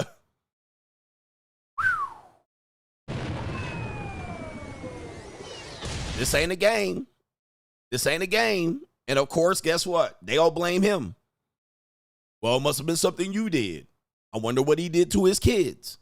I wonder how he must not have treated the mom well. It's going to be your fault. All right? It's going to be your fault. It's all Jermaine's fault. It's always Jermaine's I'm just telling you, bruh. Be prepared out here. The shit is ugly. All right? It don't get easy out here. We out of here. Peace.